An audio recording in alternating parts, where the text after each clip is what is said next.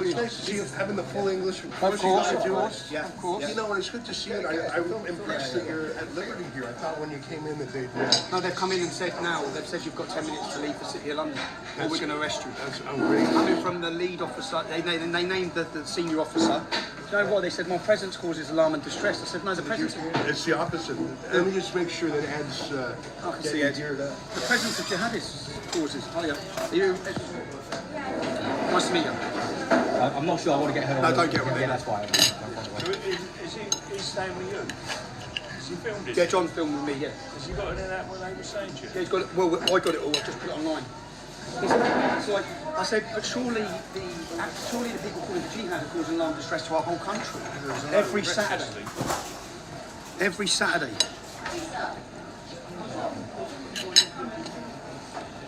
I know it was in the paper that they didn't want you here, but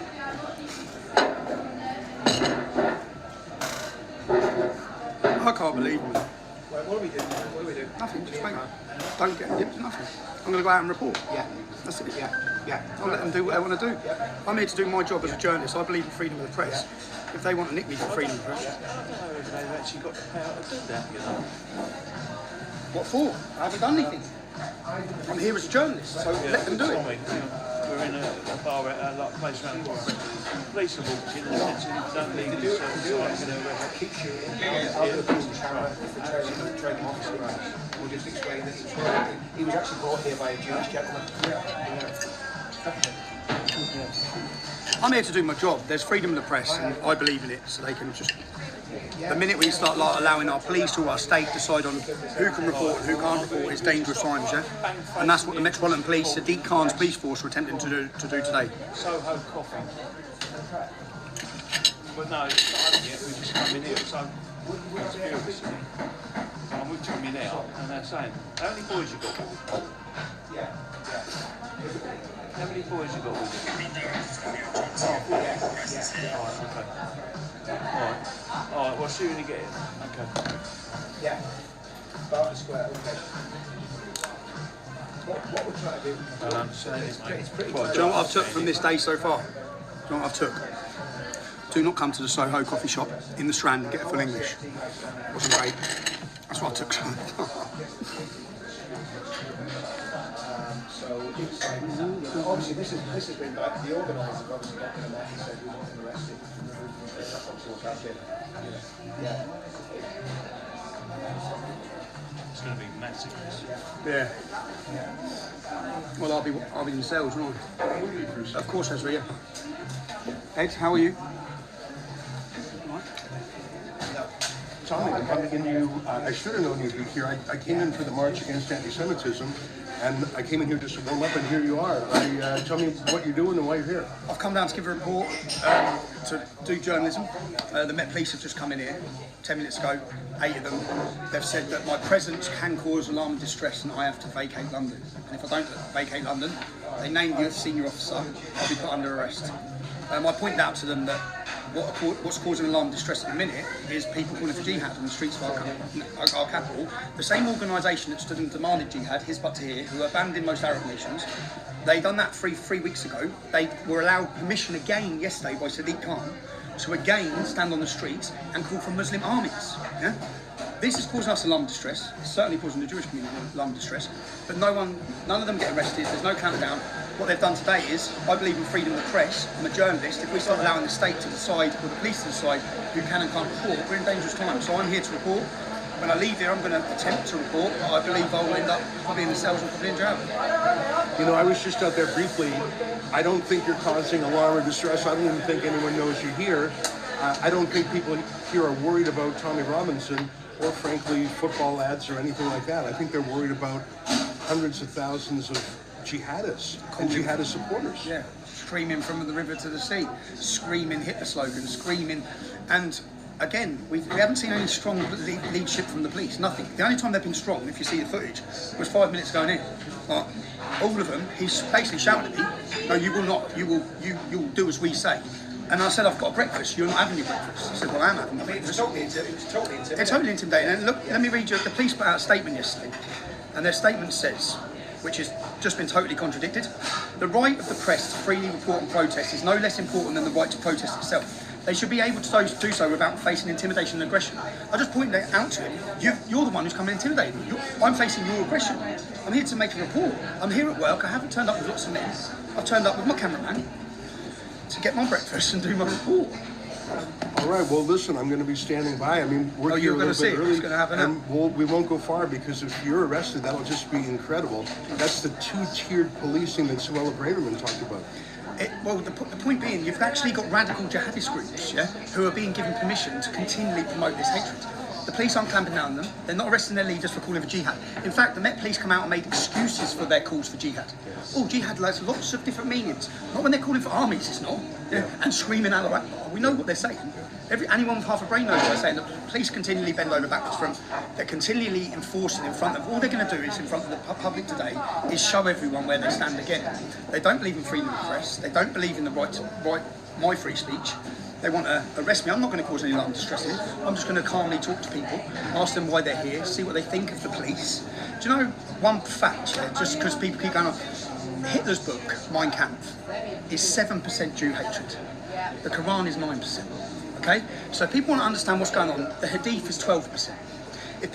The Surah is 11%. If people wish to understand what's going on, take Israel out of the equation. This hatred is there. If you want to understand why hundreds of thousands of people march on the streets screaming these slogans, it's because from the age of 4 they've been indoctrinated into this mindset in this book. Yeah? That's why. And unless you have an open discussion, and certainly the leaders of demonstrations like this are brave enough to talk about this, yeah? This war can stop, right? The hatred ain't going to stop. It's here. And it's not only been since 1948. It's 1400 years old. I've got verse after verse after verse after verse in the Quran which talks about Jew hatred, talks about them being monkeys and swines. It's there, and it's written in a book, and unless you challenge it, as I said, Mein Kampf is a banned book. The Quran is a celebrated book. It's celebrated by our politicians. It's actually funded by our taxpayers' money to promote and push this ideology. And anyone who speaks out against it or tries to make people aware of the danger of where we're at. For the last 4 weeks, people have seen the danger now. They get it, yeah? But we've been warned about it for 15 years. We've been isolated, beaten down, and what you're about to see now with the police is their tactic. Silence all opposition. If they have to arrest them and end freedom of the press, they don't care. If they have to lock people up, they don't care. They'll continue to appease the Islamic jihadist mindset and tackle anyone who speaks out against it. Let me ask you one more quick question, then I'll let you get back to finishing your breakfast. I'll finish it, it was rubbish. I look around the world. In Argentina, a new president named Javier Milei is elected, and he has actually waved an Israeli flag and denounced Hamas. In the Netherlands, Geert Wilders came in first in the parliamentary elections, and he has a very strong hard opinion. line. Yeah. What do you make of this global counter? If you look at the countries that haven't, if you look at what Belgium's done, which is totally appeased Hamas, it's because they're terrified of the radical jihadist population they've got in their country. Yeah? And the people have spoken in Holland. The people will continue to speak in a populist way. When I Geert Wilders, I learned from Geert Wilders from the very start of my activism. I learned from his bravery, his courage, and his statements. And he was very early on. If Israel falls, Europe falls. If you haven't seen how emboldened they've become by murdering 1,500 Jews and raping and torturing them, if you haven't seen how emboldened they've come from that, how emboldened do you think they'll come if they wipe Israel off the face of the planet? Do you think they're going to stop? This battle's been coming for Europe for 1,400 years. The attack on they're saying Saturday first, then come Sunday. They're going to do the Jews and they're going to do the Christians. They're openly saying it. It's not me saying it. They're stating it in mosques across this country. You keep seeing the recordings. That's the mosques that speak in English. 90% of the imams don't speak English. We don't know what they're saying. But every time you keep seeing the videos released over the last 4 weeks, it's something we've been warned against. It's the only real hate speech. They keep arresting people under these hate speech legislations. It's been very apparent to the public that these hate speech legislations are brought in to silence people, not to actually stop hate speech. Because if they wanted to stop hate speech, it'd be locking up these imams who are standing calling for jihad, locking up these imams who are using derogatory terms for Jews and Christians, but they're not. So, and as we'll see in a minute, the only time the police get brave, have you seen them draw their batons? Have you seen them on any of these jihadists? Yeah, they actually walk the other way. They're literally letting them take over our capital city every Saturday. Not just our capital city, across the country. So jail all hate preachers. They're not going to jail any hate preachers, they're going to jail journalists that turn up to talk about it. Last question for you. Leo Varadkar of Ireland. Give me some thoughts on his statements and also the street riots in reaction to the Algerian Irish Leo stabbing. Varadkar was not elected, just another one who wasn't elected. Young global leader again. If you've seen what he said this morning about the young girl got lost. He says the Irish girl who has probably witnessed death, who's probably going to be in the most traumatic position any child is ever going to be in. She has been separated, probably kept in underground tunnels by gangs of jihadists. Yeah? And his words were, a young girl was lost and found. Lost and found. Absolute liberty. The Irish politicians certainly have their view towards Israel is always been continued. They've always been on the side of Palestine, mainly because the IRA were funded by these organisations. Yeah, they were in bed and they worked together because they hated the British. So but that's not what you get from the Irish population. I went to Ireland to make a documentary called Plantation 2. I was told by Irish politicians, Irish media, I wasn't welcome there. My president wasn't welcome there. Similar to what I've been told today. I went there because I'm a journalist. I made a fabulous documentary, an investigative documentary that exposed that the women in Ireland are terrified because their towns have changed. They're not safe. They're getting raped. They're getting murdered. The violence has gone through the roof in the last 2-3 years because they've opened their borders to unvetted migration. Anyone who speaks against this is deemed as far right. It's now far right if you oppose 5-year-old children getting stabbed in the head by an Algerian who got caught with a knife 5 months ago. The justice system failed. Our immigration system's failed. And if you try and talk out about it and highlight it, they come and clamp down on it. But I think that, I just find it unbelievable that we have freedom of the press. The police can say that, and yet here they are about to intimidate and arrest me. We'll see what happens when I leave here, because I am going to go out and try and report. I'm still going to try and do my job, and we'll see. All right, well, listen, thanks Ezra. talking. It's been a couple of years since I've seen you. Nice to see you. And we're going to stay close in case you are arrested. We'll film it. Yeah. And he made it very clear. Do you want me to show you what he said? Let me show you what he said, because I did video him as he was saying it. I haven't put this on yet, but he says... Let's get the main one who comes in, the big... This one, yeah? Senior police officer.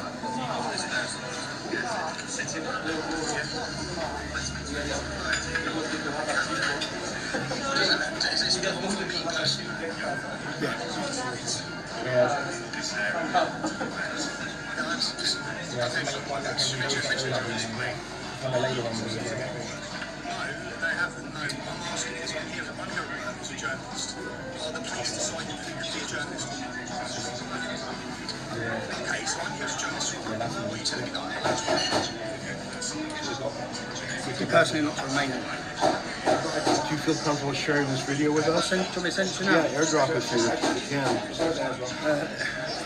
Oh yeah. Airdrop, yeah? Yeah, let me just make sure my airdrop's on. Ezra, there you are. I'll send you two. There's this one and another one. Thank you. I just can't, for me, it's like, do we live in a fascist state where they control who the media are, or don't we? Do we have a free press or not? They allow, what's her name? Al Jazeera TV will be here today. Al Jazeera TV will be here today. Genuine organisations that have a hatred of Israel, a very clear one, will be here today. If anyone's going to provoke a reaction or worry people, it ain't me. I'm here to give I'll send you this one as well. Yeah? Did you get that? Did you get that? I got the first one. Okay, Yeah. this one's 50. This is the first 50 seconds. All right. Well, listen. Thanks for these. And have you tweeted these already? Or are you going to make these public? They'll go become. I've sent them, but I've got no receipts. Right. Okay. Well, we'll give you some space here, but we'll stay really close by. You've got a video. Yeah, I've got a video. I've got a video of the inspector saying, threatening to arrest him. Basically, if he walks down there and starts reporting, they're going to arrest him. Do you straight feel away. comfortable sharing that video? Absolutely. No, give me a mobile. I can't do airdrops. It's a crappy old Samsung. Give me your mobile number as well. Sure. It's +1. Sure. Yeah. So I think I've got them out.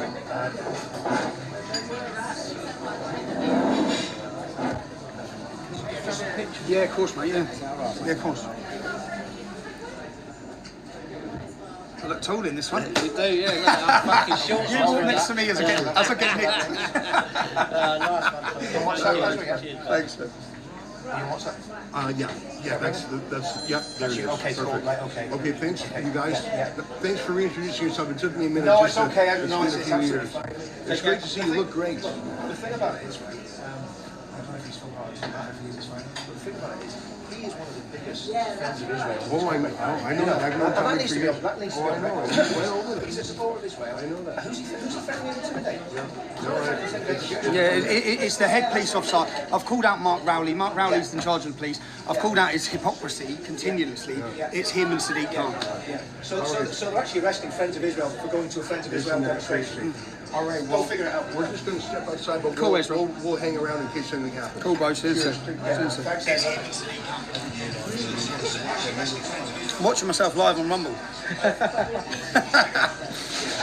Oh, the jacket looks good, doesn't it? I've had this about 10 years. Well, I'm not going to go home. I need to report. I'm here to do my job. People are waiting to see it. So I'm going to try and report. If they want to show the world that they don't want to go on it, then that's what they'll have to do. So much more to this. I know. Coming there every day. It's absolute madness, mate. Madness. I mean, I've put a lot of stuff out on the local groups about you. Positive, good stuff about you. And how I see you since we've met. Let's see what happens, eh? Let me just let my children know. Do you know what? It's my birthday tomorrow, man. What do you want to do? I'm doing my job. Okay, fine. They're not taking away my free. I'm doing my job. Give me like a couple of minutes before you gotta go. Yeah, of course, yeah. Sure things can change, charging. Well, we're in a cafe around the corner. Just giving you the heads up. I won't be back for dinner with the kids. I'll get nicked if I report it. We'll see. I know. I'm just letting you know. Yeah? Heads up. Tell the kids not to worry if they read online. It's just a bullshit charge. It'll be a bullshit arrest. I'll be out. Yeah. Okay. I know it's my birthday tomorrow. So. Alright? Alright, turn them along.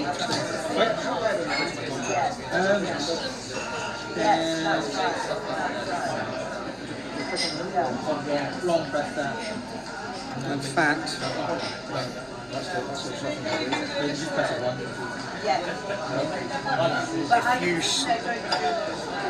if you start seeing things on the news that your dad's been arrested, don't worry and don't panic, because it's for nothing. I will get in and get out. I'll be back tomorrow to see you. But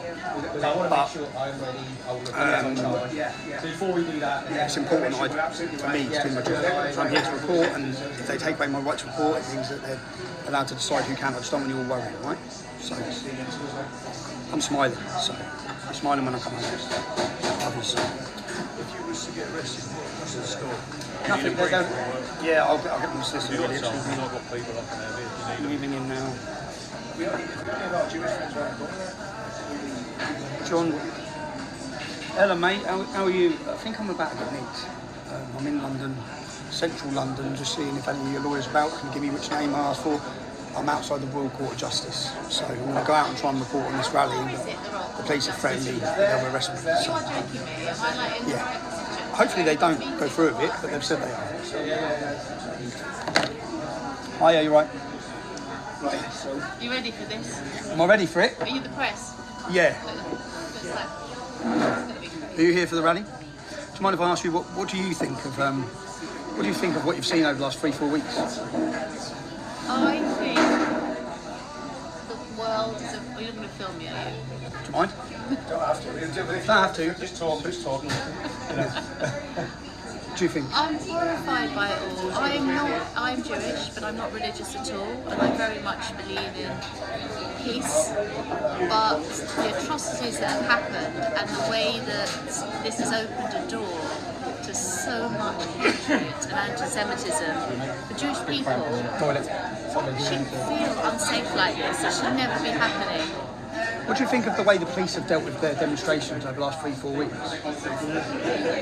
With the hatred you've been seeing on the street, what do you think of the way it's been handled? I don't think it's been handled brilliantly at all. I don't think they've been guided properly. I don't know whether they all really get a sense of the enormity of what's happening. I just felt it was really important. I came with my son. I thought it was really, really important to be here. It just felt wrong not to be. Yeah, same as me. What do you think about the way the BBC have reported it? Do you have an opinion Let's of not that? go there. What, See, if you're not happy with the BBC reporting, but do you believe in the freedom of the press at the same time? Do you believe the BBC should be here today reporting? Because I've just had, the police have just come in and made a directive to me that as a journalist I should leave. It depends how you're going to report it. I'll report, I'm totally on the side of Israel. If you're going to report... I call Hamas terrorists. I know what they've done. I believe I believe the BBC are a disgrace in how they've reported it. I believe the way the police have policed it is a disgrace. I believe they've allowed calls for jihad, they've allowed calls for war, they've done nothing. But and because I stand on that side and I'm very honest about that, they've come in today, the police just have and said that I have to leave. That's wrong. Yeah. It's appalling. And that's the problem with all of this, is that nothing's being reported fairly. But it's Sadiq Khan's police force as well. So it's like, as I said, I'm going to go out in a minute and attempt to interview people, just like I've come here to ask people questions like I'm asking you now. That's it. Can I make another observation to you? What do you think? What do you think of the groups that are? Have you looked into who the groups are organising the Palestinian demonstrations? Have you heard of Hizb ut-Tahrir? No. No. Okay. So Hizb ut-Tahrir are a prescribed terrorist organisation in most European countries. Do you want any? Hello. Hello, mate. Anything? No. Do you want anything? I do. In a second, it's fine. The Hizb ut-Tahrir are banned in most all Arab nations, banned them because they want the caliphate.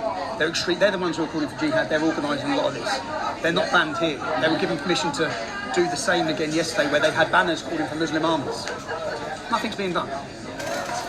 Nothing's being done. So yeah, I'm just here to ask people where they come from, how they feel. It's very, very important to be here. It's also like for my son that I brought with, it's very apprehensive. He doesn't understand where any of this hatred come from, how we're living in the UK. Do you understand where it's come from? unsafe. Do you understand where it's come from? I do understand. I think a lot of it is unfortunately ignorance. I think it's people aren't educated. I think people, if you ask somebody like, why are you actually doing this? A lot of people don't know. They're just being followed along. Do you think it's to do with Israel? All of it, or not? I don't think this is all just to do with Israel. I think, yes, there is obviously Israel, but I think this has opened a door for a lot of anti-Semitism to feel like now, and anger, that it's okay to like say how you feel. And it's mainstream. Unbelievably so. I'm alright, thank you, bro. I'm good, thanks. Am I being filmed? This is filming, yeah. I don't know if it's filming. Yeah, leave it there, bro. Yes, this is. Do you know? Can I give you just because I like to try and educate at the same time. You know Hitler's book Mein Kampf, 7% Jew hatred. The Quran, 9%. The Quran has more Jew hatred in it, which is what, because I think for people to understand why there's hundreds of thousands marching in these numbers, unapologetically, happy to fly with their flags and walk with those flags and happy to chant the slogans they're chanting, it's because from this big they're brought up to believe this hatred. We'll speak to Ezra. Okay. Just close by. He's there, bro. Yeah. But anyway, I'm live on here, so hiya. You're live on here asking lots of questions. Hello. Have you come for the march? Yes. I know I wanted my younger one to come and he was just a bit overwhelmed with it all, but it's amazing that you've come along. Yeah. I said, Mum's coming, you've got to come with. They have no choice, exactly. But there's a part of me we were driving here thinking, I can't actually believe what we're doing. But you haven't come that in. we're here. But you haven't come in. It was like, how is this, how has this actually happened? How are we all here? Am I? With these children, this is for their future as well. And that's the terrifying thing, I think, for young ones now. And there are things that, grandparents are seeing that they never thought they'd ever have to witness. Holocaust survivors who never thought they would ever have to see anything like this. But to not feel safe, to feel like everywhere's a threat. Your kids are at Jewish schools. My friend's got his children in King David in Manchester. He's taking them out. He said, I'm taking them out because they shouldn't. Yeah, it's a Jewish school. My younger one is in sixth form in a Jewish school, and he's not in a uniform anymore. He's allowed to wear a suit, trousers, and everything. Which people are taking off their Magen Davids, their Star of Davids. It's shameful. But I think the hate is there. But for me, the response by the government, politicians, and police is as shameful. So are you a journalist? I'm a journalist. Who for? For myself, for a company called Urban Scoop. So my name's Tom Robinson. I do activism. I've done it for years, highlighting for me the problems that come from Islamic supremacy. So I talk a lot about Islam, and in my knowledge of learning about Islam, I went to Israel, I learned about Israel, I looked at the conflict there, I found out, looked at who Hamas or ISIS, that's who you're dealing with. And all this propaganda that's coming out and the figures that we're given of how many are dying is from Hamas. It's just... I was watching the footage of these hostages, these children coming out. I mean... But the BBC compared the children who are innocent and been kidnapped to, they call in children, which are 17-year-old Palestinians who have stabbed and terrorist attacks. And they're making out like it's a jewel, like it's the children have been exchanged. Did you see what the other actor said? Did you see what the Irish Prime Minister said? Where he said a girl was found, lost and found. Yeah, A girl was 9 years old. lost and found. Like she got lost in the shopping centre. She was kidnapped by jihadis. Lost in a shopping centre, exactly.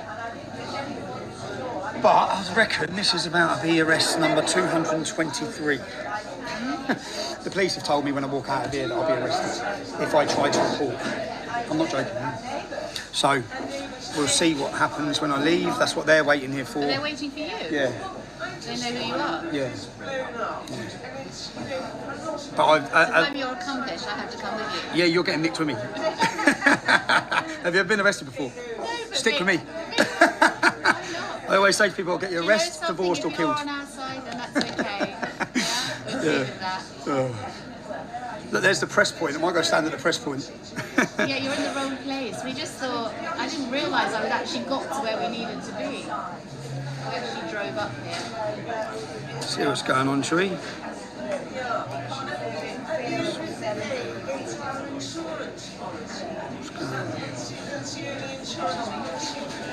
Yeah, you? How are you?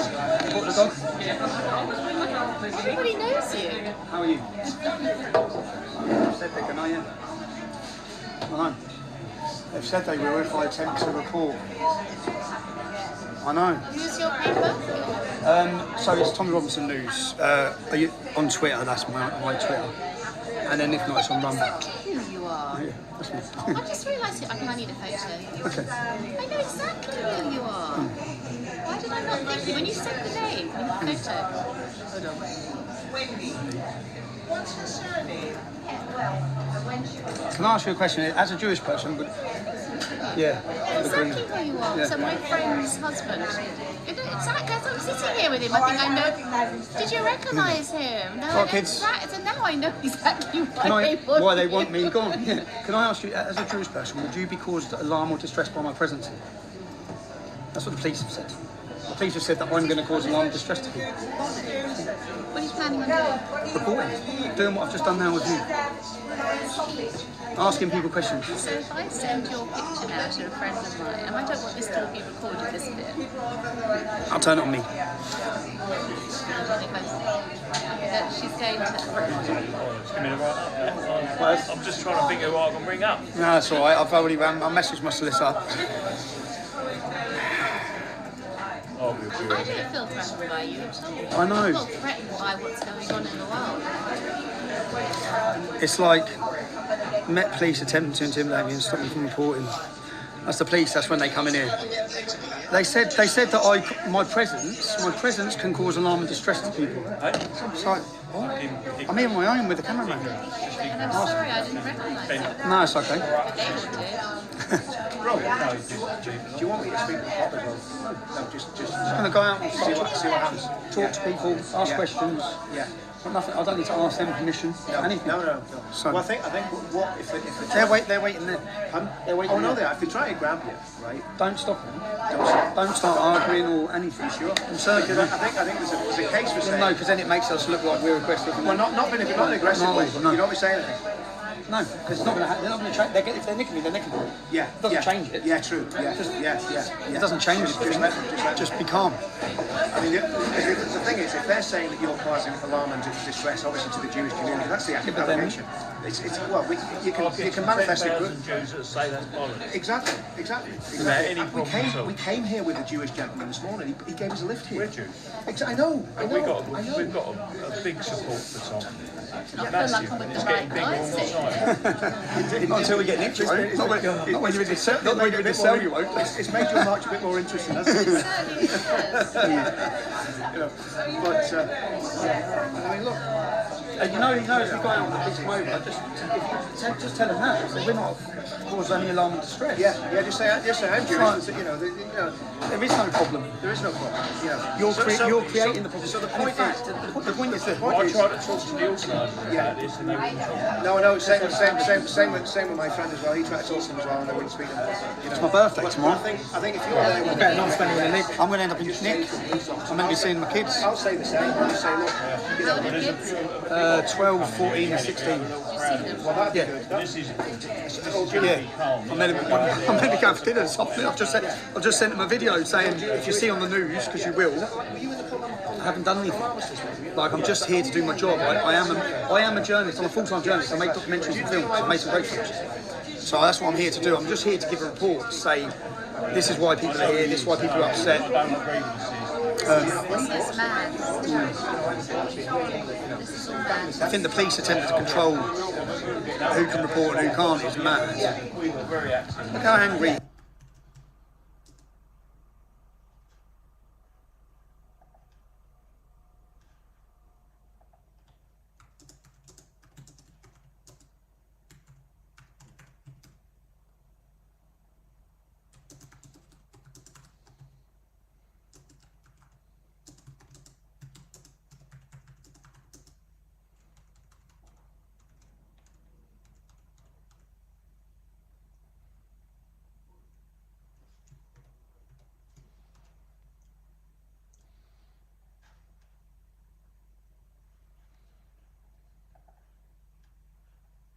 Yeah, no, I'm just plugging this into the template. You'll be back in a second. Okay. Because now we got more batteries. Let me know when it's back on, yeah? Yeah, I should be back now. Just leave this down for a second. Because it's a bit volatile whenever I plug anything in. Women as well. Yeah, that's what they'll be here in about 4 or 5 here in a sec.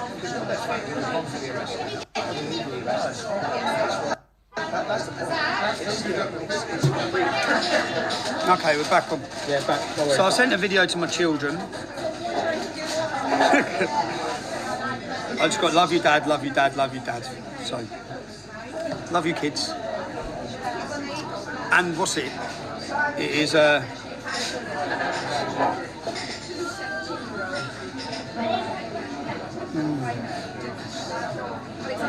I'm glad I had a fabulous cake when I got here.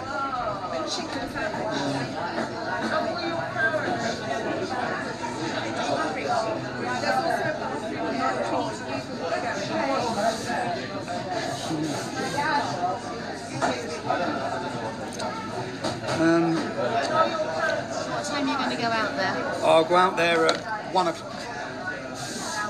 And I'll be in the cells by 2 o'clock. 1:30 it starts, yeah. I'll go out there a half hour early, just start asking questions of why people are here, where they've come from. You know what, I actually, because it angers me, the police's response angers me. Even just to come up to me, it's like, you don't go up to, there's all these radical groups that have been on the streets for They're weeks. just they're ignoring the fact that They're letting them do it. they're letting him do it. They're letting them do it. I think they're scared of them quite much. They're scared of They're them. scared. Yeah, they're intimidated by them, yeah. They're not intimidated by us. No. At all. They're intimidated by them because there's so many of them. Yeah. They can actually help them. And I think that's what they try to prevent. Well, the police officer said... Don't let go. I don't. The police officer says on the recording, when he's asked, he said there's too many of them. Well, okay, so there's too many of them, so then you just, oppress everyone else? Let them do what they want, which is... And most of them don't know even why they're there. Yeah. They just go with the flow.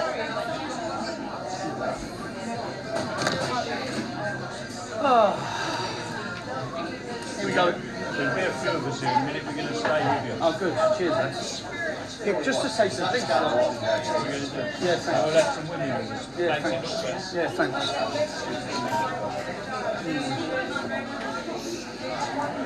The hypocrisy of the police's statement about freedom of the press, to then come in and just say no. Citizen journalism is the future. It's massively important and it's needed so that we don't have controlled establishment media like the BBC, who we all know lie. All of them lie. Yeah, we want to bypass that. So Elon Musk, thank you for giving me back my Twitter handle because I have the ability to speak to people again. Because otherwise, if I didn't have this ability and Rumble to go live, all you'd see is whatever the media are going to say. You're going to see what happens. I'm calm. I'm here to work. I'm not here with a group of hooligans. I'm not here being violent or extreme. They'll lie, yeah? They'll put out all these statements. They'll use their people who are in positions within the media to say things like they did. You all watched it on Armistice Day. I was calm. I went and left. And then you had people sitting on TV saying I was throwing things at police officers. I was doing all these things. But then they know that the power of the media that they have, most people just read the media that they put out. And that's why they want to control the media and prevent opposition voices. God.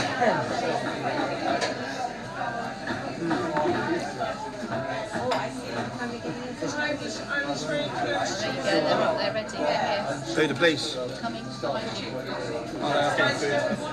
Okay, yeah. Do you know every time I go through an airport, every time I go anywhere, I feel like I'm with the kids. It's like, oh. I think it's because I know your face. I know. 3 times I've been I just arrested. thought it was a lovely looking face sitting there. My dog's sitting there. It is. Just put the mask next time. My son Zach. Hello. How you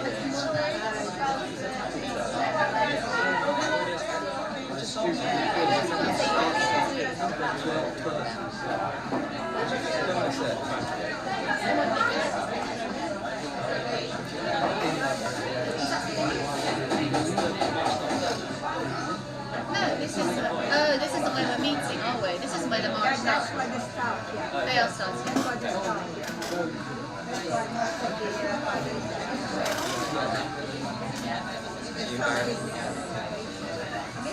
I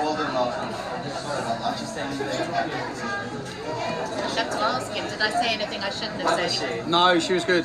Okay. No, she had no idea who I was when I first sat down. I just asked why you're here. Do you know who this is? How'd you feel? He's an actor, he's out of all of this. Oh, yeah. Like, so, You know, I've just come here as in the capacity as a journalist. I'd be here to support anyway, yeah? But I'll come here in the capacity of a journalist just to ask people how they feel. How do they feel about the police, the government's response? How they feel about what they witnessed last 3-4 weeks? don't mention the BBC. No. You just, They've come with it. you never have? Never, No. nor have I. It's quite overwhelming. Okay. And we were slightly apprehensive, but You it's felt the need to come? important, very much so. It is important. Very, very much so. Yeah, I bet lots of people are here for first time. The hatred in this world is... Have you seen them all ripping down the posters of the missing kids? And normal looking people, that's what for me, it's like, well, she looks, and women screaming. It's like, how are you, I just don't, What happened on October the 7th is something that forever will be there, forever there. And that's opened a door now to really bad stuff. Within 24 hours they were on the streets. There's nowhere safe anymore, nowhere's an island. People used to think you go to Australia. I've got family there, and it's really, really bad in Australia. It's bad everywhere. Have you said what's bad is in the universities and the colleges? The universities, the colleges are terrible. For the students.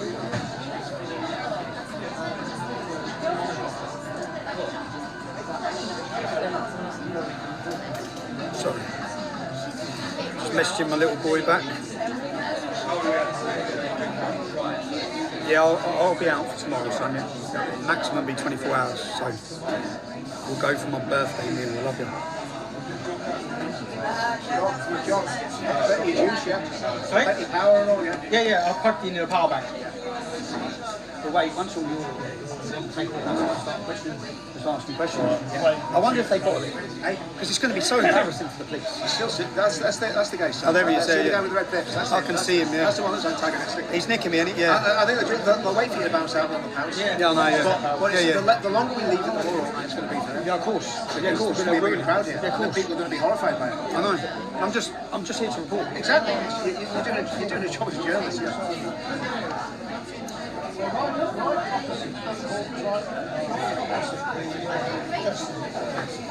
that's where they are meeting now. We are literally meeting there. That's where. Bonnie. Just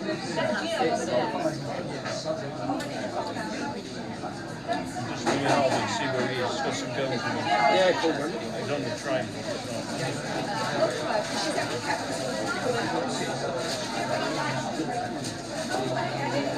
Sorry, it's a bit boring in a minute. I'll get excited in a little while. I just, mate, look at the law, the way they can twist laws and use laws. You know, all the time you hear we can't do anything about their marches. Yes, you can. You banned the English Defence League. Now you're about to arrest me. For what? Why don't you arrest the leaders of His But to Hear? Why don't you arrest the people climbing up the monuments? So you can't arrest someone for climbing up the monument, but you can arrest a journalist for coming to report on a rally. A journalist who's actually pro-Israel anyway, yeah? I despise Hamas. I don't mix the side I'm on. I'm very clear about it. It gets me a lot of grief, but I'm very clear about it. So you can come and use laws and twist laws to make arrests, but you can't deal with people. You can't arrest people for desecrating war memorials, for taking liberties. They're exposed themselves again today, not me. I don't know. What do you think? If you're watching this, let me get the comments up, eh? What's your opinion? How do I get the live stream up? What do you think that I should do? I know what I think. I know what I'm going to do anyway, yeah? No one's taking my freedom of speech away. No one's taking the freedom of the press away without embarrassing themselves. If that means I have to be held in police cells or in a prison, and I believe very passionately in that. How do I get your comments up on here then? I'm looking at it. There's no comments. Why is there no comments, eh? How do I get comments up on this? I know, do you? Technophobia, I'm on Rumble. That's the live stream. Are you on the website or you're not out? I just clicked on the, yeah, it's on the app. Is it? Is it on the app? No, I didn't. I clicked on it. Oh no, is that on the it's on the website, so I need it on the app. Update. Let me just turn this round for 1 second, can I? Say hello to Jonathan Wong. Hello, don't unplug this. Okay. Say hello, John. Give us an interview. Oh, hi. Yes, What do you think, bro? I think as soon as you step outside, they're going to try and arrest you. That's what I think it's going to be. Are you going to go kung fu on them, John? Well, I have been training. Is it only on the app? Okay, I'm on the app, live. Let me see. Oh, I've got your questions. Right. What do you think I should do? Class in the comments. The only thing that sort of would make me even think about it is my birthday tomorrow. I'm meant to meet my kids this evening. Turn the audio down. I'm meant to meet my children. I've got a day planned for tomorrow as well.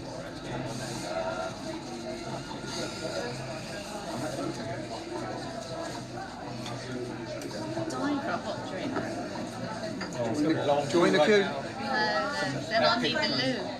That's the problem. Do you know what I mean? Yeah.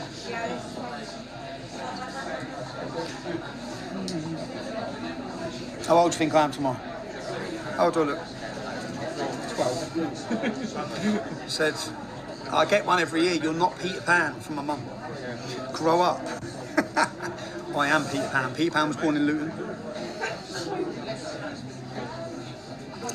From the US. I'm reading your messages here. 58, 43, 58, 56, 34, I'll take that. Slip out the back door. I'm not slipping out the back door because I'm here to do my job. Yeah? I've got a right to do my job. I should have freedom to do my job. I'm not going to cause alarm and distress. I know how my actions are. I just come to report for you.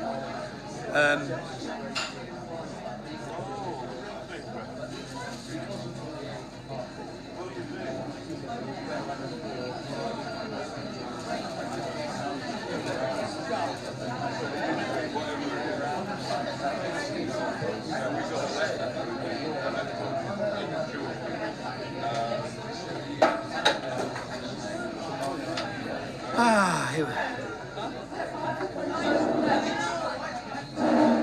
the hypocrisy of it, or the...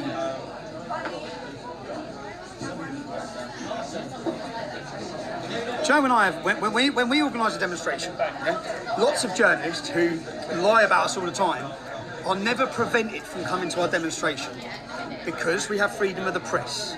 They allow them to come to our demonstration, they allow them to lie, smear, report, whatever they want to call it. They're never prevented, ever, yeah? Yet, here I am about to be prevented from doing a report for you, and this is my job.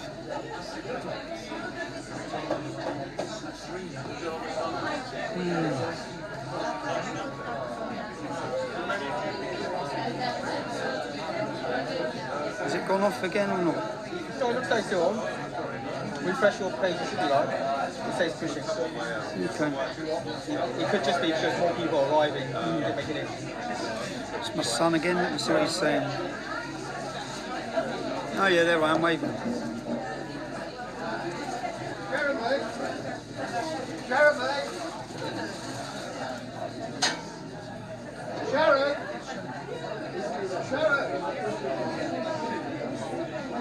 If you have just joined me now, I've come down today to report on the anti-Semitism march, to ask people why they're here, to see what they think of the government and the police response over the last 4 weeks, where jihadists have been allowed to take absolute liberties across our country to promote hate, call for war, unchallenged by the authorities.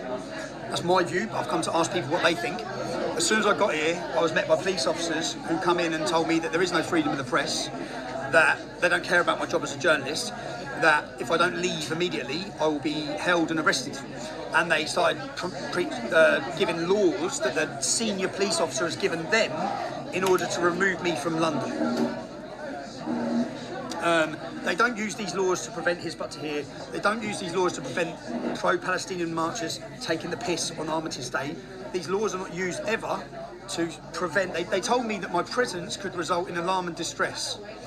If you're just joining us, or if you haven't been paying attention for the last 3 or 4 weeks, the entire British public have been in alarm and distress for 4 weeks at the amount of the amount of Jew hatred, the amount of Christian hatred, the amount of kafar, non-Muslim hatred that's been allowed to be promoted across this nation. Hi, how are you? You okay? Yeah. How are you? I'm fine, and how are you keeping? I'm not bad, thank you. Well, I've been told I'm getting arrested when I leave here, so it's not great, but I'm still... I know. So why do you want to arrest you? Because you're here. Yeah, they said You're not supposed to be... They said that my presence could cause alarm and distress. You're supporting us, so why is that going to do? I have no idea. What's your name? I'm Patricia. I used to be with you, How did you? Okay. and I wanted you on our, in our... Do you mind if I ask you why have you come here today? Well, to support the Israelis. No, Jewish community. How do you feel about what you've seen over the last 3 or 4 weeks? I'm disgusted how they're treating the Jews in this country. I think it's racist. Where have you travelled from? Chichester. Chichester. How long does that take you to get here? I think it's about 2 hours. Okay. It's amazing. It's important for you to be here? Yeah. I've been writing to people. You know, I don't know any Jews actually, but I just Meet me, I'm one. And nice to meet you too. Who have you come with? come on myself. You come on your own? Oh, well done, darling. Yeah. No. Fair play. Well, I bought 15 of your books when you first came out, The Enemy is the State. And I sent them to different people. Jacob Rees-Mogg was the only one who replied. what did he reply? Well, he had thanked me for the book. He thanked you for the book. I wonder if he read it. Some people don't want to know too much, do they? They just... What do you? Can I ask you? What do you think is? You'd probably be categorised as far right by the government. Yeah, I'm sure, but I don't think I'm far right. It's like I'm just a normal person that loves this country, and I don't want to see it spoiled any more than it is. No, it's the same as everyone. It's the same as everyone. You know, we know what we're not blind. We can see what's going on. I've never known so many people in the train coming up here. On the train? On a Sunday? Everyone on the way here? I know, they weren't. All the Jewish ladies. Yeah. And then everyone is going to tear you away from the lady and say you are first. Yeah. We're just saying, because these police officers here have said that when I leave, they're going to arrest me. I know. So you're literally surrounded by It's so ridiculous. So utterly ridiculous. This is supposed to be a country of free speech, and you can't walk anywhere without being arrested. I just said they haven't arrested any of the preachers of hate. When the very first time when they interviewed you for a mortgage thing, I know. and your solicitor said no one ever. It was actually encouraged. The self-certification mortgages were encouraged by everyone. Like they said, if you, Yes, that's right. and it wasn't even my Just mortgage. because you helped your cousin or whatever it was. But, You've obviously read enemy. I've got 2 copies. Some people said them back, but 2. Thank you. Thank you very But you're much. on TikTok now, aren't you? I'm on Twitter now. I'm on Twitter. On Twitter? Yeah, even Well, I don't even see. I don't know Twitter. I don't. Okay. I don't do Twitter's TikTok good. either. Yeah, I'm very old-fashioned, and I stick to GB News. I'm afraid. Okay, yeah. Fair play. I wish they wouldn't have got rid of Lawrence Fox. Yes. Or Calvin. Yes, but he did say the silly thing. Yeah. He was when Gerard Barron was leader. He had some people with him. Now, what was the name of the guy? And he also said he wouldn't rape someone. And because he said that, Oh, it was Carl Benjamin. It's his boss. It's his boss. Carl Benjamin was his boss. Carl Benjamin. Yeah. So I got But the he had a That was just before her husband. Yeah. and that rather sort of Ill taste. it was unnecessary. Oh my god. Yeah, but he's an ancient thing that he dug up. It's like nothing. I'm very bad at hearing. Thing that he dug up. Turn that round that way. The phone numbers are on the back of it. We've got 1,800 people Okay, live. so I've got a friend, Yes. one of my best friends in the world is Stella. She's absolutely amazing. She was a lawyer, stopped being a lawyer. Anyway, basically she works for something to do with anti-Semitism and justice of it. She just said to me, would you get Tommy just to say why you're here? Would you do it for me? Of course. So let me just do a little video. I'm going to say, she's so wonderful. This one That would help. and this one. And I'm going to say, Estelle, how are you? I'm here. I'm here in my capacity as a journalist, but I'd be here anyway because I think the anti-Semitism and the Jew hatred is out of control. It's mainstreamed. My disgust, I know where that hate comes from. I've covered it for 10 years. I've spoke about it. My disgust is at how it's been facilitated and accommodated by the police forces, apologised for by the police forces, how they failed to act against terrorist organisations like Hizb ut-Tahrir and their radicalisation and the hatred we're seeing spewed. So that's why I actually come here just to do a fair and balanced report to ask people like your friend, like this lovely lady who's travelled on her own as well, to ask them why they feel the need to be here. That's why I've come. I've come here to speak to people. Also, my thing is I think people need to understand where the hate comes from. I don't think it's necessarily just to do with Israel. I think that Islamic teachings promote hatred to Jews, specifically. For example, Hitler's book Mein Kampf has 7% Jew hatred. The Quran has 9%. Mein Kampf is banned. The Quran is celebrated and is promoted for every mosque and madrasa in this country. That's why hundreds of thousands are marching for the destruction of Israel and the massacre of Jews. That's why within 24 hours, 1,500 people were brutally raped and murdered. Within 24 hours, they were marching in their hundreds of thousands across our countries. So yeah, that's why I'm here. that will go probably on to something there. No.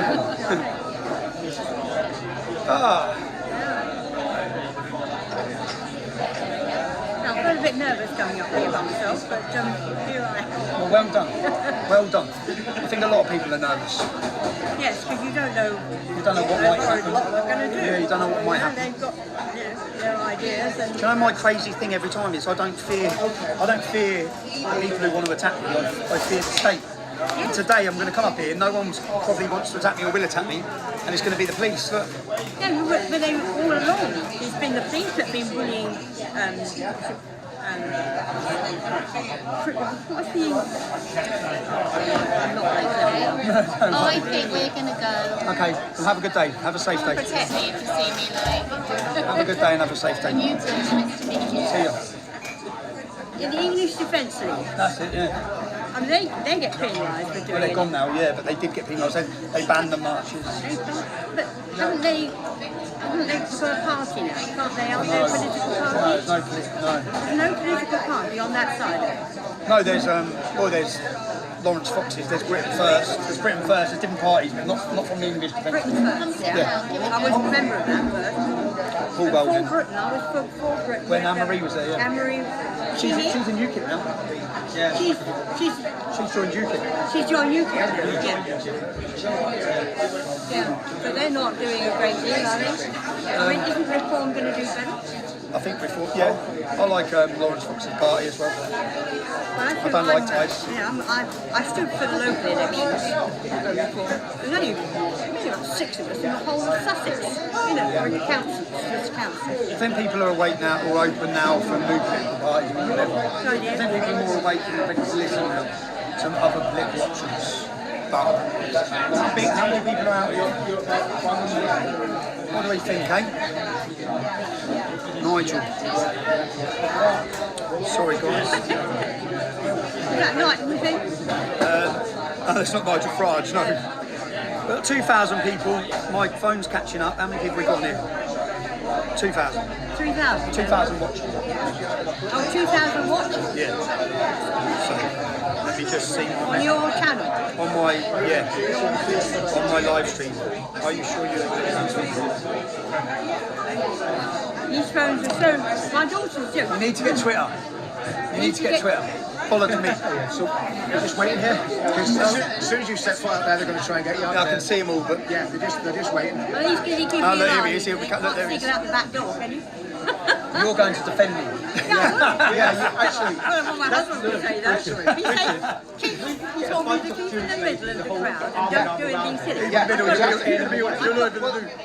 no the joking. Israeli flag Listen, here on my all back. joking aside, could we get a whole... No, I don't want to use them. No. You don't want to have a bodyguard of Jewish ladies standing around you? No? Well, I'm not Jewish. If they pull me out, I don't want any of them getting I'm pulled not down. I Jewish, don't want them don't ending up mind on the out. floor. It doesn't matter. You're here supporting it. You're here supporting Yeah, I it. don't want to. So, yeah. I'll just walk out and start going into the crowd to talk to them. I know. I think. Well, the problem is, as soon as you set foot out there, they're going to. As soon as you're out, you'll be end of the day. Yeah. They instantly go, are you leaving? Are you not? And then they'll just go, you're under arrest or section, whatever. Oh yes. Yeah. Shall I go and sit round here? Sit wherever you want, darling. Grab a seat. Or just sit round here. Sit with the ladies. With the ladies. What was your name again? What was your name again? Pat. It was lovely to meet you, Pat. It was lovely to meet you. And well done for coming on your own. Yeah. Come on our own. All the way from Chichester. Despite what the police have done, it's still a very worthy cause, and that's about behind it.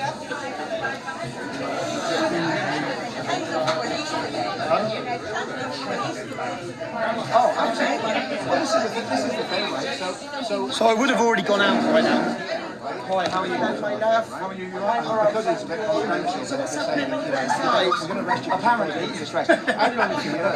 He's like to how are you? Hello. He's not doing anything. Does it look like I'm causing people alarm and distress?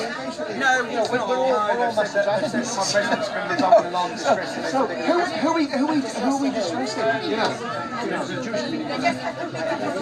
Yeah, they do. Well, I mean, they may be public enemy number 1 years ago. Would you mind talking? We usually come to your things. We come to Telford. Bailey. And my daughter, yeah, that's the one that absolutely loves you. She usually comes, so yeah, she's crying because we're with you. Shall I screen record it? John, You should have pulled a sickie. Yeah. Thank you, darling. Thank you very much. Thank you. I'll hand you back. I was just saying hello. But no, we come to everything you say spot on. You're not far right. It's absolute bullshit. Crazy. Yeah, absolutely. Crazy. No, you're just a minute. Yeah, he said that they said they're going to arrest him as soon as he comes out. So it's not too far. Is this Dad? Is this Dad? Oh, that's me husband, Is yeah. that your husband? Where are you, Dad? Why aren't you here? What? Because he said he won't turn up. He won't turn up. So he will. No, he won't. Yeah, I will, temporarily, mate, by the looks of it. That's what they're waiting for, look. Yeah, I know. Why though? Disgusting. I don't know. They said that my presence will cause alarm and distress. The argument is their presence on our streets for 4 weeks cause the whole country alarm and distress. So, all the far-right hooligans, all these far-right hooligans, isn't it mad, isn't it? They're continuously told that my support base is far-right hooligans. That's all you'll get told. They paint this caricatural image of who we are, and then they pump it. And they rely on the media to do that. So then when we come to events like this, they won't want us reporting. They won't want people to see, actually, people are engaging with you. Actually, you're not a fringe movement, you're not a fringe voice, you're mainstream. That's it. They don't want you. They want all of you to think you're part of this little small movement. When in reality, we are the people, we are the voice of the people. We are the average British person who's absolutely sick to death with basically the rape of our nation. And every one of these politicians, which is where these laws come filtered down from. The reason I'm going to get pulled out of here today is because of Sadiq Khan, it's because of Mark Rowley, the head of Metropolitan Police, because I've been calling them out. And they are responsible for the destruction and of the safety of our people. And they're about to show where they stand on freedom of the press and all that. There's a lot of people outside. It looks like the numbers are gaining. You see who's on the phone. Can I just take a picture? Of course you can.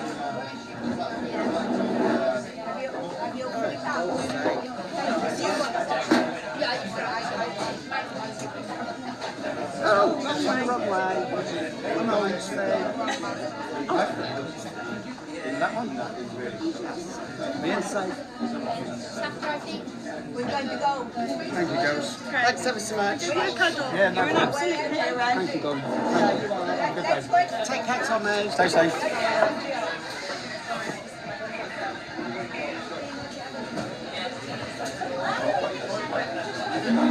Do you know what's quite funny is at least you've been able to stay live, and when we walk out of here, you'll be able to say that the vast majority of people will not have a problem with me.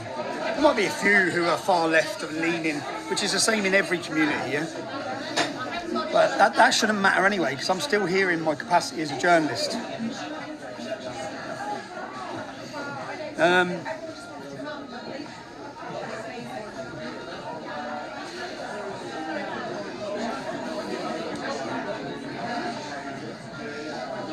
Swimming an hour, we've still got 90% battery because I've got a new battery pack. Go on, John. Fucking 100 quid, mate. It's our first time at going live. Thank you to Jonathan Wong who sorted it all out. It's come with battery packs all over him. Why is it? So, what happens next? Yeah. I'll be asking for a solicitor. Yeah. Well, I mean, do you know what? I think Again, I'm sorry, yeah? It's coming to say we're going to have to start bringing solicitors on marches. Because Yeah. at the end of the day, the left have this. At every demonstration they have legal observers who are sent and paid for by far left organisations, and that's why the police don't draw their batons on them, because they've got legal observers watching every move they make and taking photos and video and everything. So they're years ahead of us, yeah? But they're years ahead of us because they have not just organisation, but they have massive funding, you know? Huge funding. So they can bring legal observers, they bring solicitors. How are you? Better than you. Hello! Living around the corner!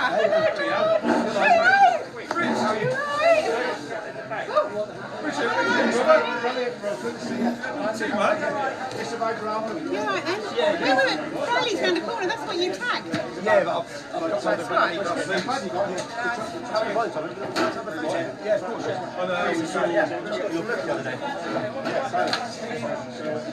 You alright, John? Yeah, this is live, by the way. That's alright. Alright.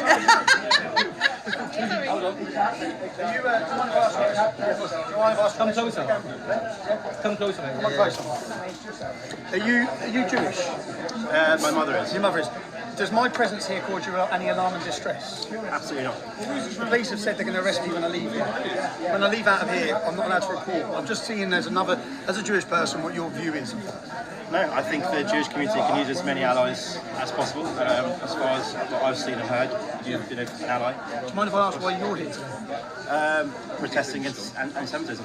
I know a lot of my friends have experienced some comments and feeling generally unsafe in London with what's going on. So it's just nice to have a peaceful counter presence. Did you ever see this in 2023? The way you feel, the way your friends feel. Did you see this like happening? Did you see the level that we've seen over the last 4 weeks? No, it's been very sharp. It's been very sharp. Where do you think that's come from? I definitely think it's kicked off from what's happening in Israel right now. It's spilled over. So, what do you think of the police's response to it on the streets of the UK with what you've seen? Do you think there is a level playing field with the police, in your opinion? Not really, in my opinion. It's been very heavy-handed towards people that have been, in my opinion, just upset with what's happening, upset with the protests, and upset people climbing on monuments, generally making London a no-go zone. For us. Is that how you feel? Do you feel it's London's the first time no-go I've been to London in a weekend in probably about 6 weeks. Is it because you've been worried? Just because I don't feel safe. I don't want to get wrapped up or anything. It's the first time I've come down for something. Like I said, I've been brought up in a Jewish family in North London myself.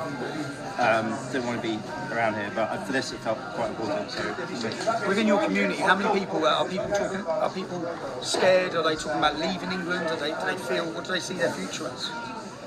So my mother is actually Israeli, so she's not coming back to England anytime soon. A lot of my friends have been saying as well, they've been thinking maybe England isn't as safe as they always thought. No one said specifically they're leaving, but a lot have been saying it's not as safe as they thought it's been. Bro, thank you, man. As I said, I'm here in my capacity as a journalist, but I'd be here to support you. No, but I appreciate that. Yeah. So, thank you. No, thank you very much. Yeah, of course.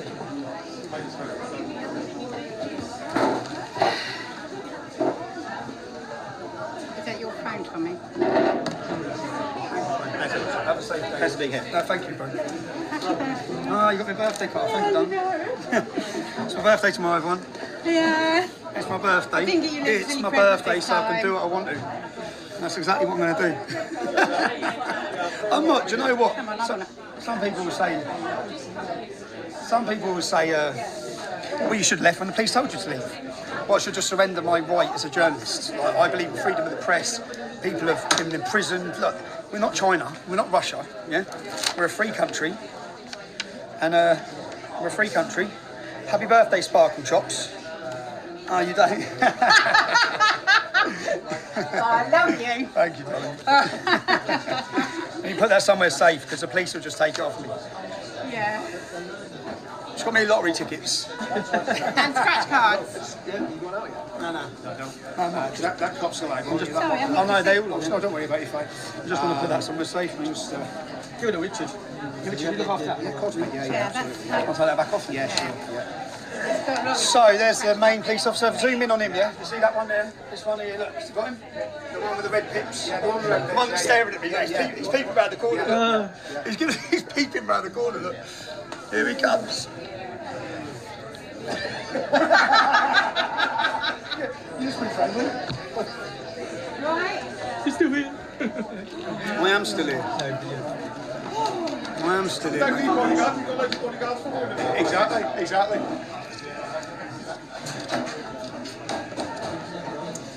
Let me put this away. Actually, how much battery? Let me charge this while I'm sat here.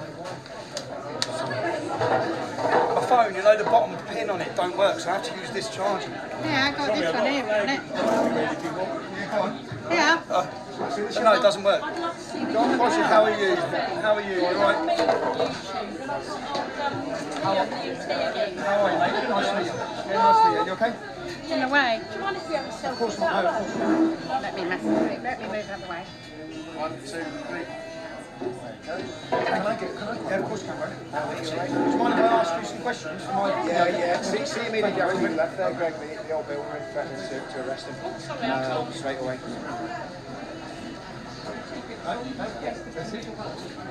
Sorry, I can't hear because I'm deaf. Have you given it back? No, really? Thank you, cheers. Yeah, can I? Yeah.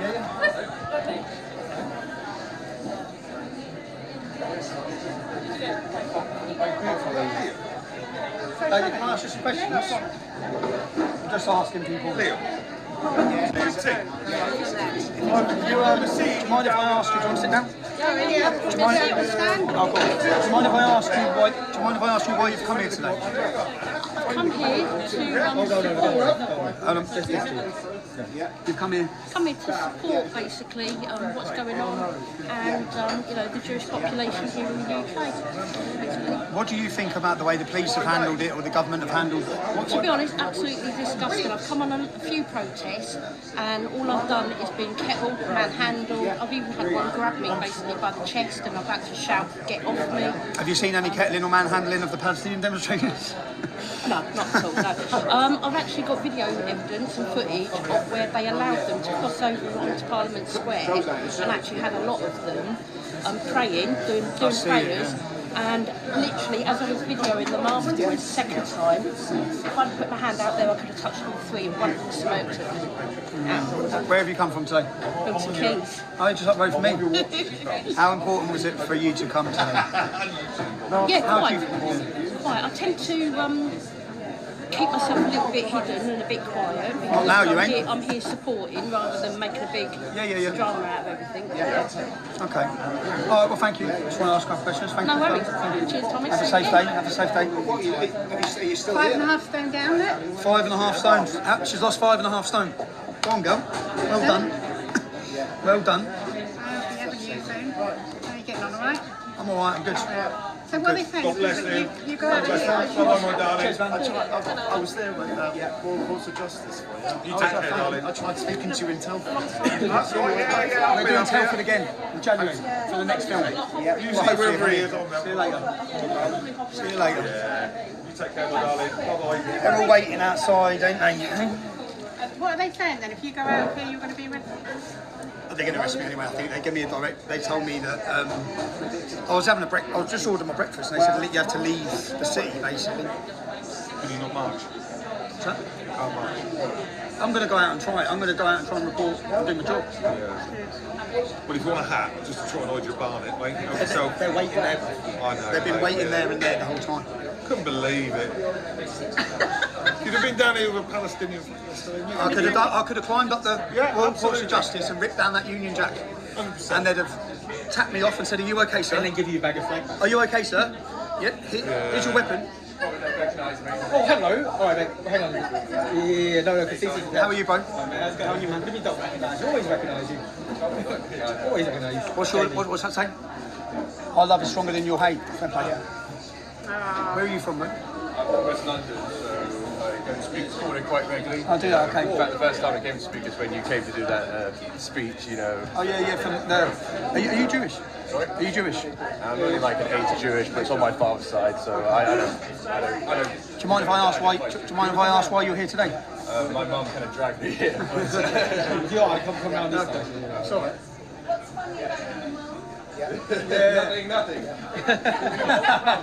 Come on, mum, come and talk. Yeah, so, how are things going right now for you? For me, I'm about to get arrested. Again? Apparently, the October Declaration. Unless I leave. I'm just here to report. What are they trying to catch you on? I don't know. He quoted some law I've never heard of and said that it's come from the senior police officer that I have to leave London. So I pointed out to him that I'm a journalist here to do my job. So, but yeah. What do you think of what you've seen the last 3-4 weeks on the streets? Yeah, no, it's very telling of the generational divide, because you see a lot more older people here, and obviously they have a stronger attachment to Israel and obviously the horrors in the earlier 20th century. But the younger generation, obviously being indoctrinated in universities, they don't even have to be Muslim, you know. They're just like got this strange kind of like thinking that you can only sympathise with the perceived oppressed group and cultural Marxism. Yeah, they see oppressor Israel versus as the oppressed. example of imperialism, some white colonialists, and it's very A success, basically, because Israel's a successful democracy surrounded by Sharia-driven shitholes. But yeah, okay. Nice to meet you. Where are they? Hello, mate. How are you? I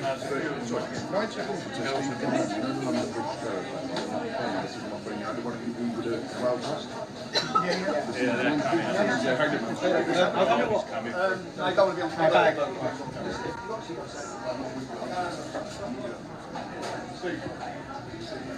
You're the main attraction now. Are you still live? Yes, this is live.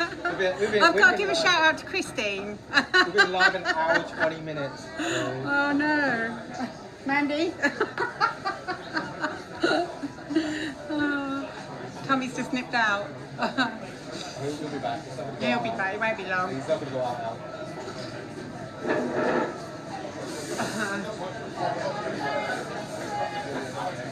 Oh, he's back. Okay.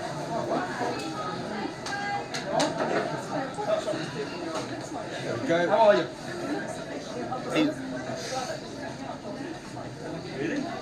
People say that. The dog. Oh yeah, you're right.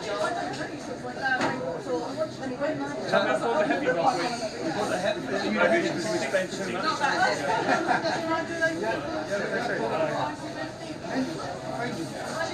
Crazy. Absolutely crazy. But, apparently, my presence can cause Jewish people alarm and distress. I'm very distressed. I want you to tell everybody how distressed I am.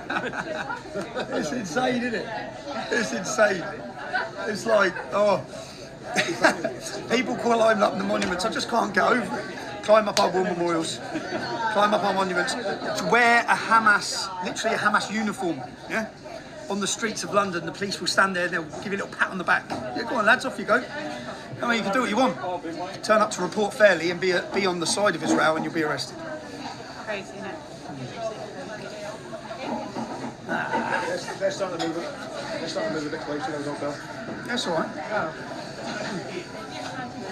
I don't think they're doing anything. They're not going to come in here. They're not going to come in here. I'm going to leave in the middle of this. Yeah. Jack's just messaged me. I see you. Hello, Jack. Hi, Jack. Thank you if you're logged into this and you're sharing this. Please give it a share on your social medias. What you're about to witness is the oppressive Metropolitan Police Force who do not believe in freedom of the press.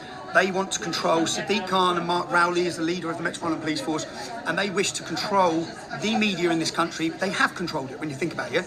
That's why I was censored and deplatformed and deleted off everywhere, because I was reaching the public with my media, with my journalism, and they didn't like it because then we were getting people to think and getting them to question what's happening.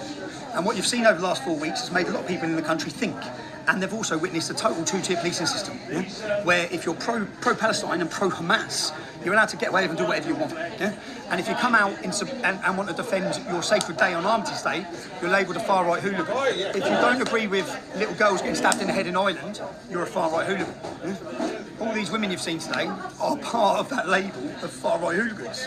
So it's just insanity, man. And the police have come in and notified me before I had my breakfast that I had to leave the City of London because my presence can cause alarm and distress. So I'm going to attempt, I've come here, I work for you, if you're one of the people that subscribes to me, I work as a journalist, I create content, I've got a very important meeting tomorrow night. I know it's my birthday tomorrow, but I've got an important meeting tomorrow night at a school with parents and children where they have put migrant men in who are making sexual comments. And when I say men, these men are older than me, yeah? I'm not even joking, you've got to see them. Well, you will see them on our film that's coming soon. And they shouldn't be in the school. But anyway, that's another whole matter. But I'm here to report on this demonstration and understand why people are here, see how people feel. Do they feel safe? We just heard from that Jewish gentleman who spoke to us. They don't feel safe anymore. They don't feel safe because of the police failures, government failures, certain communities' failures. So that's why we're here. And they've said that they don't want us here. And I had a picture of this gentleman last week on Armistice Day. And the far right, the real far right, all got really offended because they had a Union flag with the Star of David, with the British Jews, mate. Yeah? And many of them served in our armed forces. A dispersal order under Section 35 of the Antisocial Behaviour Crime and Policing Unit has been in effect since 10 a.m. It covers Westminster. Anyone told by an officer to disperse who feels... No, is it right? Anyone who's told by an officer to disperse who fails to do so is liable to arrest. They didn't give me I explained to him I'm here at work as a journalist, so... How are you, mate? No, introduce yourself, that's right, go on.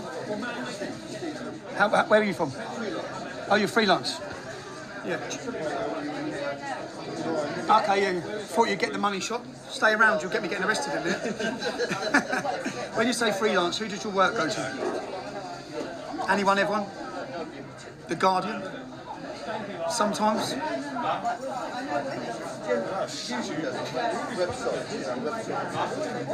If you're, so are you a journalist? No. No. Okay. Okay, fair play. No. 18 years. Okay. Since I was 18. Oh, since you was 18. That's more than 18 years, isn't it? Like 35.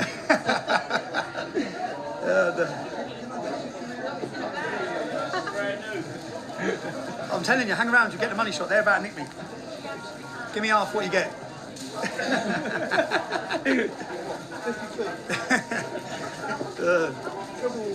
These officers here, you see these?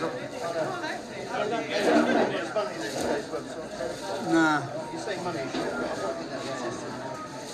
Wait, what? Do you mind getting a picture of me? Here I am causing someone else alarm and distress. But his face looks really alarming. There we go. Did you like it? Oh, mate. Get my phone. Is this your breakfast, Tommy? What's left? That was my breakfast, mate. It wasn't great. That was the picture. I erupted 2000.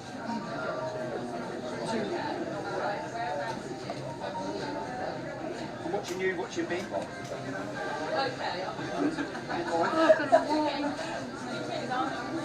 Right.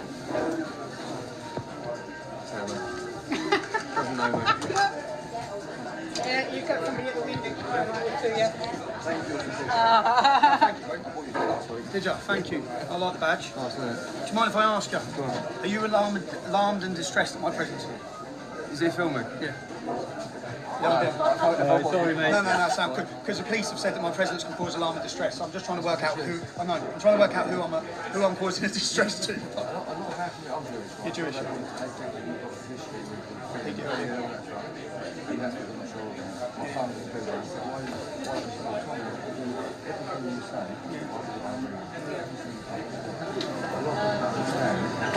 They're buying off the beat. Read my book if you've got it now, you know. Do you mind if I ask you as a Jew how you feel about the current situation in the UK?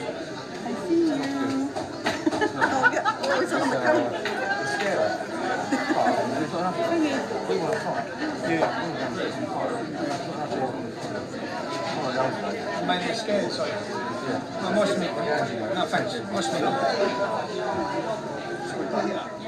I know that.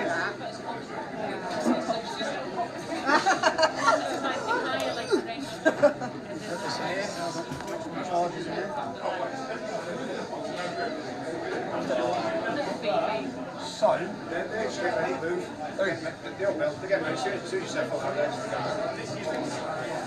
Sorry, I'm on your way. Is this moving? Is this a station? what's the time I check? don't know.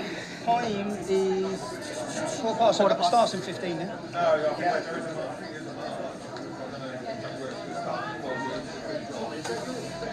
Flag, put it on. Hey, you want the money shot? I told you. I told you wants the money shot, didn't I? Mate, you sell it to the Guardian, so I'm not giving you it. Right? If you'd have answered, when I said to you, does your work go in the Guardian? If you'd have said a resounding no, I'd have given you that shot. All right? But I'm not letting anyone make any money off me. We've just moved to Soho Coffee Shop. It is I've only played, bro. Royal Court for Justice. You'll get through. It's right opposite the Royal Court for Justice. Me, Mandy, Ian, Ethan. Right. If you're watching on Rumble, please subscribe as well, yeah? All my content goes on Rumble first. My podcasts, which are very good, I don't just say it. Okay, we're literally My journalism, my investigative documentaries. I've got a great one which we just finished. Look at this, look. If you're out there, get the crowds out there. No balaclavas, like you see on the Hamas demonstrations. No aggression, other than the police officers in a minute.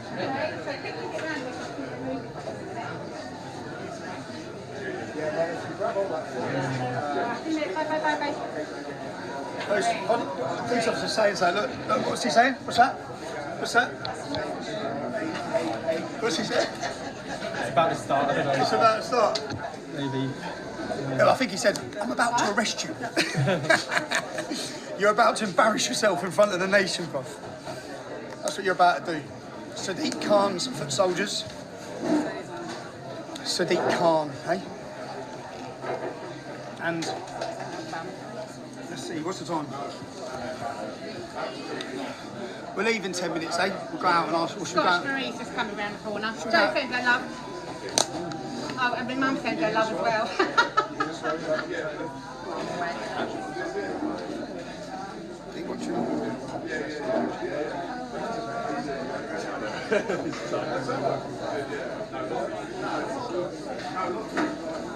How do I get up? How do I get this up? Live chat, share, there you go. Okay. Hang on, can you see me? Sorry, somebody just wants to say hello to you. Hiya. Christine, the name is. Christine, look, another far-right hooligan. Ah! How are you? Oh, bless you, thank you. I'll chat you later, alright? Gotta go, bye. Bless her. She said, I'll see you on the drive. Right, should we go outside? That's great, that's great. Hey! Another far-right hooligan. You've just made it in time, Marie. Yeah, cheers, man. Thank you. I think they're just interviewing some people by the There's door. right. So wait. How are you, darling? How are you? Another far-right hooligan? I thought you'd been arrested. I am about to be. Are you? Apparently. Well, sorry, I'm sorry, go on. do you want us to fight for you? No, I don't. No one fight. I don't mind. No, I No. I think we're Glasgow kids.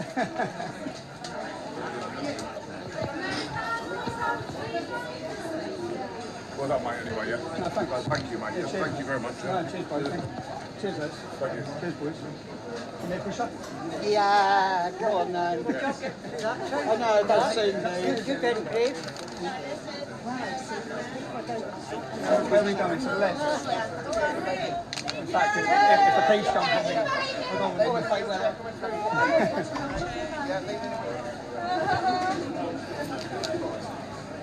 Sorry, I've done Put that in my pocket.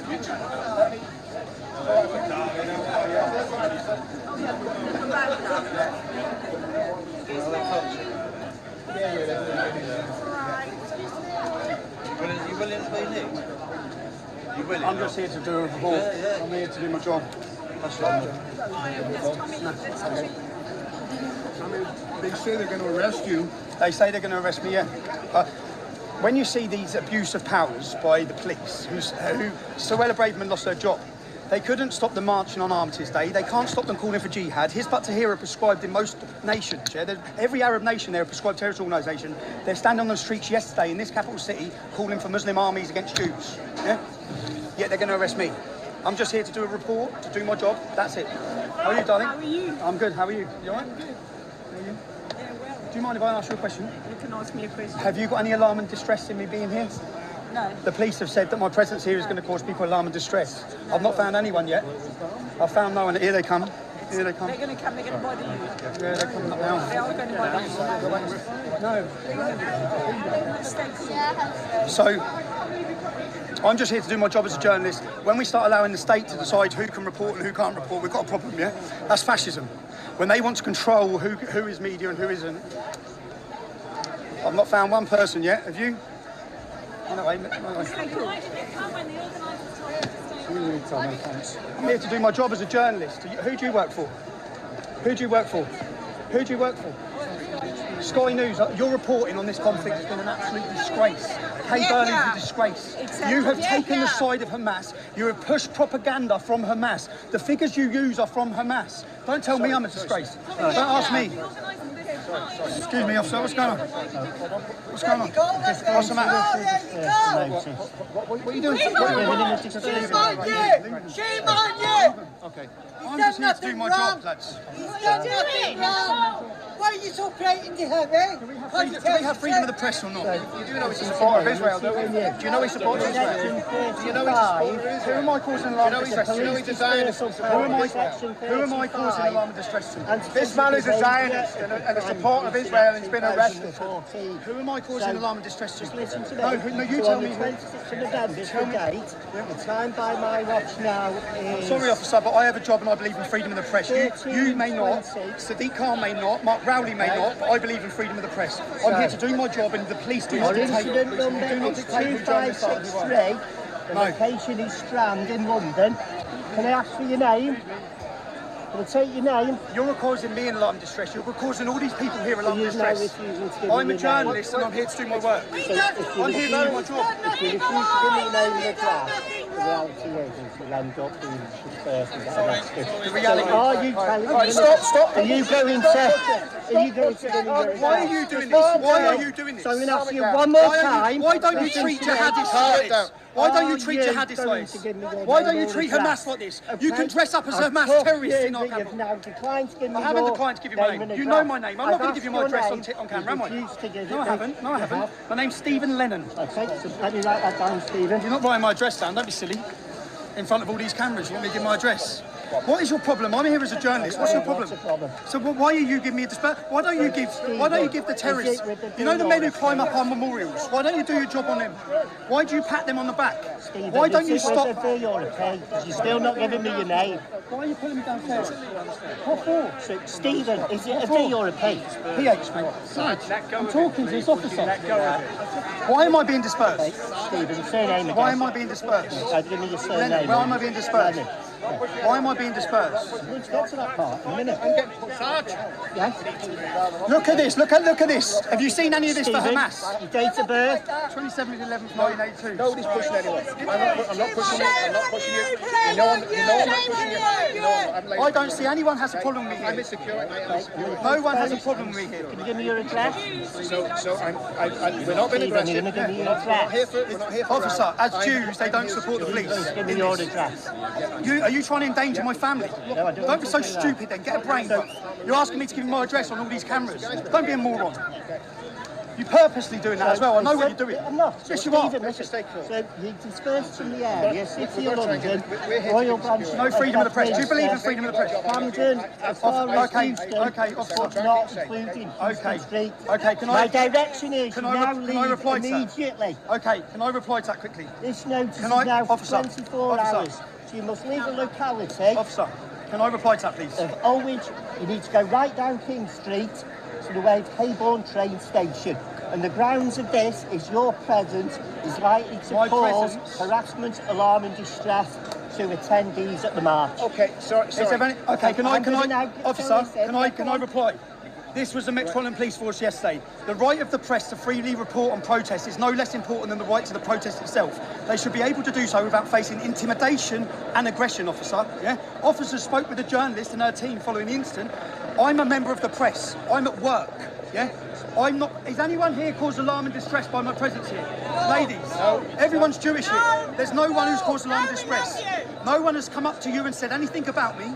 You are working under the orders of Sadiq Khan and Mark Rowley. Mark Rowley is an apologist for Hamas. They're apologists for jihad. And the British public are fed up of your two-tier policing. Use your address, but I understand why. Officer, I'm here to do my job. Yeah? You just do your job. Yeah. So failing to provide with this is an offence. I'm a journalist, the same as you. I'm here to do my job. The difference is I don't put a pro-Hamas slant on it, like you lot. Yeah? I'm just here to do my job. That's my cameraman. I'm at work. Do you think a member of the press should be arrested for doing their job? No. I'm glad the journalists are saying that. So Stephen, this is your Stephen, you're listening. This is your dispersal notice. You've now basically got to leave immediately. Are you going to take this off me or not? It's up to you. Right, well, you know, isn't it? Officer, you're embarrassing. Stephen, You're embarrassing. This is embarrassment. Take that as a no. It's an You now embarrassment. need to leave. It's an embarrassment to the police. Get your hands off him. Get your hands off him. Get your hands off him. Where are you taking me to? That's it. Where are you Follow those officers. Where are you taking me to? Just follow those officers. No.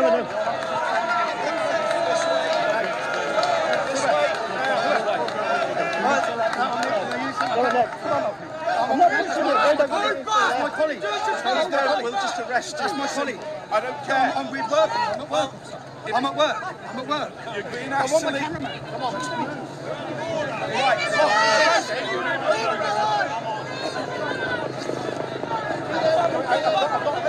This way. Do not touch the officer. No, listen, I've got to get this guy. I'm doing the security. Keep it moving, guys. Keep the corner moving. I'm doing the security, guys. I'm doing the security. Keep the corner moving. I'm doing the guy's security. I can get him out.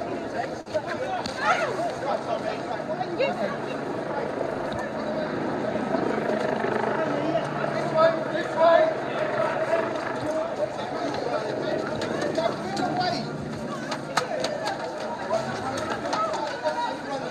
way. Here, follow me. Mate, there is no freedom of the press. You've all seen.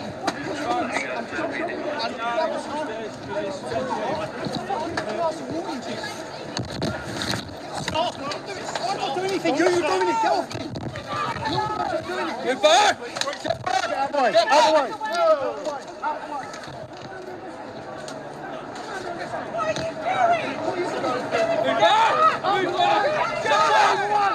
Get out of the way.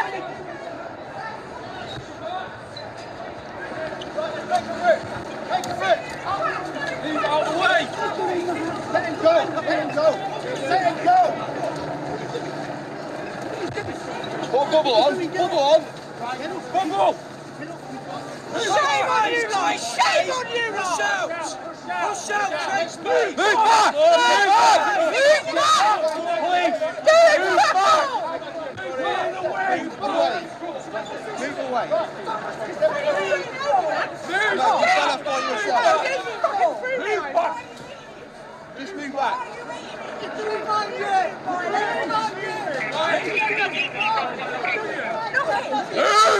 Move back. Please. Move back. This is disgusting. This is disgusting. You know it. You know it. Just give my colleagues a bit of room to work, guys. Come on. Move back! Move back! You're making the situation worse!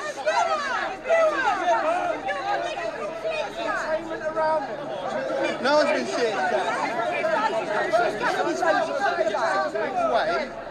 Move away.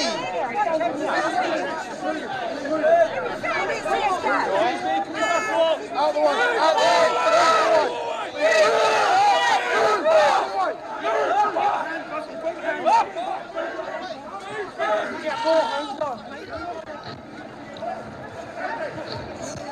Get through them. Thank you, sir.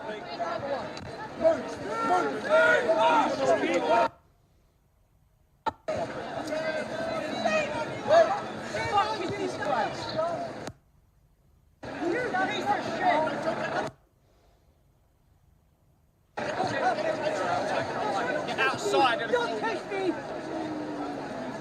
He's done nothing wrong. He really ain't. He's sitting in the cafe. He's done nothing wrong.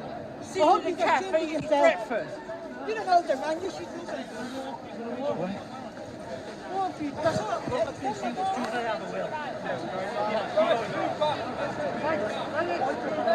Who told you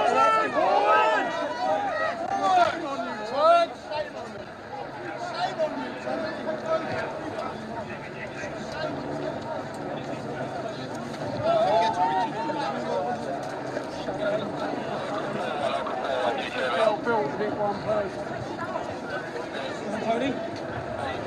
Fucking hell.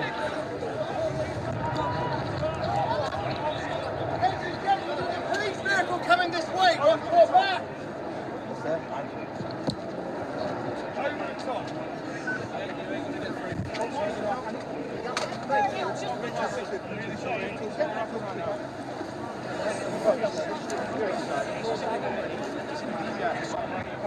You stay with me. Yeah, cool.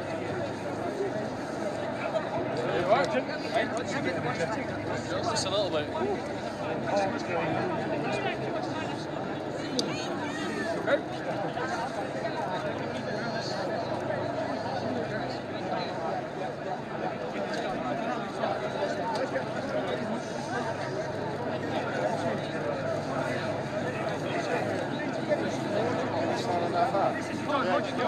that right there.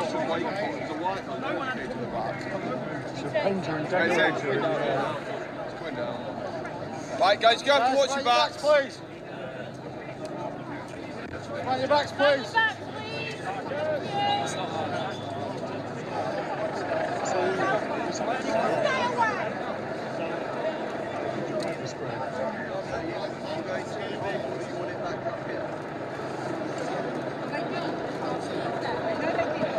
Well, you're all meant to be journalists.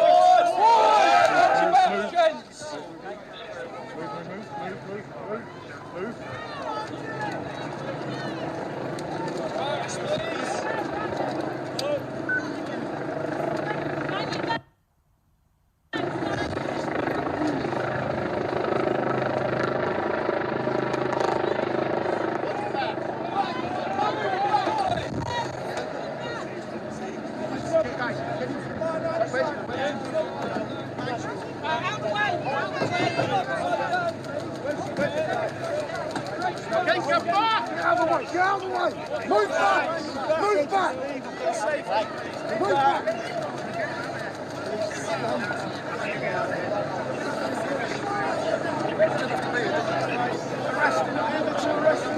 Push him, please.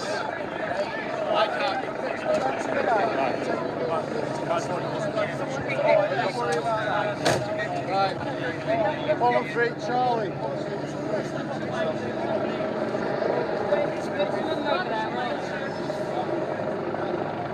Bunch of wankers.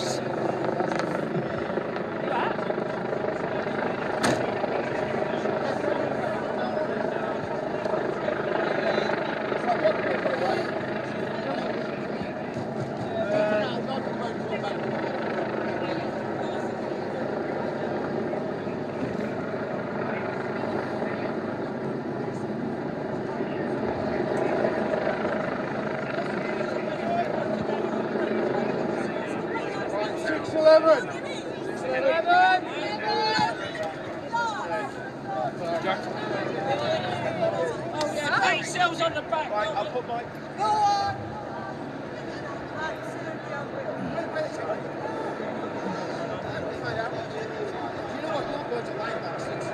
You know that. No, you fucking lied. You lied to me, and the other guy lied to me. You lied to you. Well, your fucking mate did, whatever they called him. Right? He turned around. And he said, "Oh, we get him up here, get him out of the crowd. We'll take the cuffs off him, and we'll have a conversation. Because you know I've got a fucking car waiting for him, right? So you fuck me. Your lads fuck me over. Do you know what? I'm never dealing with you cunts again. You're fucking wrong. I'm fucking sick of it. Of course they are. We know that. You know you are. You should be ashamed of yourself. Seen him He did before. nothing wrong. He did nothing wrong. Hugging the Palestinians. Listen, I didn't see it, so I can't come in and You tell still you told me you told me that you wanted That guy needs water, he needs air, and you put him in the back of that for doing his job. You're lot arresting for doing his job. And he deliberately, he said to me, he said, keep everything calm. That's what he said. He said, don't try and stop, because there was enough people there could have made your job very difficult. And everybody stay calm. There's some big units there, could have made it very difficult for you to arrest him, right? And he said, keep it calm. And what do? You fucked us over again, like you always do. See the Met, you're a fucking disgrace. That's all there's to it. So the mainstream media get their pictures. Do you know what? The far right. Do you know something? Right? When I started doing this in 2017, I used to work with police liaisons. I'll never work you again because you're wrong uns. You're fucking wrong uns. Never liaise with them. Never liaise with them. Change your boots, Never liaise with them. That's absolutely appalling. That was pro-Palestine they wanted to do at the time, that. Hey Richard, you want to end your live stream? Switch your camera in a way. Yeah, just apologise for the language there if anyone's watching the live stream. What's happened is basically police came into the cafe. We're sitting there having breakfast. They told him that he couldn't report on the event. So at the end of the day, doing away with his journalism. I'm a bit uptight, so I'm not talking as coherently as I normally would do. So they told him that he couldn't report on the event. They said it would cause alarm and distress to the community. Now, anyone that knows Tommy Robinson and knows his stance on Israel knows, one, he's a Zionist, he believes in the state of Israel. Two, he's a friend of the Jews, and he always has been. So basically, this is political policing at its worst. They have just this is 2023, and they've just arrested a journalist for doing his job. Not for the first time. This is the same guy that's done prison sentences for doing his job. Right? It's an absolute disgrace. I don't know where we go from here in this country. I don't know where we go because freedom has just been eroded. The Metropolitan Police are not the police. They're the Stasi. In fact, no, they're the Gestapo. That's what they are. They're behaving like fascists. If you talk like a fascist, behave like a fascist, you are a fascist. The Met Police is a disgrace. The head of the Met Police, Rowley, is a disgrace. He's failed to police terrorist marches, failed to police a Hizb ut-Tahrir terrorist glorifying march yesterday, calling for genocide against Israel, failed to police a march that was going on yesterday, glorifying war against Israel by Hamas, failed to police people doing the chant from the river to the sea. Mark Rowley, you're a disgrace to the uniform. You should resign. Right, that's it. Okay, let's watch this video. What I don't need posted.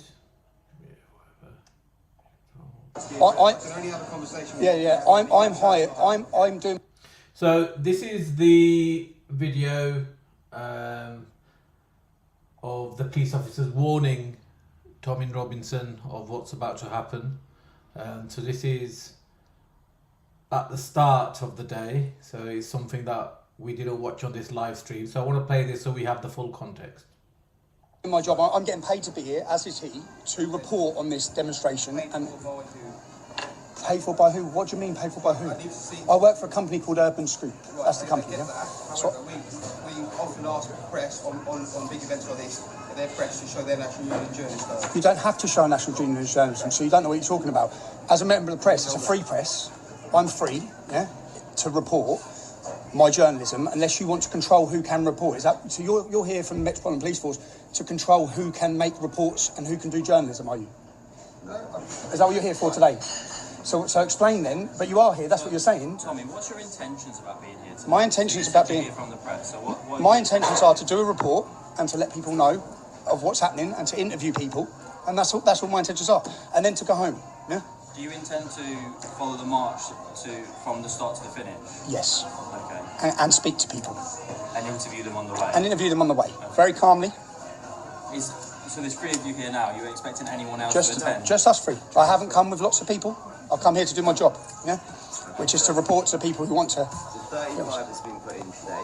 What's that mean? Section 35 is dispersal. Yes, it's for the City of London. Yeah. For Westminster in its entirety, and for Camden into the use. What does that... Is this put on for me personally? No. No, it's put on for this area to prevent. Yeah, okay, but Richard. Now explained what they're asking you to do. Is What? that right? No, they haven't. No, what I'm asking is, I'm here at work as a journalist. Are the police deciding who can be a journalist or not? No, this has got nothing to do with your role. Okay, so I'm here as a journalist to report. What are you telling me that I'm not allowed to report? You personally are not to remain here, regardless of why you've come here. It's got nothing to do with your job. But it is, because your statement said that about freedom of the press, that the right of a journalist to report.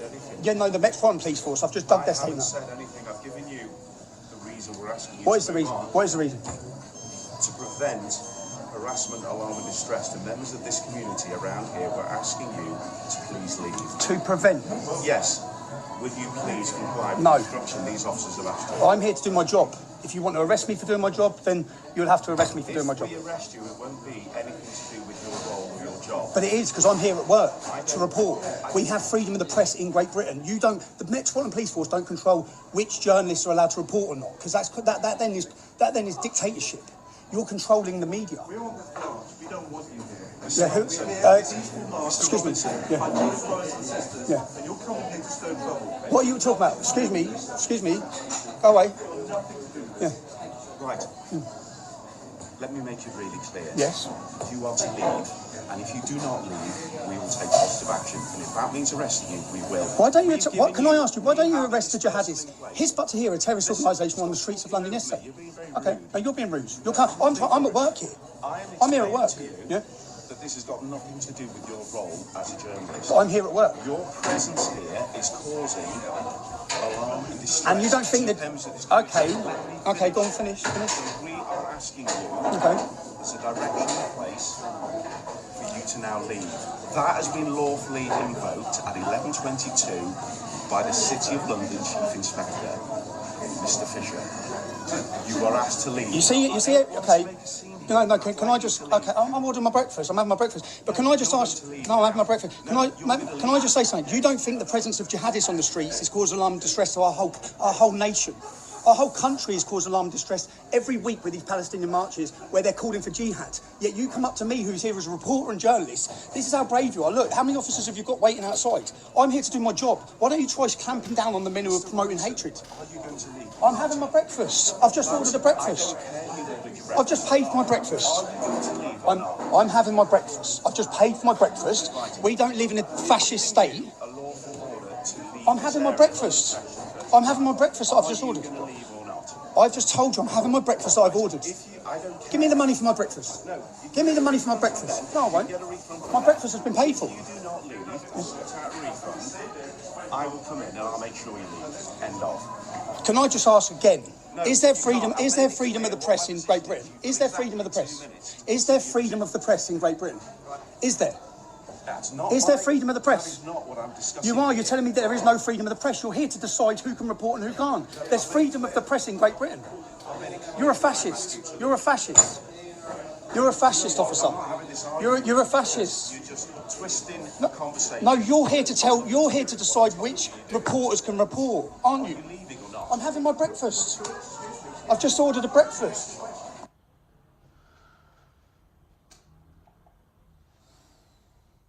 All right, I think that's the end of it. So, what can we say about that? I'm going to end the live stream in a few minutes, but I don't think there was a need for Tommy Robinson to be removed. He was supporting the very people that were demonstrating. However, Tommy did have an opportunity to leave without being arrested when he was given the notice outside the coffee shop, and he didn't take it. He wanted to make a point, which is fair enough as well.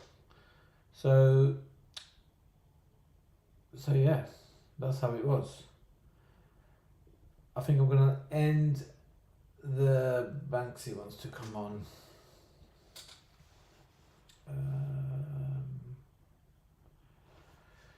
Do I let Banksy on? Really?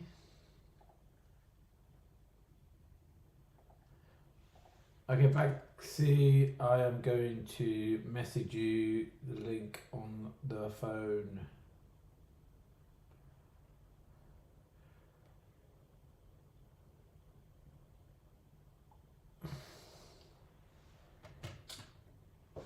Oh, but it is Banksy because she's been a prick. Okay, let's get my mic up.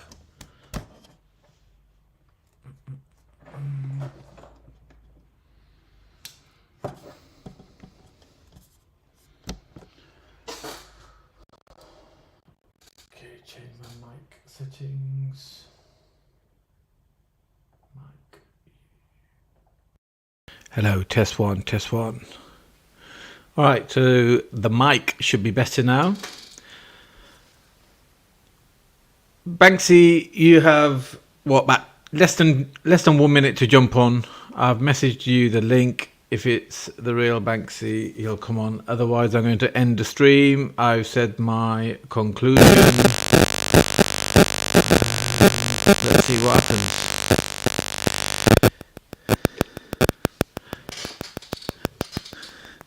Banksy is obviously a very anti-Islamic person, though I must say he has become more neutral as he's grown older. Jupiter wants to come on. Jupiter gets the link via message as well.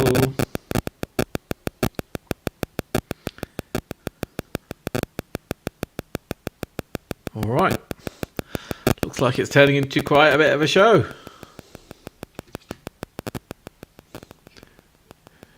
My mic has gone bad again. Ooh. So that was a very, very interesting live stream. What I don't understand about both sides of this war, why is nobody asking the question, how do we stop the war immediately, and how do we prevent any further loss of life? Yes, I know there's an argument on both sides. Oh, what is it with you? All right.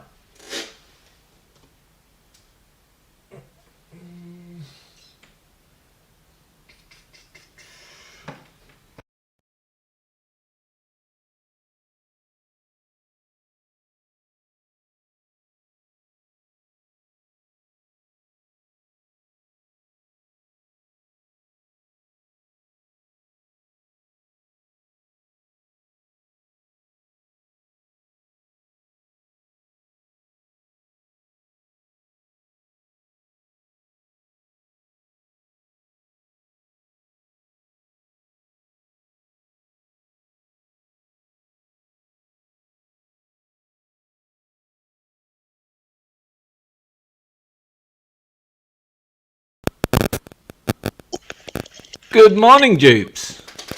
Oh yeah. You've How got are a bit you? of coming off of your mic. It's popping. I don't know what it is. Sorry? Your mic is popping a little bit. Oh, even now? Yeah.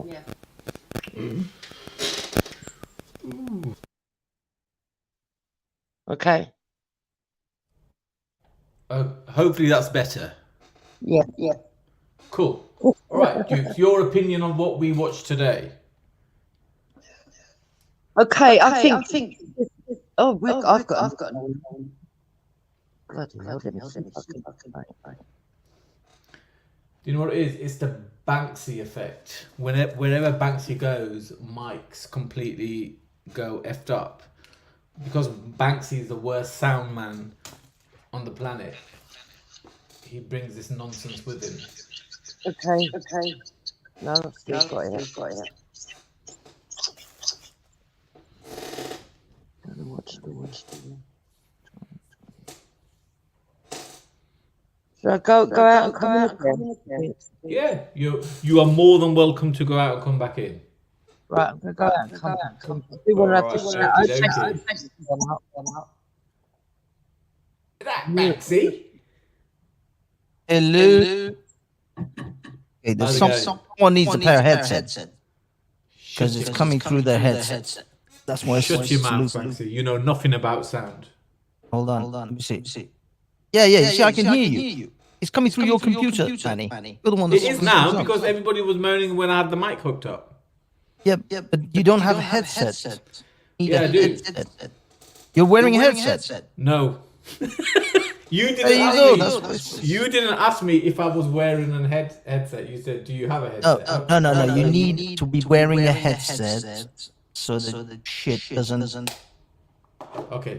Right now, my sound is looping. Okay. What do you want to say about what we watched today, anyway? Disgrace, absolute disgrace.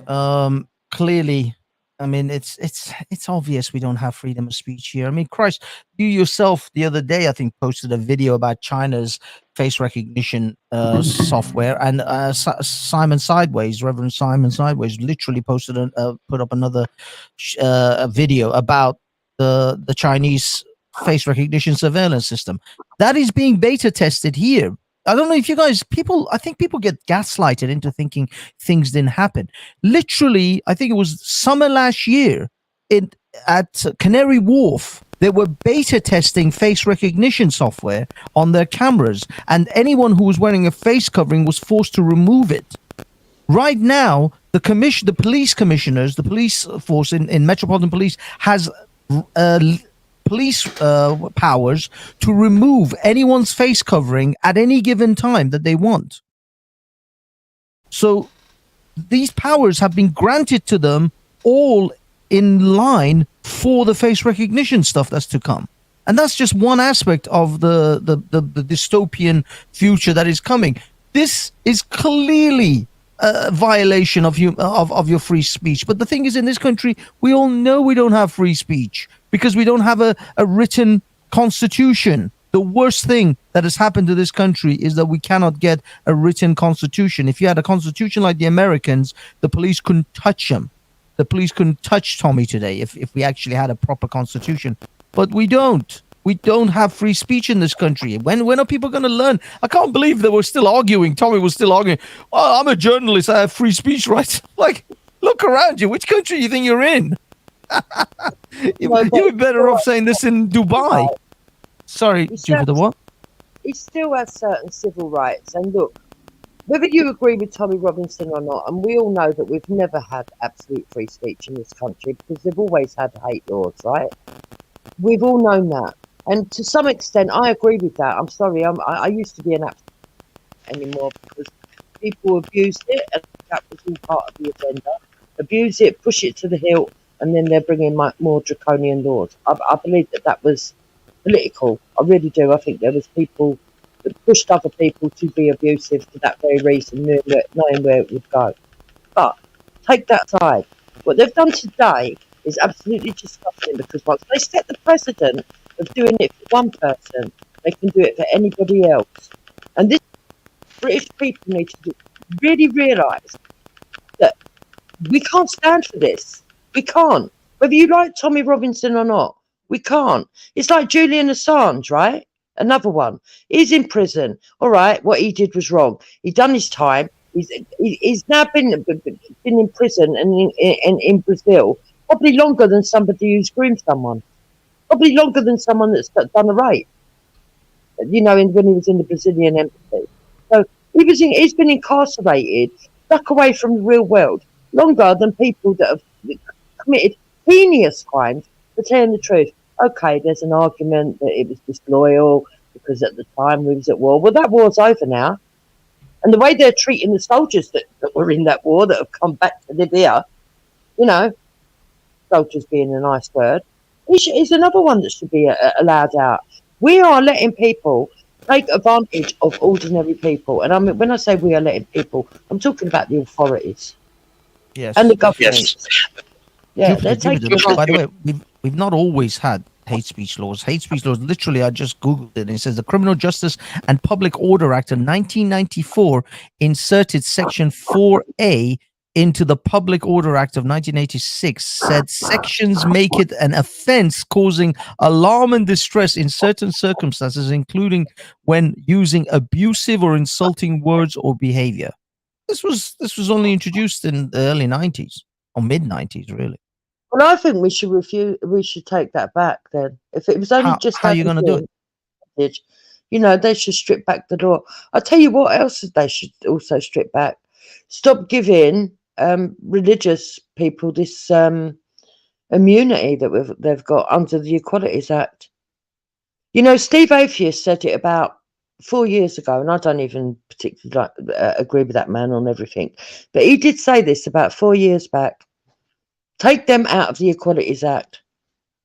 Because the difference between religion and disabled people and black people or white people or Asian people, whoever's getting disadvantaged or prejudiced against, they don't have a set of scriptures that comes along with being black. They don't have a set of scriptures that comes along with being disabled. You don't get a set of scriptures that come along with being a woman. Because the scriptures when you start saying that you can't say what you feel or criticize a religion, and then they start bringing their scriptures to say, well, we're allowed to do this, and we're allowed to call for a holy war, or we're allowed to pray 5 times outside of anywhere, where even if it's inconvenient. You know, this is ridiculous. The thing is, Jupiter, this didn't come about because of Muslims. These exemptions and privileges for religions and religious belief actually came about to protect Jews, because Jews were the minority groups which were being heavily persecuted back in the day. Most of these things, do you know why Sharia courts exist in Britain? Because of Jews. Because Jews have what is known as the Beth Din, which is the Jewish courts, and the Muslims use that to argue for Sharia courts. Go figure. Yeah, it's a mess, isn't it? So what I'm trying to tell you is, when one law came in to protect one group of people, this is the thing that politicians do all the time, but they never admit it, is they make the mistake of unintended consequences.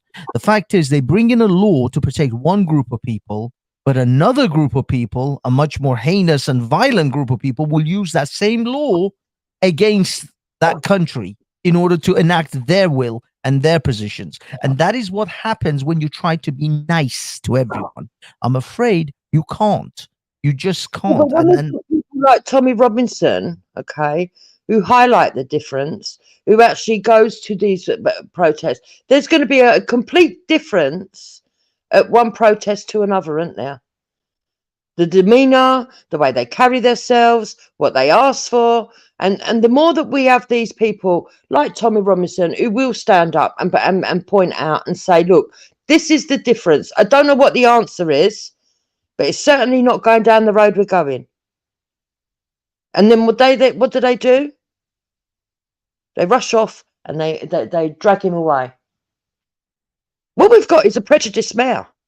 And people are too frightened to say it. If people believe in the Neely Fuller power plus prejudice, then we've got a racist mayor. I don't believe in that, by the way. I believe in the old Oxford definition of racism. But he certainly exercises his power with prejudice, don't he? But yeah, I mean, somebody asking me for evidence. I don't know which evidence are the Beth Dins or the Sharia courts. I don't know, but I've just type in Beth Din courts in the UK, and you'll get articles on the courts. The fact is that in a country of supposed equality, where equality is paramount over all other morals and ethics, then yeah, you have to give equality to those who will take away your equality. Ironically, I've been saying it for decades, and it is the truest thing, and it's going to happen in Britain. Frank Herbert, is it Frank Herbert? I think it's Frank Herbert, the one who wrote the books for Dune, the Children of Dune. He said, I will ask for freedoms when I am weaker than you. When I am weaker than you, I will ask for freedoms because that is according to your principles. But when I am stronger than you, I will take away your freedoms because that is according to my principles.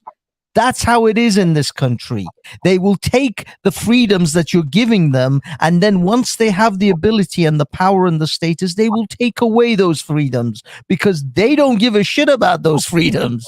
And that is happening all around you. Go ahead and deny it. Go ahead and look around your society and say, the minute you stick your head out, by the way, if you're a nobody, if you're give thanks, if you're some absolute nobody chat monkey, then no one gives a shit about you. Then yeah, you go ahead and say whatever the hell you want. I can say whatever the hell I want on Twitter. No one gives a shit. But Tommy will say something on Twitter, the same thing that I will post, Tommy will post, and you'll see a very different reaction. Because as long as no one cares about you, as long as you're a peon, a lemming, a nobody, then sure, yeah, you have loads of freedoms. Just stick your head above the parapet when you're somebody. I agree with that. That's a really good premise, because the fact of the matter is, the more people look at you, the more you can't speak. That's the truth, because everybody's got your attention and they're scared of power going to you. It's the power game. That's all it is. They don't want you to get the power through your words.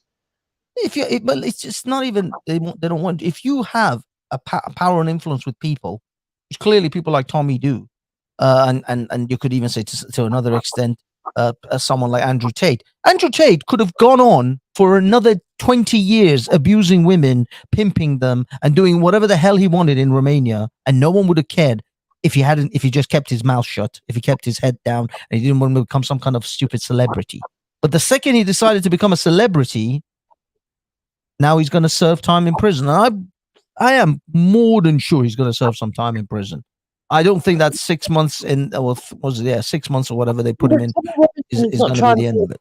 I don't care what anyone says, because that man was the most hated man in Britain for over 9 years. Okay, that they shut his funding down. He was only allowed to live on £200 a week. A lot of things went on with that man before overnight people suddenly realised that actually he was talking some truth. Now, do I agree 100% with what Tommy Robinson says? No. But I don't agree 100% with everybody. You're never going to agree 100% with one individual. But in the main, is he pointing out some unfairness in our society? Is he warning us things that are going to be happening? Yes. Has a lot of what he said been truthful? Yes. Has a lot of things that he said come to pass? Yes. Now I understand the panic in the Muslim world. You know, I'm. This is where I disagree with Tommy. Tommy thinks that a lot of Muslims all believe this shit. Like the whole sweeping lot of them. I don't believe that. I think you might think that as well, Banksy, from what I've heard elsewhere. I don't believe that. I believe there are cultural Muslims. I do believe that there are some Muslims that have never read the Quran from back to front, and that they are quite peaceful. They give to charity, they look after other people, and they just want to follow the religion as they see it. Okay? It's the radical ones that are the danger, and we've got far too many of them in this country. And I understand why Muslims are panicking, because they're thinking, okay, if the whole country turns and sees what these radicals for what they are, then all of us are going to be thrown out. No, I don't propagate for that. But what I do propagate for is that our country has become very weak on extremists, depending on which extremist group they are. Jupiter.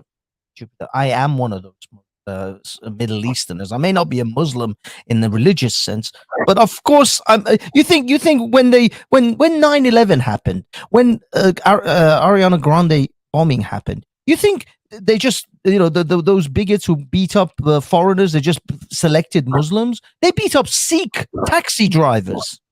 So you think that I'm going to be excluded somehow from that lineup of people who's going to get the bashing? No, I am going to be front and center of one of those people who they're going to come for, because I am literally of that ilk, of that background, of those people. I am a Middle Easterner. I can't separate that, no matter how many bacon sandwiches and pints of beer I drink.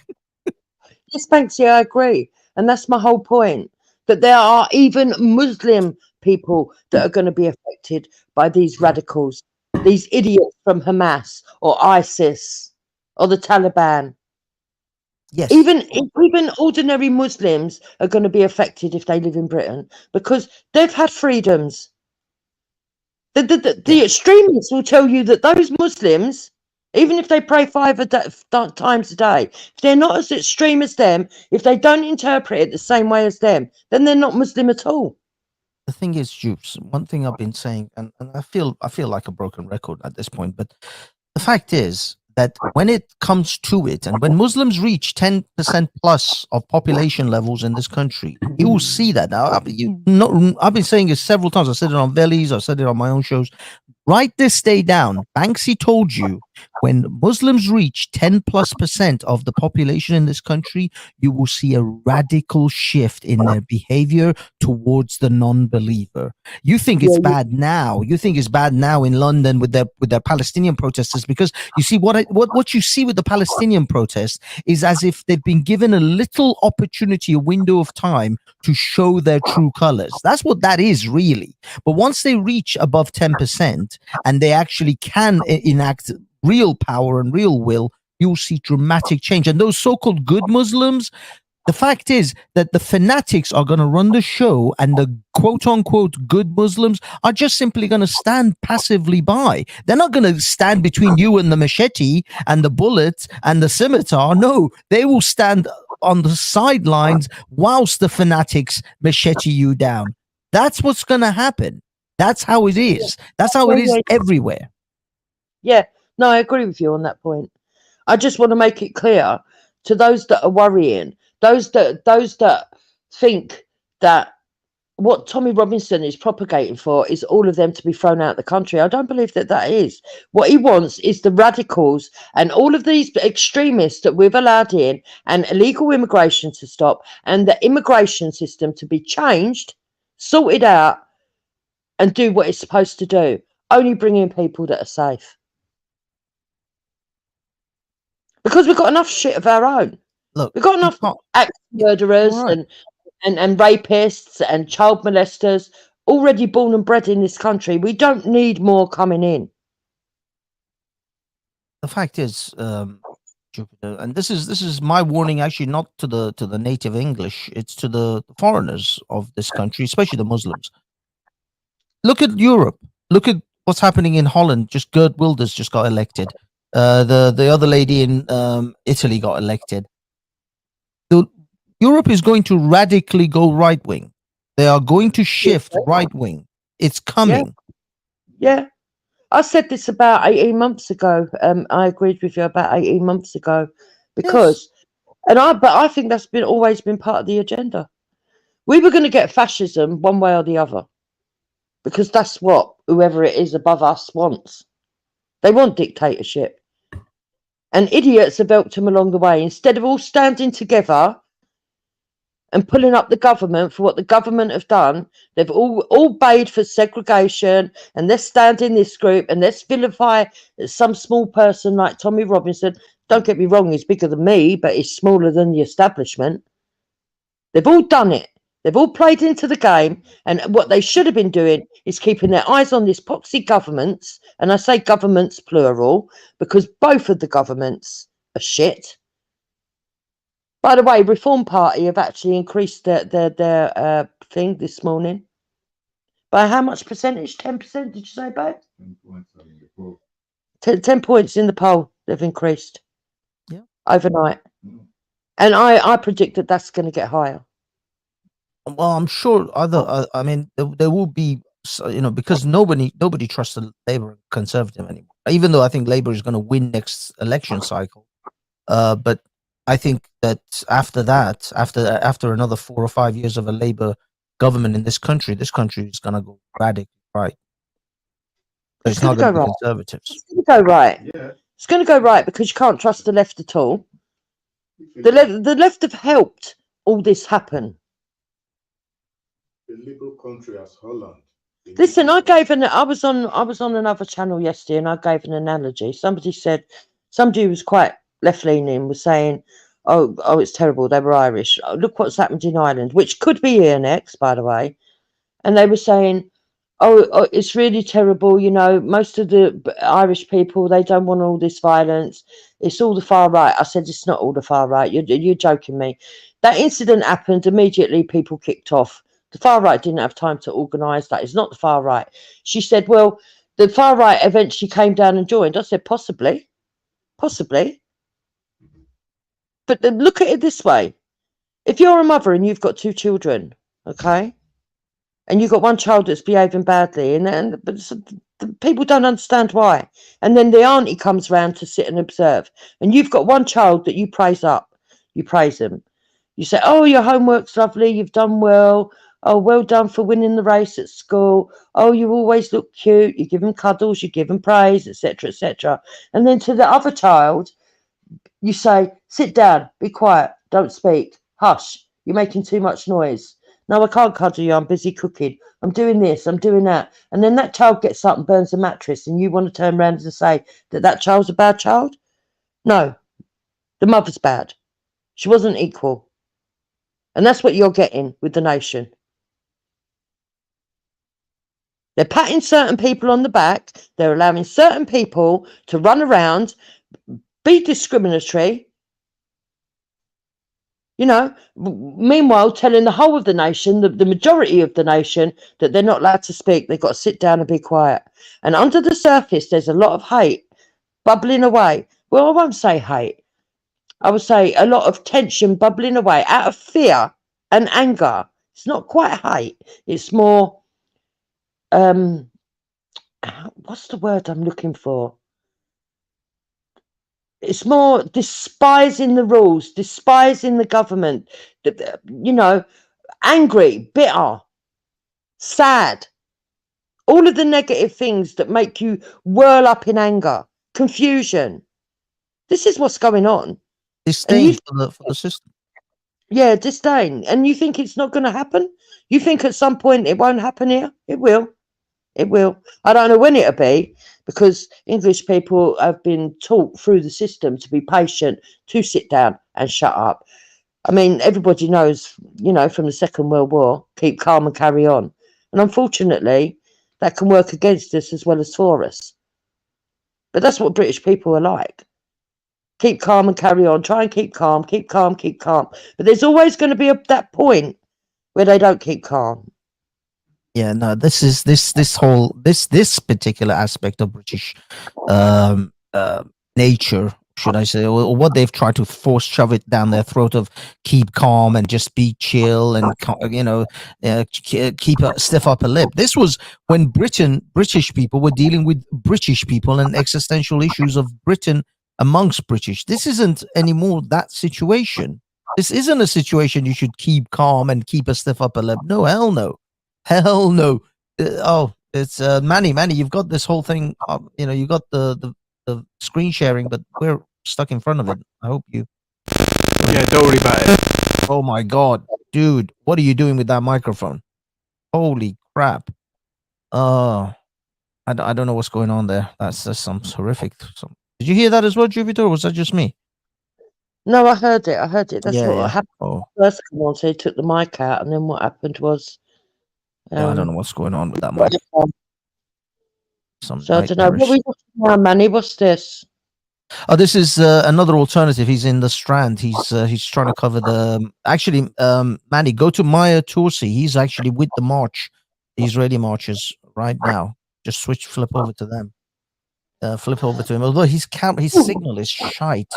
It's really bad quality. So Maya Torsi's done really well. Really well of late.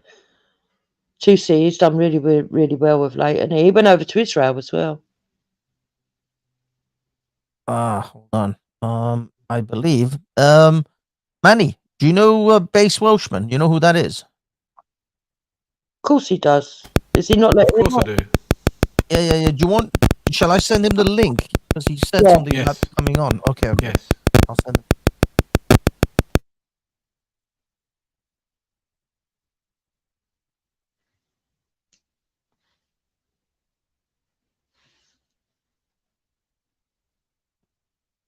Sorry, guys. I'm not happy. No, that's okay. See, and this is the problem. And then people are going to start wanting to come out again. You're going to see people really enraged about what's happened. And even though there's been divisions on the right, you're going to see the right realign together again now. They will. It's going to happen. Yeah. It's going to happen. Because we can see what's happening as a layperson. So you can imagine that, the rest of it, everybody else is seeing it. Exactly. Oh yeah, no, I mean 100%. It's the problem is they need to hit a precipice. Now I guess that people in Holland did, but then again, I think the growth of the Muslim population in Holland was exponential, was much greater in comparison to their population, and also the changes in their society were much more radical than Britain. Britain is a slightly slower cooker right now, but it will hit that. Hey, big up, Based. How's it going, dude? Are you back in the land of the Welsh, or are you still in London? Yeah, I got back about 11ish last night. All right. I saw you on Myra Torsi's video with the Euless thing with the Piers Corbyn, yeah. Yeah, you were on there. He just came up to me and started talking to me, and I realised it was him after I started talking to him. As I'm talking to him, I thought I might as well give him the report of what's actually going on in it. You should have shouted your channel. You should have shouted yourself out. Subscribe to Base Welshman. Right. He had like 3,000 people watching. He's got 3,500 now. Based has got a good sound base now. Whenever I go over, he's got loads of people over there. Yeah. Now I say hi to him, and he don't even realise because he's got it that fast moving. Just goes woo. Oh, it looks like. Is that Richard Inman? But you're not sharing the sound with us, Manny, so the sound isn't working. There's a clicking sound from Manny's mic as well. Like Manny's just got awful. It's clearly cheap on his equipment. Oi, stop at the digs at my Manny. You leave him alone. Manny, you need to put the sound on the video so we can hear the speech that Richard Dimmon's doing and go back to the beginning. Yeah, you're gonna have to reshare the screen. You have to take the share off, then share it with sound. Otherwise, we're just watching his lips move, and I don't really have that good at lip syncing. Alan, Base, you wanted to say something though. Yeah, I'll give me 5 minutes. I'm just going through section 35 now and the requirements from yourself and from the officers when they serve you with a section 35. I'm pretty clued up on section 35, but I need a refresher. Oh, hold on. Richard is talking. Hold on. Richard is talking. No, it's not. No, it's not. It's just I can hear myself. So give me 5 minutes. I'll have a read again, and I'll give my point. Yeah, Manny. Manny. The sound isn't coming The through. sound isn't coming through. We've got the echo back now. Yeah. Yeah. Oh, I mean, if you want, I can do it. I mean, just to give you the heads up. You know the echo. The echo is coming from a fault on Chrome, which goes into streams into StreamYards or Streamlabs. It gives an echo. I had to use Opera to stop it, and it does stop it. No, it's okay. I mean, I can. Hello? Can you hear us? Obviously not. Well, that was. Yes. That's I can hear it now. Expected from the Metropolitan Police. They just completely ignored us, treated us like scum, and just walked off. That's not really a police service, is it? That's a Stasi type organisation that really doesn't care about the British people and wants to cause as many problems as possible. So. Not surprised, no answers from the police. We've been into that police station 3 times now. They failed to give us any answers, and the police officer there closed the books and ran away. So what does that tell you about the Metropolitan Police? See you all soon.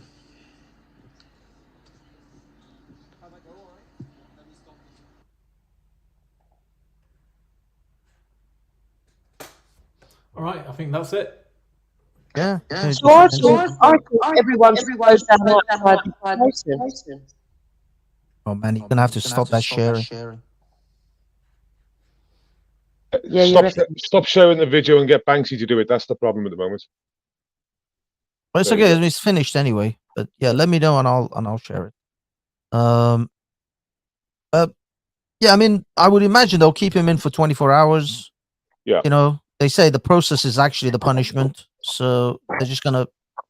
I should know that. There you go. Yeah, based is actually based is very based when it comes to the kind of crap that the police can give you over covering certain events they don't like. Paul Base went through the whole ringer. I didn't really. They gave me an opportunity to come out instead of going in and out of court for 3 years, like my mate, active patriot, and I took the opportunity and accepted some bullshit adult resolution bollocks. See, but do you still have? They were all BS. They were all BS charges. They put a charge on me and then decided to give me basically a caution for the lot. They just added a charge. And I'm like, all but bullshit. It's the process. It's the process, isn't it? It's the process. It's the process is the punishment, not the actual final whatever charge. What was the adult resolution? What kind of things are you talking about, Base? What did they basically? It's less than a caution, so it's not on my record. So unless I work with kids, no one's going to see it. They need to do an enhanced check for them to see my bullshit caution adult resolution bollocks. So. But what is as in why did you end up, was this to do with the Batley hotel thing that you covered? Because you said you couldn't talk about that. Are you still in shit for that? No, that was that's right. It was the Stratty. So basically, I couldn't go there, couldn't report on it. I couldn't report on my social media channels and say anything about it publicly. I can now. But yeah, because you went back there now, so it's all still sorted. And basically, they had no case. They just started throwing charges on me, like they did with everyone else, mind you, down there. It's all blocked. I say 80% of the charges are complete bullshit. Yeah, because that's but the effect that it has is that it takes months and months, and so they can get all the protesters away from there, so that they can effectively get all the immigrants in. But then the whole government did a U-turn on the whole thing. Yeah, they kept me for 3 months on bail, so I couldn't go back. I couldn't report on it. I couldn't even go back to the town, like. So. Wow, you couldn't even go to the town that they put the bail charge on. I could go to the town, but I couldn't go to the protest because that was part of my conditions. And if I went to the town, I'm sure they would have nicked me on some other bullshit anyway. Or if they recognise you, yeah. Yeah, because they nicked other people for turning up, not even breaching their conditions. They said, "Oh, right, you're back, so even if you're not breaking your conditions, we're going to stick an extra 2 charges on you." For what? Well, because we can. doesn't matter. They'll fucking squash them There in you a year or 18 months time. It's just what they do, isn't it? But that's what I mean. That's how they do it. This is the thing. This is what I'm trying to say to everyone. Like, you guys think you have freedoms. You don't have any fucking freedoms. Your freedoms are plucked away from you within seconds if they fucking fancy it. So just to give you a quick heads up, what's Ingman, isn't it? Richard Ingman. I like the guy, but he's a bit what's the name sometimes, because the reality is, like, he said to that liaison officer, he's never going to speak to liaison officers again. I've been doing this since 2017. What the fuck is he doing talking to liaison officers? That's what I want to know. Nothing good comes from talking to liaison officers or the police, really. You know, I mean, I talk to the police sometimes, but if you're going to expect to get any like decent response from the police at any point, apart from they're just information gathering off you, you're fucking deluding yourself. I have to be honest, Dave. I used to respect the police. I used to be one of those citizens that you said, you know, when you need them in an emergency. But after what I've seen over the last year or so, even a bit longer than that, it's gradually away. And now I'm at a position where I can't stand them. Yeah, this is what happened with COVID. This is what COVID did to the people. Those who were actually supporters of the police, which were usually what we call the North FC, they are now haters of the police. And you think you're going to get the Palestinian supporters like the police? You think? Sorry, you think the Afro-Caribbeans in this country like the police? Nobody now likes the police. Everybody fucking hates the police, even the white folks. So down the Straddy, there's a village of 400 or just under 400 people. So the majority of that village were elderly, or the majority of the people that were at the protest were on their senior side of ages. And I spoke to all these women knitting and making fucking 20 cups of tea a day. Lovely, salt of the earth Welsh women, you know what I mean? Just doing their thing. And they did their thing, you know. They were like, and the other part, but there was their own good group of old ladies. Now I spoke to these old ladies at the start, and I spoke to them about what was going to happen in the near future, and they, one, didn't believe me, and two, they didn't agree with me. Okay, and they felt that what I was saying was totally incorrect, and how dare you speak about Dyfed Powys Police like that? Now, they hadn't done what I said they were going to do, but I said they were going to do it. Now, 3 months down the road, I've been pulled by these ladies and sat down, and they said, when you said what you said to me 4 months ago, whatever, I didn't believe you. I thought you were this, I thought you were that. I couldn't believe it. And the funny thing is, I told them that their opinions would change over time. I said, by the end of this protest, your opinions on Dyfed Powys Police will change dramatically. And they all agree with me. They're honestly devastated. You know, you can see it in the way they're talking, in their facial expressions. Because devastated. Because based, just like, by the way, this is, I think, a reflection of all the European countries like Sweden, Holland, Denmark.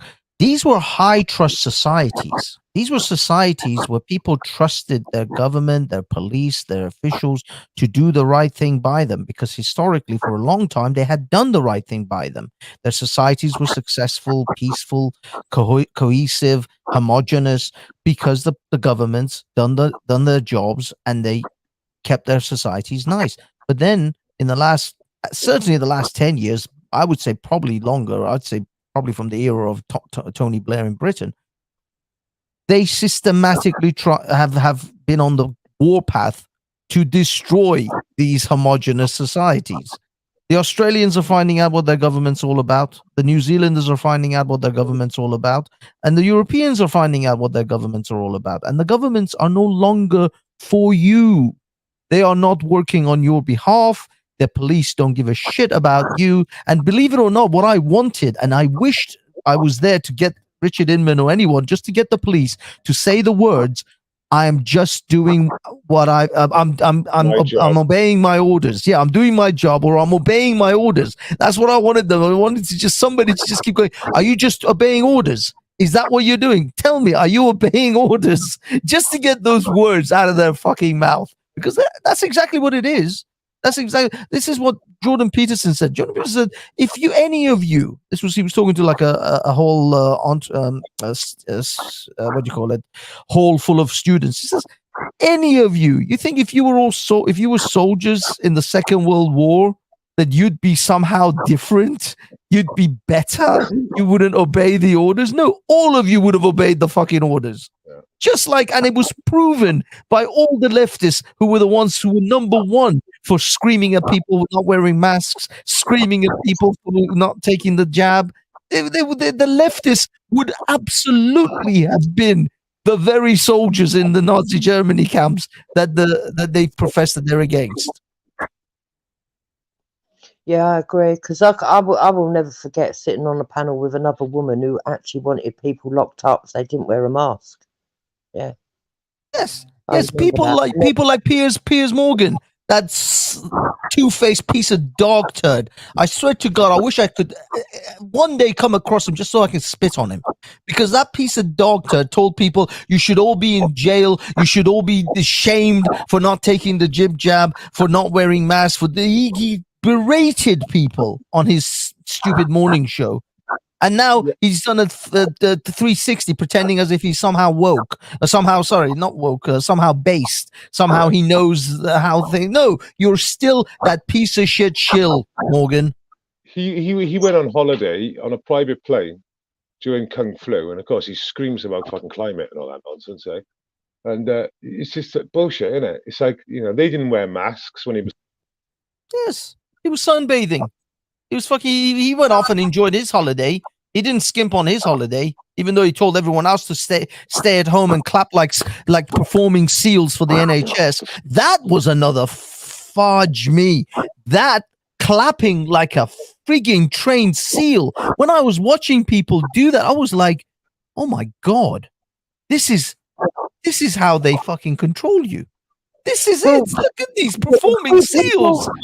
Yeah, people like Piers Morgan, he is definitely somebody that should not be respected because he does have a huge listening audience. He has the captive audience, and he probably, along with a lot of other people, guilt tripped people into taking those injections as well. It wasn't just the disgust and the anger and the pressure that was put on them. It was also the guilt tripping. You know, old people are going to die if you don't do it. You know, you've got to think of your elderly relatives. You've got to do this. You've got to do that.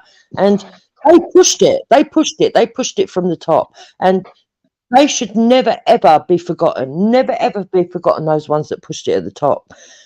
There were people that I sat with for quite a long time that actually disgusted me. When I can remember there was a platform that I was on, and this person actually turned around and was saying that if you didn't take if you didn't take the injection, that you deserve to be locked up. You should be dragged off the streets and thrown in prison. And I was like, and they actually played footage of people trying to warn people outside where they were going to get the injections, saying it was a disgrace and this, that, and the other. And I was like, well, not really, because people are allowed to sort of like try and warn people, other people that don't do it because there's no proof that it's going to work, this, that, and the other. People are allowed to do that.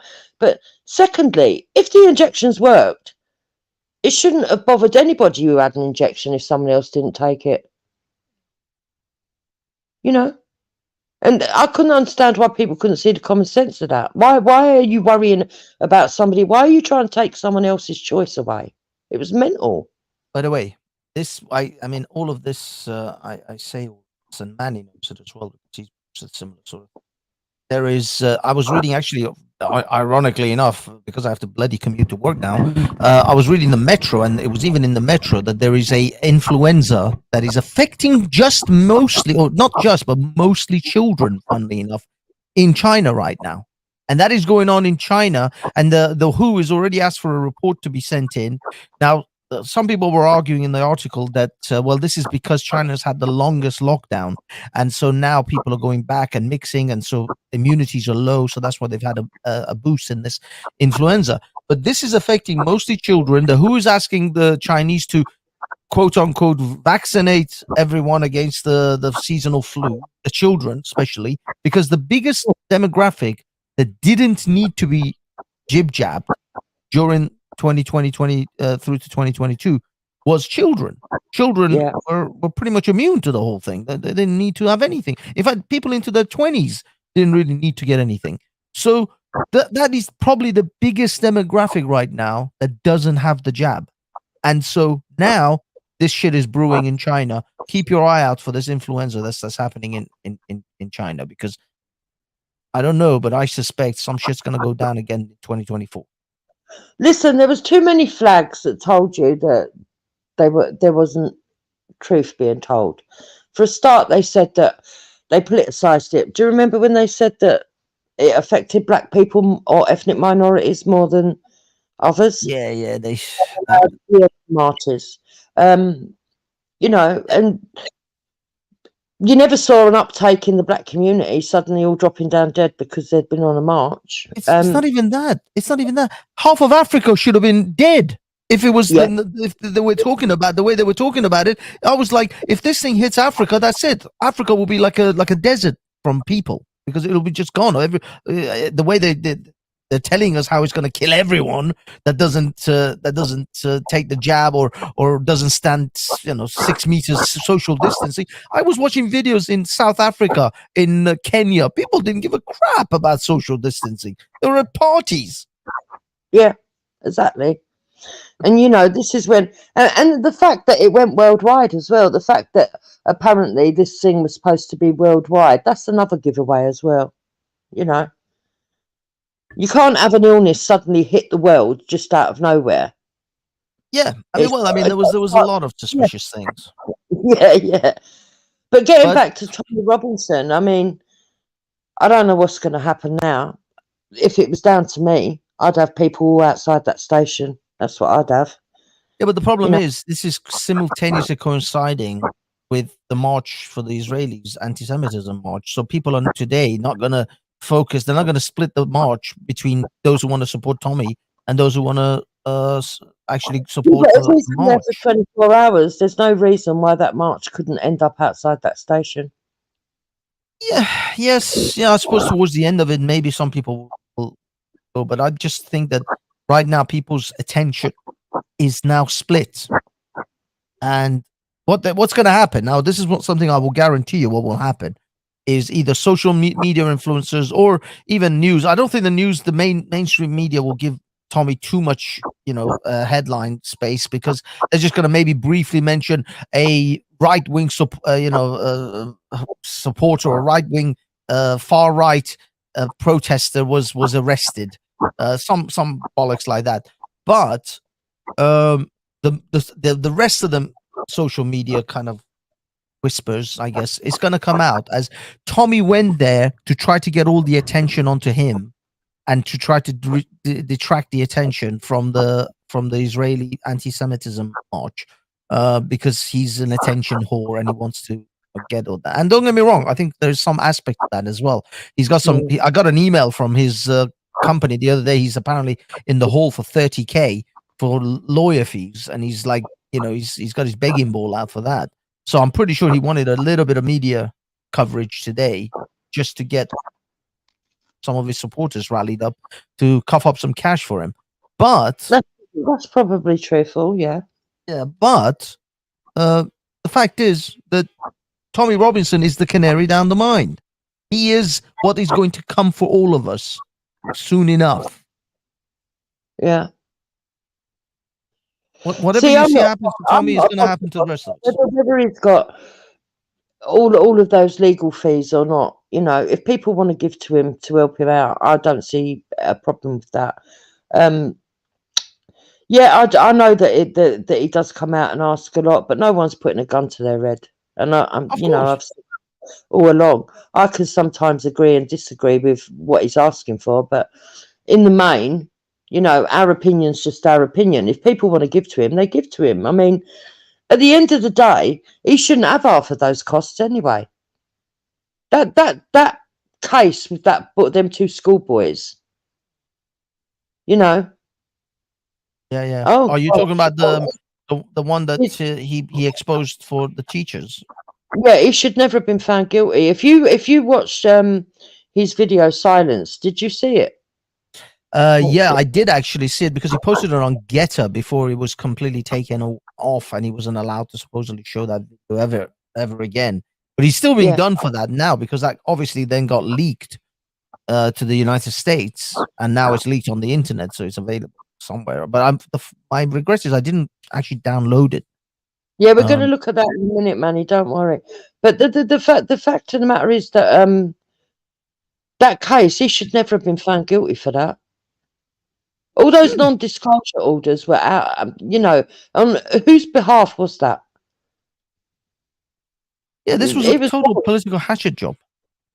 Yeah, it was wrong. So when it comes to him asking for the British public, Manny, leave it back up because I did want to have a look at that. When it comes to the British public actually assisting him to help him get off with a lot of that stuff,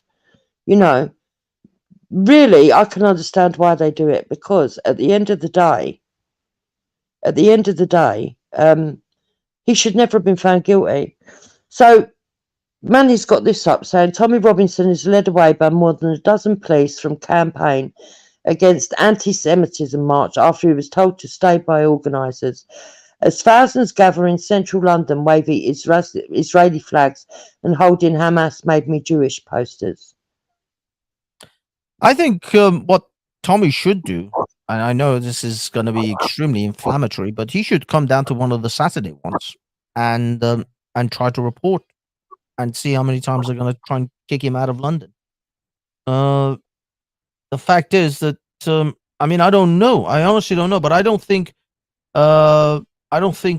this country has any. I mean, we don't have. I mean, I think it's the only way to prove 100% we don't have free speech, because he won't even be allowed to report from London in any way, shape, or form. But I mean, I don't know. I don't know how this is going to go down, because nobody else is really going to, who's really going to come down and back him every week on a Saturday just to see if he can do anything from London. No, people, might come for Armistice Day, but people have got lives. Yeah, I don't know what's going to happen. I think that, look, I just think it's wrong what they did today. I think he's got the right to go and join any protest, as long as he's not screaming out abuse. They should have waited for him to actually do something that they don't like and then remove him, rather than remove him from the beginning. I mean, what's that all about? It doesn't make sense. Yeah, they've got him down as having a big far right following, which is clearly not the case. It's clearly not the case, because it's like that Memorial Day, right, and Armistice Day. It didn't need Tommy to call out and ask people to go down there. People were going to go anyway. I was hearing whispers of people going down there before he did his little thing, And if he really did have this huge following that they're trying to pretend that he's got, they would have been there. They would have been there where he was on this protest with him, and they would have all followed him, and they would have been outside the fucking station. And that's not the case. Exactly. You can see that that's not the case. And they're saying that that the organizers have said that he should be removed. By the way, they're not saying that the police said that this isn't a political hatchet job. No. The organizers said that they should remove. Even though I guarantee you, none of the organizers would care. Stay by organizers. Oh, sorry, what? He says, after he was told to stay. There you go, son of a bitch. So this is actually a blatant hatchet job. You're right. I just read it. Yeah. I thought he said because the police were claiming someone has complained, and that's why they have to get him out, because he's going to cause distress to whoever complained. Yeah, we know who that someone was. It was probably the mayor. Yeah, Sadiq Khan complained. He's bringing distress to Sadiq Khan. Yeah. God, I can't wait for that cunt to fucking leave this office. I don't know what I feel like. How many times I keep voting for David Lammy, because I just love David Lammy. I'll be honest, I would fucking vote for him all day. No, not David Lammy, David Curtin. Sorry, I keep mixing his names. Is it David Curtin? Yeah, the one who runs his own party. But I can't. I'm done. I don't know what to do. I don't know how to get rid of this piece of shit Khan. I'm fucking stuck. And the thing is, conservatives are not putting up a. That's what I'm talking about, Banksy. That's how a lot of people feel. Like they know it's out of their hands. They know that the establishment are not listening and they're going to do what they want to do. And, you know, they feel like they have no say in their own country. And this is what I'm talking about. That's part of the feeling that builds up until it gets to a point where their anger spills over. And it's at that moment where the anger spills over in the individual, where it happens collectively, that you end up with a situation like we did in Ireland recently. Yeah. That's it. And That's it will the pressure come. cooker. It will come. I just don't know when. But it will come. And I think it's getting there. The It's thing already is, Jupiter, they've put up a lot of levels of stifling that kind of reaction. If you notice nowadays, you know, how many years has it been now that you first of all you get put in prison for tweets. So obviously that's put a massive dent in people's confidence in even tweeting things out. They have to whisper these things in dark corners now about how the country's going to the shit. And the other thing is they put things ridiculous shit like recorded as a non-crime hate incident. You see, these are psychological barriers to getting people to lash out. What you have to get is a basically a group of people. In a weird way, the Palestinian supporters have it. They have a whole range of people who don't give a shit about going to jail. You know what I mean? They don't have any future. They don't have any fucking issues. So they'll happily go to jail. So they have a whole range of people like that. If you will, the patriots or the British nationals or whatever you want to call them, they don't. They've got wives and kids. They've got mortgages and they've got jobs that they have to look out for. So they can't afford to go to jail for 2-3 days for a bollocks what do you call it? A non-crime hate incident. They just can't. And that's why it's going to go right. Yeah. But because it's like I was saying to someone the other day, I don't agree with extremism, right? But if you was to use the analogy soldiers at war, and you had 4 groups, and 3 of the groups are allowed to keep their weapons, but 1 group ain't, even though everybody agrees that really they don't want to fight with weapons. At the end of the day, you're going to have the group that's being told they can't have weapons, who doesn't want to fight with weapons, saying, all right then, reluctantly, I want weapons then because I've got no choice. You're making me. And it's the same with extremism. We're a country that don't like extremists. But if you're telling us that we've got to have Islamics and they're extremists, we've got to have extreme Jews, we've got to have extreme black nationalists, and all of them are being allowed to get away with saying hate speech, then we're going to end up turning around saying, okay, so we want our extremists to speak for us because it's the extremists that are solving the problem. Exactly. We don't want, and this is what's happening, and that's why it's going further right. And the government's not listening. They can't understand that. They just don't understand it. No, I think they do. They're just waiting to. I think they want to control and herd the anger. It's not that they don't want the anger. I think they want the anger, but they will then control the anger, manipulate it, to then bring in more draconian laws. You see what you got to realize is every time the people or the patriots or the natives lash out, they stifle that, they crush that that protest. Not only they don't listen to them, they'll label them far right and then bring in more draconian laws. Oh, we need your face recognition cameras now on every corner of the street. Which, by the way, they already established all the cameras. They just need to activate the face recognition and the social credit part of it. All the cameras were established for you, Liz. That's where all the cameras are. It's all already been. It's just coming in levels. It's the slow boiling frog scenario. The cameras are already established and put in place, at least in London, and this will be rolled out across the rest of the country under the guise of environmental Euler's bollocks.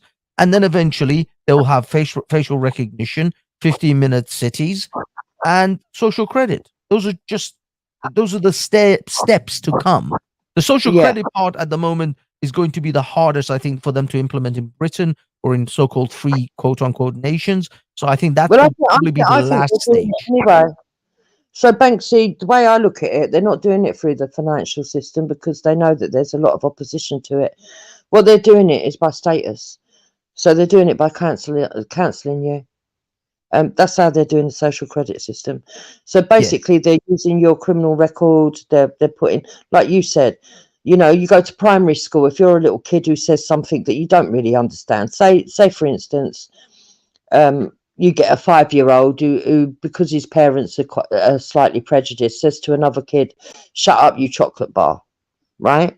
You'll have that written down as a hate crime, and that stays on that child's records all the way to secondary school, even though they were 5 years old, and really it should have been an incident where the child was educated and that's it. It doesn't need to be there. No, they're keeping it on record.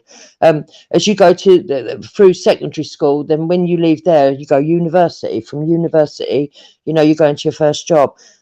Then they can use that against you, because what they will do is they will, like Base said, you know, he got something lesser than a caution. They might have to do an enhanced thing if he wants to work with kids. There you go. But it's there somewhere on his record, you know. Yeah, he didn't actually commit a crime. All he did was go around, and I literally watched his live streams. He just literally live streamed the people protesting these hotels. He didn't do anything else. He wasn't even. I don't know. Maybe one time I heard him actually chant along with the protesters. Most of the time, he was just recording and just showing what I do. What I do when I go to London. I don't even say anything really. I want to do some interviews, but I don't even really interview people. I just record. I just stick a camera in front of my eyes, effectively. Whatever my eyes see, that's what the camera sees. That's it. Yeah. But I would imagine at some point that will become illegal as well. At the moment, because I'm not anyone and I'm not, you know, doing anything that's creating any waves, effectively being a nobody. It goes by. But at the minute someone pays attention, I fall on in front of someone's radar. Boom! I'm gonna get hit with that. But that's how it is with all of us. The net is just closing in slowly, and as you said, these supposed non-crime hate incidents, they are gonna become effectively your social credit. Where if you're gonna go get a job, they're like, you've got about 4 non-crime hate incidents on your record. What happened there, sir? Yeah. Like, I didn't commit a crime, is what happened. That's exactly what they're doing. And they're trying to make it so that anybody who's white who goes to a protest is far right. That's what they're trying to do. I mean, it's clearly not the case. Exactly. It's like, if you look in Ireland, what happened immediately after those attacks was that locals uprose and then other people joined them. They said it was because they were far right. No, they were just angry residents who have been holding all this fear inside them, and the fear comes out as anger because they're disgusted. Yeah. Also, the same happened, by the way, in Liverpool, where a bunch of these migrants were actually trying to. It was one of them recorded where he was trying to pick up a hit on a 15-year-old schoolgirl, and then the Liverpudlians, the Scousers, lost their shit, started protesting in front of a migrant hotel, and they called them far right as well. Yeah, and I'm very much of the mindset, very similar to yours, that I believe that the government do want to encourage this, because I can't. Either we've got the most incompetent people in charge of everybody, right, who are so thick that none of them should be in their positions, or they're involved in it, because you can't be, surely they can't all be this blind. They can't all be this detached from reality to see that what is happening isn't social cohesion. It isn't working. That you are creating more and more people that are wanting to argue with each other, and segregation. It's got to be by design. It's got to be, because we was also saying this last night over on Teddy Poms. This the LGBTQ. All they have done is taken you know, when before they came about, homosexuals were already accepted. People weren't bothered whether you were homosexual. People didn't really care if 0.01% of the people went and transgendered. In fact, most people didn't even know that people were transgendering. But suddenly they blew it up, and now they pushed it in your face. They caused a backlash against people that have transitioned. They caused a backlash against the homosexuals. They've caused a backlash against the ethnic minorities. And yet everything that they said they stood for, they've made it worse. They've made race relations go back, in my approximation, in my opinion, about 20 years. Race relations, relations with the LGBT community, so many things have been damaged because of these idiots. I mean, you know, I fear for poor Sophia Lewis now, because I see a lot of people, like, you know, having bigoted attitudes. And although her bigotry was clear in the park, even at the time when she was there, but I think it's probably even got worse for her now. Because it only came from one group that were emotionally stunted through their religion. Okay, they only look through their very narrow-minded preset rules. So at that time, it only came from one group, but now it's spread to the wider population. Whether you like it or not, it has. You know, and not only that, people trying to tie trans with the drag queens, which are totally two different things. Exactly. Yeah? I was like, the whole drag queen story hour thing. They're just like, they're making out that now drag queens are also trans. Oh no, what they do is this is how psychotic this whole thing is. They just stick them under the umbrella of trans, even though drag queens are not trans. You know, it's the same as people like Lily Savage and Dana Everidge. Like, these Lily Savage never saw himself as a woman. He was, what's his name? Paul O'Grady. Is that the guy, Lily Savage? Yeah. Oh, you've just made me laugh there, because it's reminding me of something. That this is totally off of topic, but it is funny. Ned, the other day on Vellies, told Belly that his latest picture makes him look like an auntie. So I looked at the picture and straight away I was like, it's the Dame Edna Everidge glasses. That's what's done it. So when you said Dame Edna Everidge, I had this image in my head. Yeah, but the thing is, these guys were men. They never thought of themselves as women. It was an act. It's a drag act. Yeah, but getting back to the drag queens, and what they've done is that they've deliberately pushed all this and pushed it in your face, and now everything has gone backwards, and they must have known that it wasn't going to work. Surely, I mean, surely they couldn't have been this stupid to think that, you know, I know what we'll do. We'll pick the most minute of the minutest people to head up this campaign to try and make things better. How is that going to work? No, it's you know. Talk tube. I don't know who this talk tube is, but yeah, Gurdeep has changed his name now to Give Thanks, and he's just he's gone off the deep end. Although I think he's just trolling. That's why I mostly ignore him. But Talk Tube is saying big up Manny. Is he gone? Oh my God, Manny, your thing removed it. He just Manny just removed Talk Tube. I don't. Thanks is all right. I get on with him. I don't have a problem with him. I think that I don't expect people to always agree with everything you say, but I do think that he agrees on the main thing, which everybody should be now wising up to, and that is that the governments are playing us all. And I think, you know, this is what I want. I want more people to understand that ideologically you might be against somebody's ideological position, but the people that are orchestrating this are not us ordinary people, and that we all need to stand together to say this is not acceptable no more. It's affecting our group A, B, C, and D this way. It's affecting that group A, B, C, and D that way. And, you know, we're all getting affected. And your policies and procedures are shit. They're not working. And we don't agree with what's happening, and sort it out. Sort yourselves out, or there will be hell on earth to pay. And I do believe that is going to happen. Yeah. I do believe people are becoming more and more, this ain't right. This ain't right. You know, more and more, this is the government. This is the government. This is the government. You know. So. Oh wow. Yeah, I'm just watching some of the marches. Unfortunately, Meher's signal is really bad. I don't know what They've network probably he's got with. people in the crowd that are blocking now. They've probably got some blocking going on, haven't they?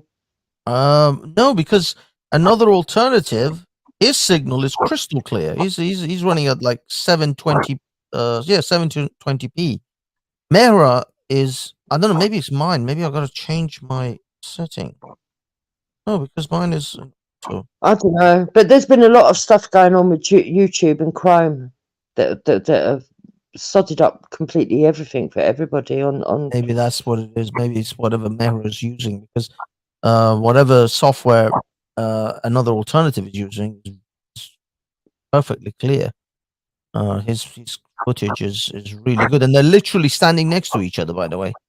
So they're not like in different places. They're both in the same place. You're technical with computers, aren't you, Banksy? Well, depending on who you ask, sure. Some people think I'm So I've got terrible. a computer, a Dell computer. Oh yeah. It's working perfectly fine, but halfway through a video, the sound just went, okay. I've taken it to the repair shop. They can't find anything wrong with it, but the sound is not working. What could it be? Well, I mean, if there's no actual physical damage, then it's most likely some sort of drivers. I mean, when you said you went to the repair shop, did they actually do anything with the software? Did they check software? All the drivers are up to date. But there's no sound coming out of anything. Not that when you put No sound, headphones in. When you no, I tried putting speakers in. Nope, it's not coming out of that. have you tried with a Bluetooth headset to see if sound comes out? Oh no, I will have to try that one. Yeah, try syncing it with a Bluetooth headset. See if sound comes out that way. It could be. I mean, if there's no physical damage, it's 99% software. Problem is, you need to. I mean, short of formatting the whole thing, rebuilding it all, don't really know. But I mean, try with the Bluetooth. If the Bluetooth work, then it's probably a software problem somewhere down. Okay. Something's happened. And if it doesn't work, what's your And advice? if it doesn't work, then there's a good chance it's not. It's your sound card, the actual sound card. The thing is, you can actually get these USB sound cards. Essentially, they're this tiny little dongle which has a headphone jack and a microphone jack on the side, and it will run sound through the pen drive itself. Essentially, it's a sound card to itself. You could potentially get one of those and then and test it out. But unfortunately, they're not expensive, but they are. You do have to pay a few quid for them. So you pay, but it may not even. Whether it works or not is not a guarantee, because just don't know. But I mean, as I say, if your sound card is burnt out for any reason, then I'm surprised the repair shop, or maybe they didn't physically check it. I don't know. So it could be the sound card, and I need a new sound card. So basically, I should go back and say to them, "Can you check the sound card?" And yeah, check it with a Bluetooth device, and also check the sound card in the BIOS. Maybe the sound card's just died, and they can actually, in the repair shop, they may have one of these little USB sound cards that they can test with to see if that works. How old is the laptop? Only a year old. It's just that. Well, it's over a year, just over a year old. Oh, so it's gone past its warranty. Yeah, just after its warranty. Yeah. It's a shame. Yeah, normally I say the problem is with laptops is because the sound card is obviously built into the motherboard. If it's physically died, then there isn't a lot you have to use, like one of these external sound cards, USB external. USB sound cards. But you can buy it's all over Amazon. I mean, let me check how much. Yeah, no, it's gone. I've looked at the prices of sound cards. Yeah, I can get a decent one. I wouldn't listen to Banksy about computers. He knows less than nothing. So what do you think it is, Manny? What is, sorry? I've got a computer. Yeah. But the audio has completely gone on it. It's just out of its warranty, so I can't get them to do it. But I put it into a repair shop. He done all the checks, said there's nothing wrong with it, but he can't get the sound back. So you're using an integrated mic in the laptop? Yeah. It'll be the mic from my experience. Okay, so how do I get that sorted out? Just buy an external mic. Sorry, are you guys talking about this echo? No, we're talking about how shit you are when it comes to hardware. When it comes to your fucking echo, right now you're echoing like shit. Shut your mouth. But yeah, I went to pick up my keyboard, hit the bloody thing, and then it kicked me out of. See, I told you, Dupes, he knows nothing about hardware. Went to pick up my damn keyboard. But yeah, let me see sound. Yeah, you can get a pretty decent one for about 50 quid, I think, at the bottom end. To be honest, yeah, that's the expense. That's a good one. No, I'm talking about £8, £6, 7 pence. I'm not even close to 50 quid. That's like really expensive shit. Kenny says it uses a USB sound card and they're cheap as chips. So Yeah, that's what $4.99. So what we've got to do is check the Bluetooth. If not, get a USB sound card, and if that doesn't work, then probably you'll go and get back and say put a new sound card in. And then if that doesn't work, chuck the computer and get a new one. Need that just for typing and emails and stuff, I suppose. But it's a shame. It's just a year old. That's really Yeah. new I do stuff. think though that these days they build laptops that as soon as the warranty's gone, all of a sudden something's going to go. Yeah. I think they do it. You go and buy a new one. Yeah, I suppose. I mean, there is some degree of built-in obsolescence built into some of that. Price I found one on Amazon right now, $3.99. Hold on, I'm going to send you this. $3.69. One of these little USB sound cards. It's a 7.1 channel as well. Damn. I'll post it in the side chat for you. So you can pick it up and see what I'm talking about. I'm not talking about anything more than like £3-4.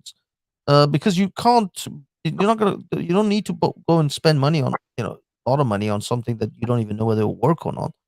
Yeah. So no, I'm talking something like that I just posted. It's a tiny little USB dongle, and it will literally have its own essentially soundboard and sound drivers and everything in there, which you will then use to play whatever you want to play. Oh, there goes Jupes. I think she was on her phone. She took the thing.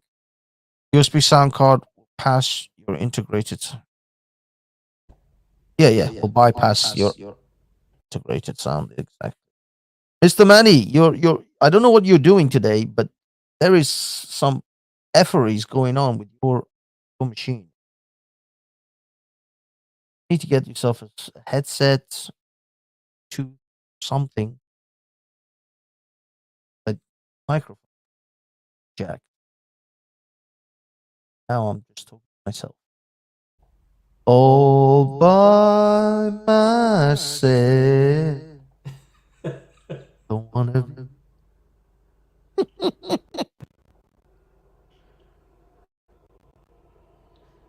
Turned out to be a good stream, Manny.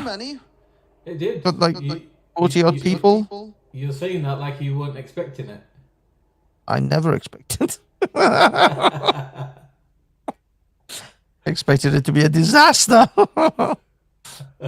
Actually, I expected YouTube to shut you down way before now because of you covering Tommy Boy. I'm surprised the stream is still going. Yes. Yes, but oh well. I should have just downloaded the app on my computer, but it was a very last minute decision to Downloaded what app? So with computers, Apple Mac computers that have the M1 and M2 processors, you can download the iPhone and iPad apps on your on the computer and use them like for like an iPhone. Yeah, so get the Getter when I ever watch anything on Getter, I watch it on the app, which is the iPhone app on my MacBook. Oh, I see. So you can actually get the same apps you would on your phone, like the Rumble app or the yeah. Instead of using the web browsers, you can just use the apps like you would on your phone, but on a PC. Yeah, I'll show you. So this is the Getter share screen window. This is the Getter app. Oh, it's just like the phone app, except it's on your laptop. Yeah, I think this is the iPad version, rather than the phone. Interesting. So yeah, you can do things like that. Interesting. So instead of using a web browser, you're using the app direct. Yeah, and I know from past experience that if you do broadcast anything controversial, they're less likely.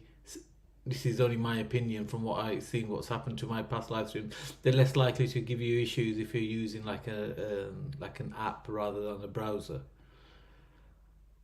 But live streaming, as in YouTube, gives you less issues. Yeah. That's. I don't. How does that work? Because they shut you down for the. Yeah, it's weird. For the content, Yeah, for the content. I thought for the things that were said or things that were discussed, because they gave me a strike for misinformation for the last stream I did. That's why I can't stream on my Banksy style at the moment. On Banksy style live, I can't stream. Never mind. I'm on a 2-week ban. I did my last stream from. Everybody go to Banksy's live stream channel and strike anything you can. Fuck you. Joke about shit like that. They're serious. They fucking the thing is, they took a 3.5. That's the one that, by the way, Jupiter, you were on with Base Welshman, the one I read Swella Breverman's letter to Rishi Sunak. They struck it down and they took the whole fucking video. I can't even they didn't even give me a chance to download it. I've like 3.5 hours. I lost 3.5 fucking hours of footage of content. I can't even they didn't even give me the chance to download it so I can upload it to Rumble or somewhere else. They just took the whole fucking. Have you monetized yet? Are you gonna monetize? No, I'm not gonna monetize Banksy Star Live. That one is burnt anyway. I'm gonna try and build up Half as Reflex and then eventually monetize that. The problem is I got to actually put content on that bloody thing, and I'm not really uploading because I'm scared. I don't know what content I should put on there. If I put I did the Israeli protest. I've got 3 that I could monetize, and I've only monetized one of them at the moment, but I might do the other 2. I don't know. Yeah, that's the thing. Because when you monetize, you're going to get more scrutinized. You know what I mean? The scrutiny is going to get even harder. So that's why I put it on one. Yeah. So that's why I'm not bothering with Banksy Star Live, because I know that's already shadow banned and it's already scrutinized to hell. So I'm not going to bother monetizing it to get even more shit. So I can at least post whatever I want on that channel, more or less. But Hafiz is the one I'm trying to get. But to be honest, me and my friend have been talking. We're trying to build up some TikTok channels. TikTok, you get paid. You get paid well. Just go on TikTok if you have enough. I mean, you got to have at least 1,000 followers to be able to go live. But if you go live on other people, like for example, you and I are talking right now on this stream. On TikTok, people can give you gifts if you're on someone else's stream, not even your own. Someone else's live, but you're chatting just like we are. I made like £3 last time I was chatting crap on some TikTokers. Some random TikTokers, nothing to do with me. Like, just talking about Israel, Palestine. I mean, it's only £3, but how did you collect that £3? How did they send it to you? People gave it to me. They give you gifts. They give you little flowers and little donuts. Yeah, but And these are like how do you receive it if you haven't given TikTok all your details? no, but you still have a wallet in your account. You Oh. still have an internal wallet. Now, what I could have done was when that little money went into that little £2-3 went into my wallet, I could then give them a bank detail, which will then transfer that to an Oh, I actual see. money. Once it reaches a level, it's the same as YouTube. Once it reaches a level, they tell you to You can then authenticate it and then collect. Okay. Yeah, but if you don't, I mean, I didn't because I haven't given TikTok any of my details in that way. But what I did was I transferred it into more tokens, which I can now gift little flowers and stuff because it was like £3. I don't give a shit. I can now gift people with that money, £2-3, flowers and shit to other people. So I just basically passed it on to and started giving other people little tokens because it translates to like 188 or it was like 188 190 of these little tokens that you get from TikTok tokens, and then I can then use them to give gifts to other people. But what I mean is all these years we spent hours and hours chatting on like Vellies and Mannies and this and that on TikTok. You could be earning money. You could actually make money from just sitting and chatting crap. It up, give me the link, and I'll come over and talk with you. Yeah, I'll message you. But I mean, this is just on TikTok. This is, but you have to have. This is the trick. You have to have a minimum of 1,000 followers on your on the account in order to get the live option unlocked. It's like a freaking computer game. So you have to get 1,000 followers. Then they'll give you the live option.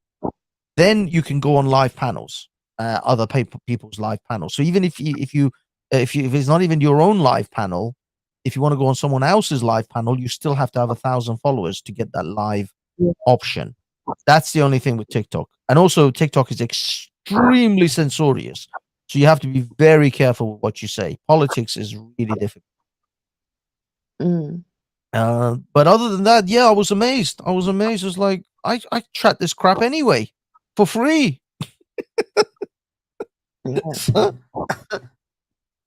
Example number 1 right now where I am. So yeah, I mean, we do this anyway. It's really easy to get sort of like 1,000 followers over there anyway. From what I've heard, even Khan, Khan, he's got a few thousand followers. Even he has. Yeah. Because I remember Khan saying he was on a panel with Zubaida. And, okay, Pauline Smith, can you drop that link so that Manny can play it? Which He's just said that Tommy Robinson was sprayed. Was he sprayed with pepper spray? No, they wouldn't have. I don't really. Just seen short of TR. He got sprayed. Damn. That's a bit excessive. I'm gonna go that far.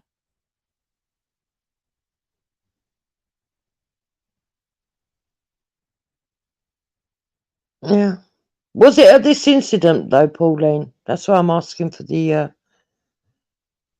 link so we can have a look. See. Oh, he's saying. Okay, so can you get the link and drop the link?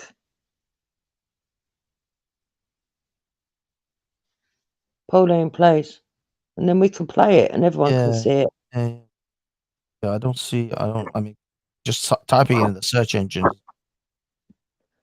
It is. Or tell us where you saw it, and then we can go and grab it.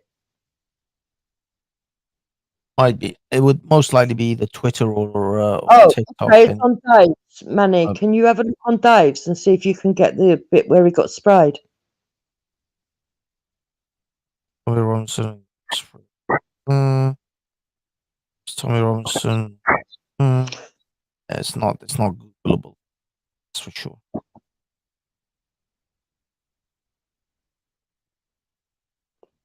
Let's see if we can see it. I don't know if Manny's listening. I'm sure he is. He's got it.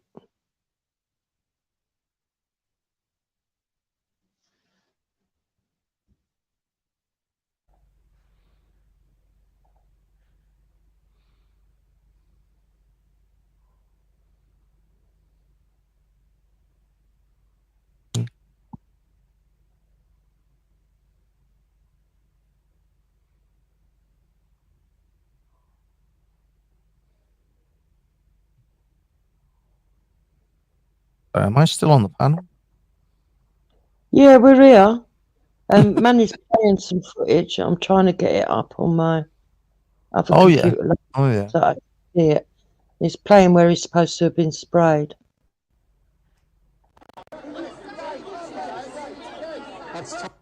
I think he's already sprayed at this point. It happened somewhere here.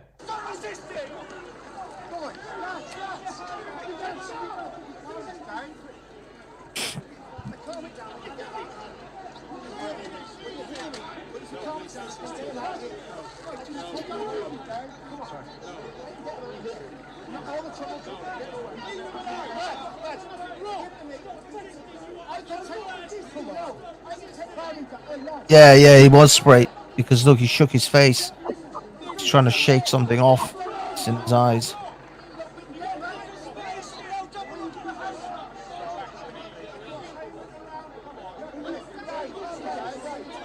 That's Tommy Robinson.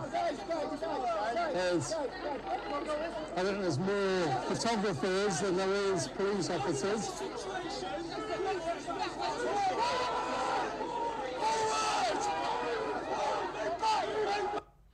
I don't know if that's the one. Well, he looked like he shook his face for a second, as if like, there was something in his eyes. That's disgusting if he was sprayed. It's crazy. It's like utterly crazy. So that must have been it. So he did get sprayed. I could see he got sprayed, but I didn't see the actual action of the spraying. But you could tell there was a moment, that bit where he shook his face, like as if, it's usually something in your face or in your eyes that you're trying to shake off. It grabbed his hand.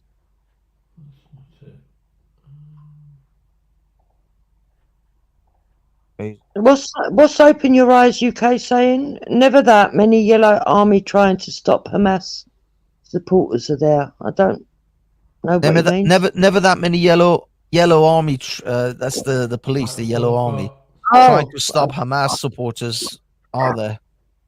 Don't get me wrong. I've been amongst the late evening Hamas supporters, and yeah, I mean the police are there in fairly decent numbers. I'll be honest. You see Hamas. I've got it on footage. Hamas supporters or pro-Palestinian supporters shooting fireworks at the police, and they don't respond half as bad half as aggressive as they just did with Tommy, this little 5'4" man. My mic coming through. Oh yeah, it's good, man. It's good. No echoes. Everything's good. Finally, you got that shit Gone off fixed. for a cup of tea. No, I'm here, man. Can't you hear me? It is terrible. Manny, we can hear you now. It's We brilliant. can hear you. Can you hear us? I agree. Poorly. You can't hear us now. He's got a brilliant mic now, but he's got no ears. Oh god, his mic's working, but his fucking speaker sound is not coming through. Oh fuck me. Oh, Manny. Manny. Apparently Ghost Speaker's Corner has uploaded Tommy in the back of a cop van talking about it.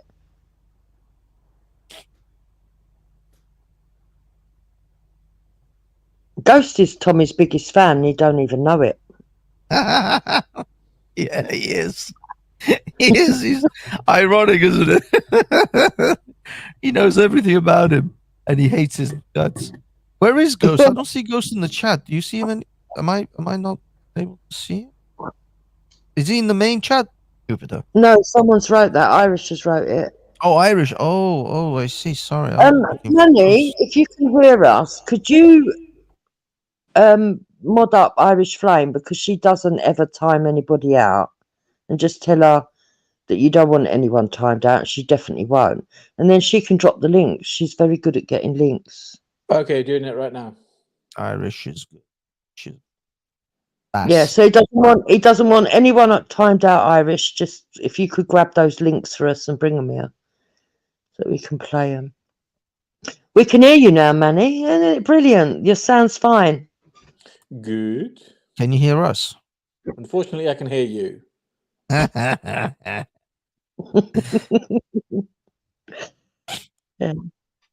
Kiss my chuddies. Tommy Robinson wants to ban all Muslims. Oh, no, this was 10 days ago. Sorry.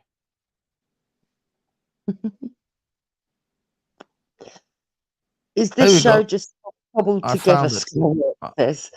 No, it's not. It's just that Manny had technical problems, and now he's fine. Manny, here's the link for the Tommy talking about how he got sprayed in the eyes.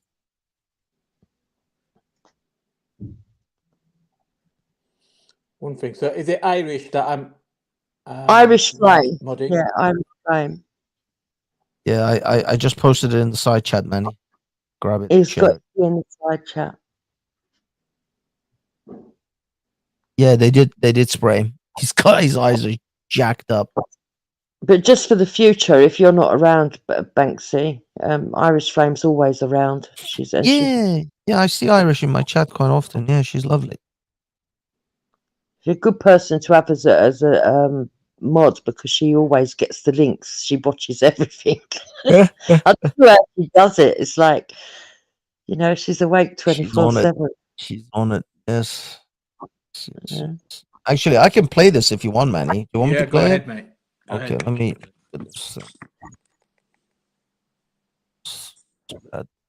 Up.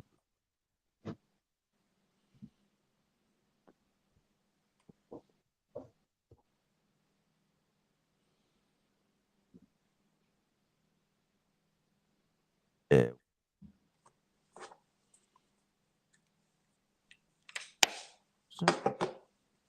Oh, bollocks me. Yeah, told you the worst hardware sound. No, it's person on the because planet. I'm using Firefox. Firefox doesn't let you share sound. Yeah. Fucking thing doesn't work. It's not my fault. It's never your fault. That's the thing. New website notification. No, it doesn't. It doesn't let you share sound. Firefox. Okay, I'm Can gonna you have send to. me the? Can you send me the link and let them ask? It is. It's on the side chat. It's in the side chat of the StreamYard. I have to use. Yeah, I have to. I can't do it. I have to. Use, I have to jump off and use bloody Chrome. Chrome.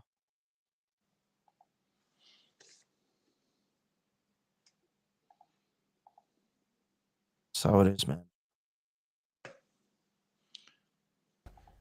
Ease.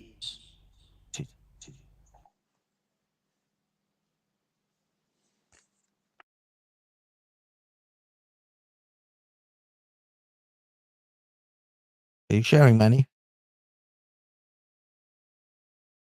Drop.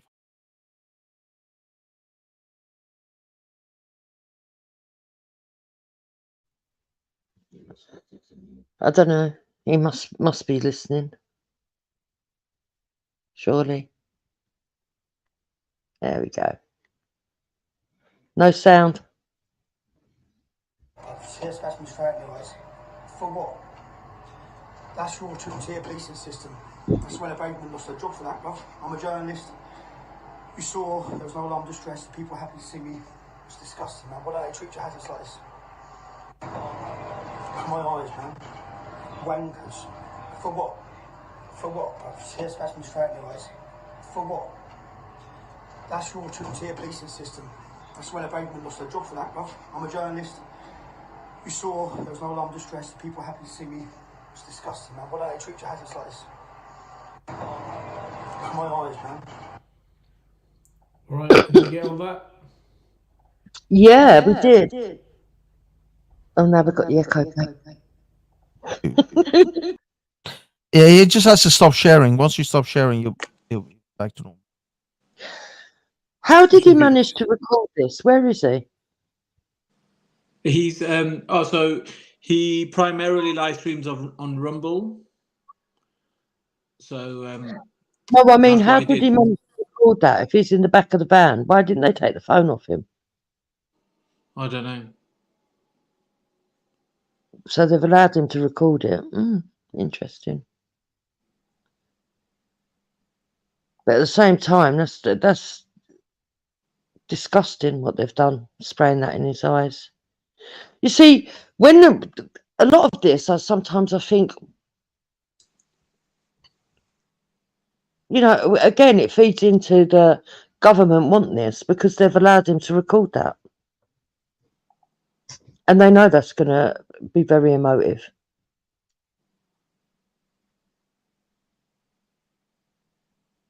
And I'm glad that they did. did allow him, but to me, it don't seem normal that they did. I don't know. Am I the only one questioning that? Maybe. No, you're right, Jupiter. I 100% agree. It is a bit. It doesn't seem normal if he's in the back of a van, but maybe they didn't take his phone off him while they were And putting him in there, and he just recorded this because this isn't live. This is pre-recorded, and then he's maybe at some point he's managed to get a chance to upload it to TikTok or to Twitter maybe. This looks like potentially a Twitter thing. He may have put it up on Twitter. I don't know. I'm follow him on Twitter, but I'm not checking Twitter right. See, there's a good chance this was on Twitter because there's no way he's going to be on or Getter. Tommy, actually, Manny follows. He's on Getter. Let's follow. So they didn't. Obviously, they didn't handcuff him. Then they put him in the back without handcuffs. He's managed to record it. Yeah. And when he's been released, he's been able to upload it. Basically, so that must mean he's released now. Then he might. So was he released without charge? I don't think he's been released yet. Very shocked if he's released already. Yeah, he's posted it on Twitter. I've just checked. There you go. Oh, okay. So it's straight to Twitter. That's why. Okay. Oh, they're not going to like that then when they find out he's managed to actually get that out there. Bloody hell.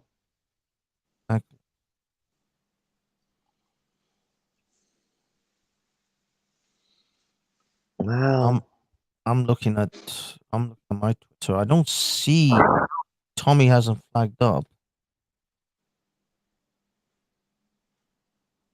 Libs of TikTok has already stuck his arrest on Twitter. And yeah, it says they arrested Tommy in the UK.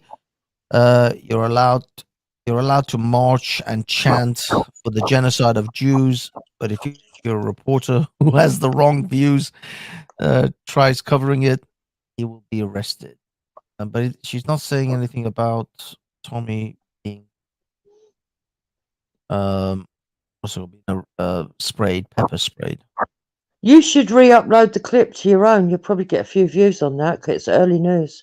Well, yeah, I'm gonna get it onto Twitter myself, but the problem is I can't seem to. You'll get a few views on that because it's new. It's new, and only a few people have got it. Yeah. So get it up there now. Yeah. It will definitely be worthy. Problem is, I'm trying to download it. Download the video. It's not allowing.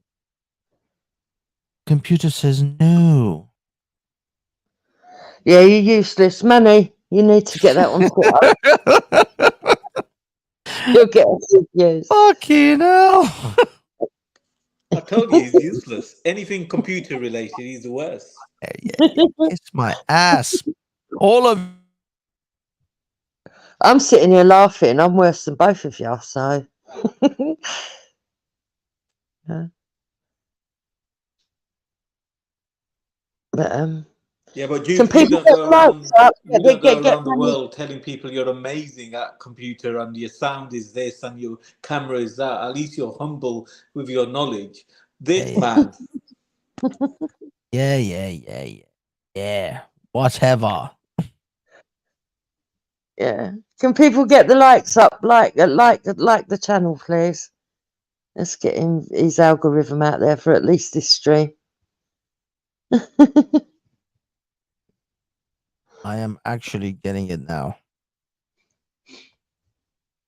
Where are we? November? Still in. Tommy.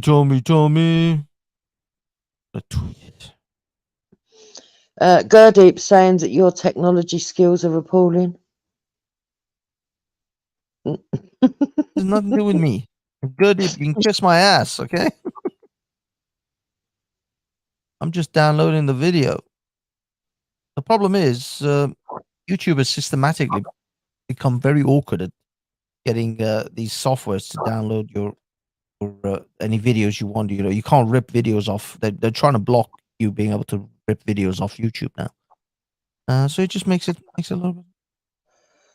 Yeah, but I find that suspicious, Pauline. If that's what he actually said, did he actually say that? Richard Inman said things were arranged with police beforehand, and now he hates the police.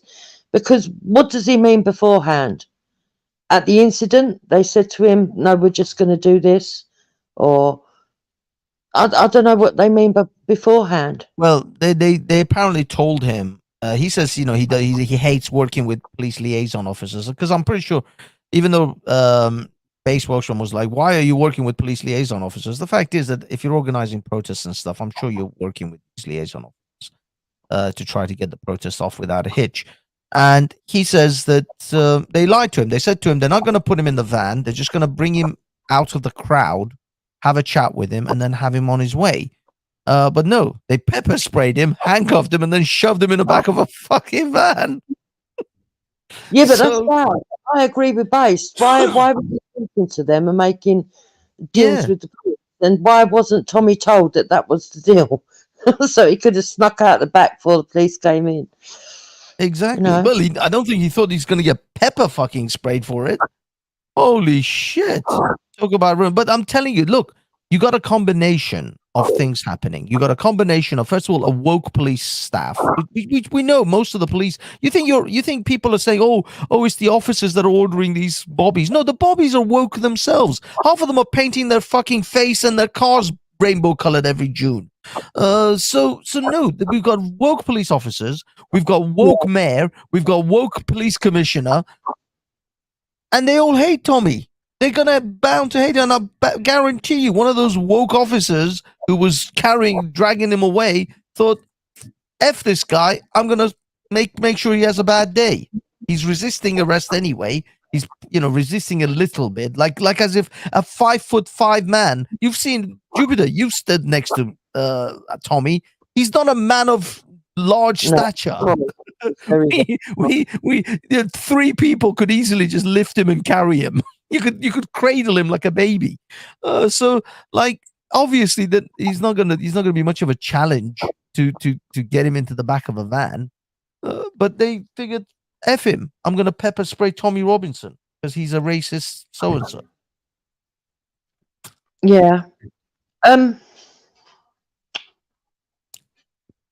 This is very alarming, though, that they've actually done that and sprayed him as well. Yeah, but that's the state of police. The fact is, they say that they couldn't do anything to protesters that were standing on memorials. Okay, disrespecting memorials. All they could do was ask them to get down because they're not breaking the law. Well, Tommy Robinson wasn't breaking the law by going to that march, so they're talking bullshit. And whether you like Tommy or not, the fact that they've got a two-tier policing system is very, very apparent. Very, very apparent now. But what I will say is this, you're right, Banksy. The reason that our police force has gone down the pan is, one, because we've got a stupid mayor that's biased. Two, wokery has taken hold in every institution. And it's that wokery that directly leads it back to establishment as the people that are causing the problems. Because LGBTQ is funded by the government. Yes, all of it is. All of it is. They have clear bias and agendas in these things. It's unbelievable for people to think that the Metropolitan Police or the British Police don't have biases. Is utterly ludicrous. Absolutely ludicrous. Of course they do. It's blatant in their policing. Under Sadiq Khan, they've been made political, and it should never have been like that. Listen, who's going to have respect for a police officer that fucking dances in a tutu? I'm not. I'm not. It's not that the police officers who prancing around. I don't know if you saw the one. Was it this year or last year in the Pride Parade? And he was going around trying to put little rainbow, I don't know, whatever it is, face paint or whatever on people, and he was prancing around like a fairy, trying to put. And then some guy in a restaurant that he was trying to put the shit on his face. The guy was like, "No, it's all right. I don't want it, man." And he did like a frown face, and he sort of dropped his head and walked away. Did you guys see that footage? You haven't seen that footage? And you think to yourself, you have to go and address hardcore criminals, gangsters, people who've killed human beings. You have to arrest them, you fucking fairy. But the thing is, I mean, that's only one aspect of looking at it. But if you actually compare what happened at the memorial, there was a good interview on Talk TV that I watched, and there was a bloke on there, and he was saying, listen, there is laws that they could use, they're just choosing not to, because the man who urinated up the memorial, and don't get me wrong, most people would say, yeah, we want that person arrested for doing that because it is disrespectful. But the man, he was tasered, carried off, and he actually got fined and everything else. So, he actually got convicted of it. So there is things that they can do. Of course there is. There's 100 things that the police have at their disposal that they could use to stop most of these protesters. The ones who are running around with Hamas flags, with ISIS flags, with Al Qaeda flags. You think the police can't stop these guys? Of course they can. It's utterly ludicrous when they tell you they can't arrest these people. They just arrested a man for having an English breakfast in a calf. Exactly. He didn't break the law. He did not break the law. He done nothing wrong. He literally came to London, had breakfast at a calf, and got arrested for it. That's all he did. He never left the fucking calf.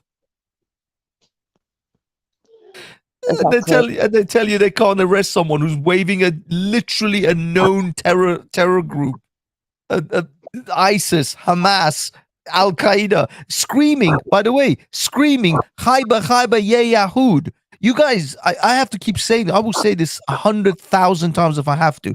Anytime you hear a Muslim scream "Khaybar, Khaybar, ya Yahud," that is a war cry to genocide of the Jews, because that's what Muhammad did. The Muslims were screaming that. That is like haka. You know the New Zealanders that do the haka, where they want to scare the shit out of their opponents? That's what that cry is. It's a genocidal war cry that we are coming to kill you, Jews. Muhammad's armies are coming for you. And people have screamed that dozens of times. I've heard that. Yeah. In a kind of way, it's an irony that English has become the national language, which has made British people lazy in learning other languages. And this is part of the problem as well. When people say, oh, it's racist to say that these people need to learn English and should be mainly speaking English in public places, I would say even in protests, It's not even that. It doesn't even matter. The threat that's amongst you. You could literally be sitting on a bus with two terrorists, right? Now, and they could be plotting to bomb you, as long as they're using the right tones and being discreet and body language is normal. You wouldn't have a clue. Yet back in the day when it was the IRA, if you had two IRA people talking behind you, even if they were being low and discreet, you could hear and you could manage to hear what they were saying. You would know. This is a difference. This is why I'm saying, it's terrible. Even in the workplace, you could be in the workplace and you could be working with a load of minorities. And actually, at one point, it actually happened to me. I had to make a complaint because every time I was walking into the canteen, they were all talking in a foreign language. And whilst I don't mind them talking in a foreign language, I felt, and as I pointed out, I don't know whether they're having a discussion about me. And I'm sitting there oblivious, and I said, this wrong. This shouldn't be allowed. No, but the thing is, unfortunately, I mean, Christ, you think they should be allowed for people to speak foreign languages in London? It's like every other person is speaking in some other language. You're allowed to speak, but if you're doing something even in a protest, if you're doing something which is public, in the public domain, where you're actually asking the public to agree with you, because that's what a protest is. You're protesting and you're trying to explain to people your point of view. then we shouldn't be you shouldn't be shouting, screaming out stuff because The we thing don't know is, what it means. Unless there's an no, interpreter who can walk alongside them saying this is what they're saying, it's disgusting. yeah. Look. The point isn't even that. I don't even care if the average person on the street understands these yahoos and their barbaric cries. The fact is, the police, quote unquote, the Metropolitan Police, with their liaisons who tell them exactly what a jihad is, hasn't bothered to tell them that when these assholes are screaming "Haiba Haiba Ye Yahud," what the context of that war cry is. That context of that war cry is that Jews, we are coming to kill you.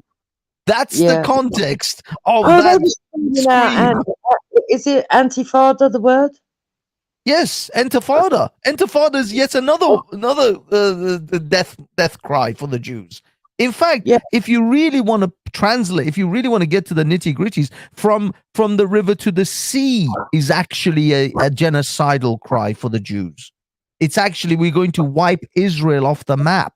That's what that actually means. But okay, sure, you can go ahead and parse words and pretend that that's not what it is and try to make out as if it means something else. And they've allowed, clearly the police have allowed that one to go by. But I'll promise you, the other two are genocidal cries. Yeah, and it's ridiculous that the police are not trained in this. And that no, it's fine. It's fine if you're screaming genocide towards the Jews. Absolutely fine. We have interpreters that will tell you the correct meaning. But if you're eating an English breakfast in a calf, you'll get arrested.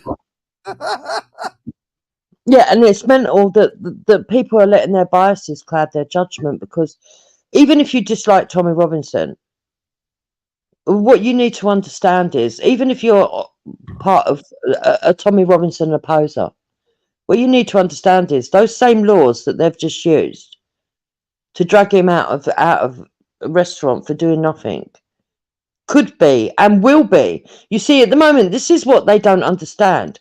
At the moment, that certain section think they're getting away with it because they can jump over more war memorials, they can do this and that and the other. But once they've got the masses under control, you will be going along with the masses, and then you will start to find that you are silenced and that you can't speak out, and you will be dragged along with it. And there won't be, it's like that old phrase, isn't it? They came for the Jews, but I wasn't Jewish, so I did nothing. They came for the Muslims, I wasn't Muslim, so I did nothing. They came for the blacks, I wasn't black, so I did nothing. And then they came for me. That's exactly what's going on, but in reverse. And you wait and see. You wait and see. You're sitting there championing all this, but when it comes on you, you're going to realize that it's disgusting.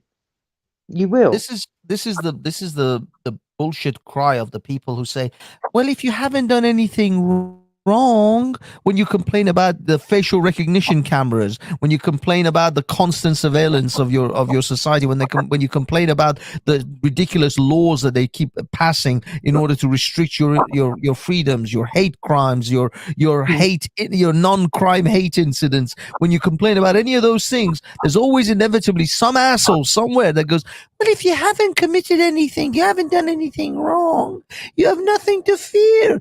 Fuck you. Yeah, but Banksy, I also have to flip it the other way, because for a long time there were black people that were complaining that they were getting racial prejudice from the police, right? And for a long time I was still of the mindset, well, no, the police are there to do a job, and maybe if you weren't so aggressive with them when they stop you, they wouldn't get aggressive back, and the situation wouldn't escalate and everything else. And I really did see that position for a very long time. I don't see that position now. Now I'm like, I understand why they were getting like this, because if there was prejudices that we couldn't see because we weren't suffering them. Yeah. And in some cases we could see it, right? It was blatant, and we would go, yeah, I agree with you, that's racist. Foot on the neck of somebody on the floor, that is racist, right? Whether the bloke was a drug dealer or not, a foot on the neck that killed him was wrong. Yeah. So how the police behaved how those particular, if you're talking about George Floyd, the way they behaved, yes, I don't agree with that. But the thing is, Jupiter, the fucked up thing is, that's how they were trained. They were told, the guy who did what he did, who had his foot on the back of Floyd's head, that's the training. People are like, oh, the police need better training. He was doing what he was trained. He didn't do something that. Look, I get that, Banksy, but that doesn't negate the fact that what he did was wrong, right? Of course. What I'm trying to say is the training. Yeah, but what I'm trying to say and what I'm trying to get to is that for a long time, well, at least mine, from my perspective, I couldn't. There were things that I could see that were clearly racial, and I'd say, yeah, okay, that situation is racial. But then in another situation, I would sit there and I would say, well, I can't see the racism. Where's the racism? I can't see it. You know, maybe if that bloke hadn't got so angry when he was being stopped, it wouldn't have escalated, etc., etc. But I now know that I was wrong to look at it that way, because after seeing the way the policing is now and the two-tier system that is against the majority of the population, yeah, anyone that's basically not extreme Islamist and agrees with these extreme Islamists, it doesn't matter if you're black, white, Asian, whatever. If you don't agree with them running around and doing all this stuff that, by the way, the mayor is condoning, the law will be used on you, it won't be used on them. Now I understand what they were saying totally. There you go. Totally. No, it's true. It's true. I mean, I will say this. There was a moment where I was on Jedi's panel, and I talked about how these police, this was during the lockdowns, and I almost, I didn't get arrested, but the guy came for me, literally reaching for his handcuff. And I was like, I was just very passive and very calm about it. So he just gave me some shit and he left. And the minute I said that the way they pulled up on us and tried to like arrest us for just walking into a park, and Jedi was like, ha, now you fucking know how we feel. every fucking day we have to deal with this shit. and yeah, in a weird way, it was like a moment of clarity where you see the world from a different person's eye for a short moment. And it's and in a way, I can look, I don't want to be one of these woke pussies that go, oh, I have white privilege. But it's true. I'm a white-skinned individual, and I think I get away with certain things, or certain things pass me by without me ever even being consciously aware of them. They just happen. It's just life in this world, and I don't even notice it. And it's true. Like that incident with you guys and Hector in that pub. You know what I mean? You know Yeah. that situation. Now that. Such a thing has never happened to me. Now, maybe it's because of the way I move, maybe it's because, but we all knew Hector is like the nicest, most passive individual ever. He is not in any way intimidating or aggressive. So why would that woman just suddenly fucking have a shit fit over him wanting to go to the toilet? Just, you know what I mean? That incident was clear-cut racism, and the amount of people since who have tried to make excuses for that woman, it was clear-cut racism. All he wanted to do was go to the toilet. Yeah. And the woman looked at him and made a judgment. She made a judgment. Now, she may have said afterwards, no, it wasn't, or she didn't want to, she kind of got maybe worried about the whole thing. But the fact is that clearly there are, because we see people and we make judgments on what we see and at almost an instant. We don't spend hours pondering over it. The woman doesn't know Hector. She didn't have a conversation with him. She doesn't know anything about him. He's just a complete stranger off the street. So she makes a judgment call. And if she's had 5-10 other people that she's dealt with Hector's complexion or look, and they've been bad interactions, she's just going to put him in that same category. You know what? Every time I know I'm going to get fucked. When you came from the bar, because you were there, right? When you came from the bar and you was holding those drinks, and I'm not going to lie, and I'm not trying to embarrass you, Banksy. When you see me confronting the security guard over it, you was embarrassed because you thought I was going to cause a scene and stuff. I know you did. It's right? a little bit, yeah. I'll be honest. It's a bit. I'm one of those people. I'll be honest. I'm terrible at this. I'm one of those people. You thought, oh, here she goes again. I know. I understand. Well, it's not that. It's not that. I'm one of those people that even if my food is burnt in a restaurant, I will eat the burned food and still not complain. I'm terrible at complaining in fucking But when I restaurants. went to the black security guard and said, who, where's the manager? I want to speak to the manager. And because my husband's just been stopped from going to the toilet just because he's black, he sort of gave a wry smile and then he nodded to her. He said, that's the manager. And Hector was behind me and he said, that's the woman who stopped me, right? Now, when I asked her, why did you stop my husband? Do you know what she said? I don't know. He was intimidating. This is what I mean. It's like the biggest bullshit ever. How is that a thing? And then she said, well, we get a lot of homeless people coming in here selling drugs. Now, you saw Hector on that day. Did he look homeless? Exactly. This is what I mean. This is like bollocks.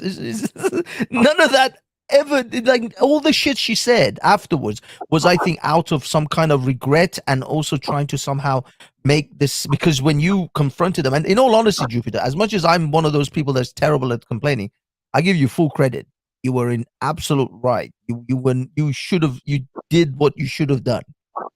I'm not. I couldn't do it. I'm like I die of embarrassment.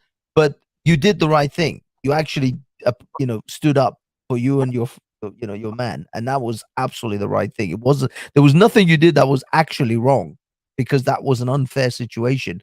But I'm just terrible at these things. I find myself in social situations like that, like I can't do it. I can't. I just want the ground to open up and for me to be swallowed. Yeah, it was But I tell disgusting. you what, my And let mum me would tell have you done what she something, did. right? In all the years that I've been with Hector, right, he's never once complained about racism, ever. Ever. So for him to come and sit down and be quiet and tell me, and then I said to him, what do you think it was down to? And he looked at me and he said, racism. So it could be. For him to tell me that just sent me right over the edge, because he's never ever put anything down to racism before. And I was like, she must have really made him feel fucking stupid for him to feel like that. And I'm not having that. So I said to him, do you want me? I want to go and find out why she did it. I'm going to ask her in front of everyone. Do you want me to? And he said, it's up to you. So that's why I went in. But even the security guard knew. Remember when he came out and he was talking to us? He knew. He knew what it was. And he said, basically, it's my job. I can't say too much. I'm employed. Look, don't get me wrong. This is what I mean about making judgment calls. I make judgment calls all the time. There's all day long we make calls, whether we take the left turn or the right turn or whatever. Every time, I'll give you an example. Every time someone says Muslim brother to me, if they know that I'm from the Middle East, I know I'm immediately about to get screwed on something. It's the shafting is coming. I'm about to get conned out of something. Money, mostly money, quite often money, but other things too.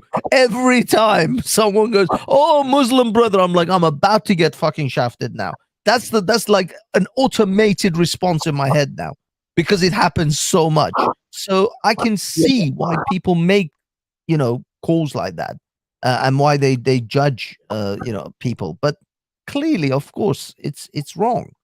But it's the world in which we live in, and as I said, like you said, for once in a very brief glimpse, I can see the world from a different person's perspective, which is oblivious. I'm oblivious to, and I think a lot of people would appreciate if they could do that.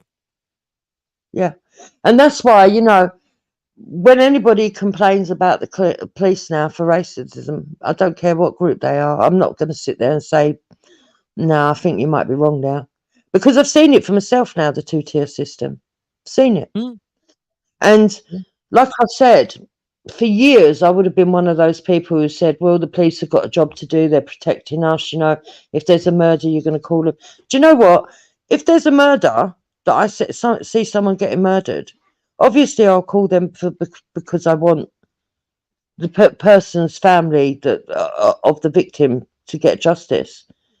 But and if it was to happen to one of my family, I'd call them just to clear my name, just to have those steps followed.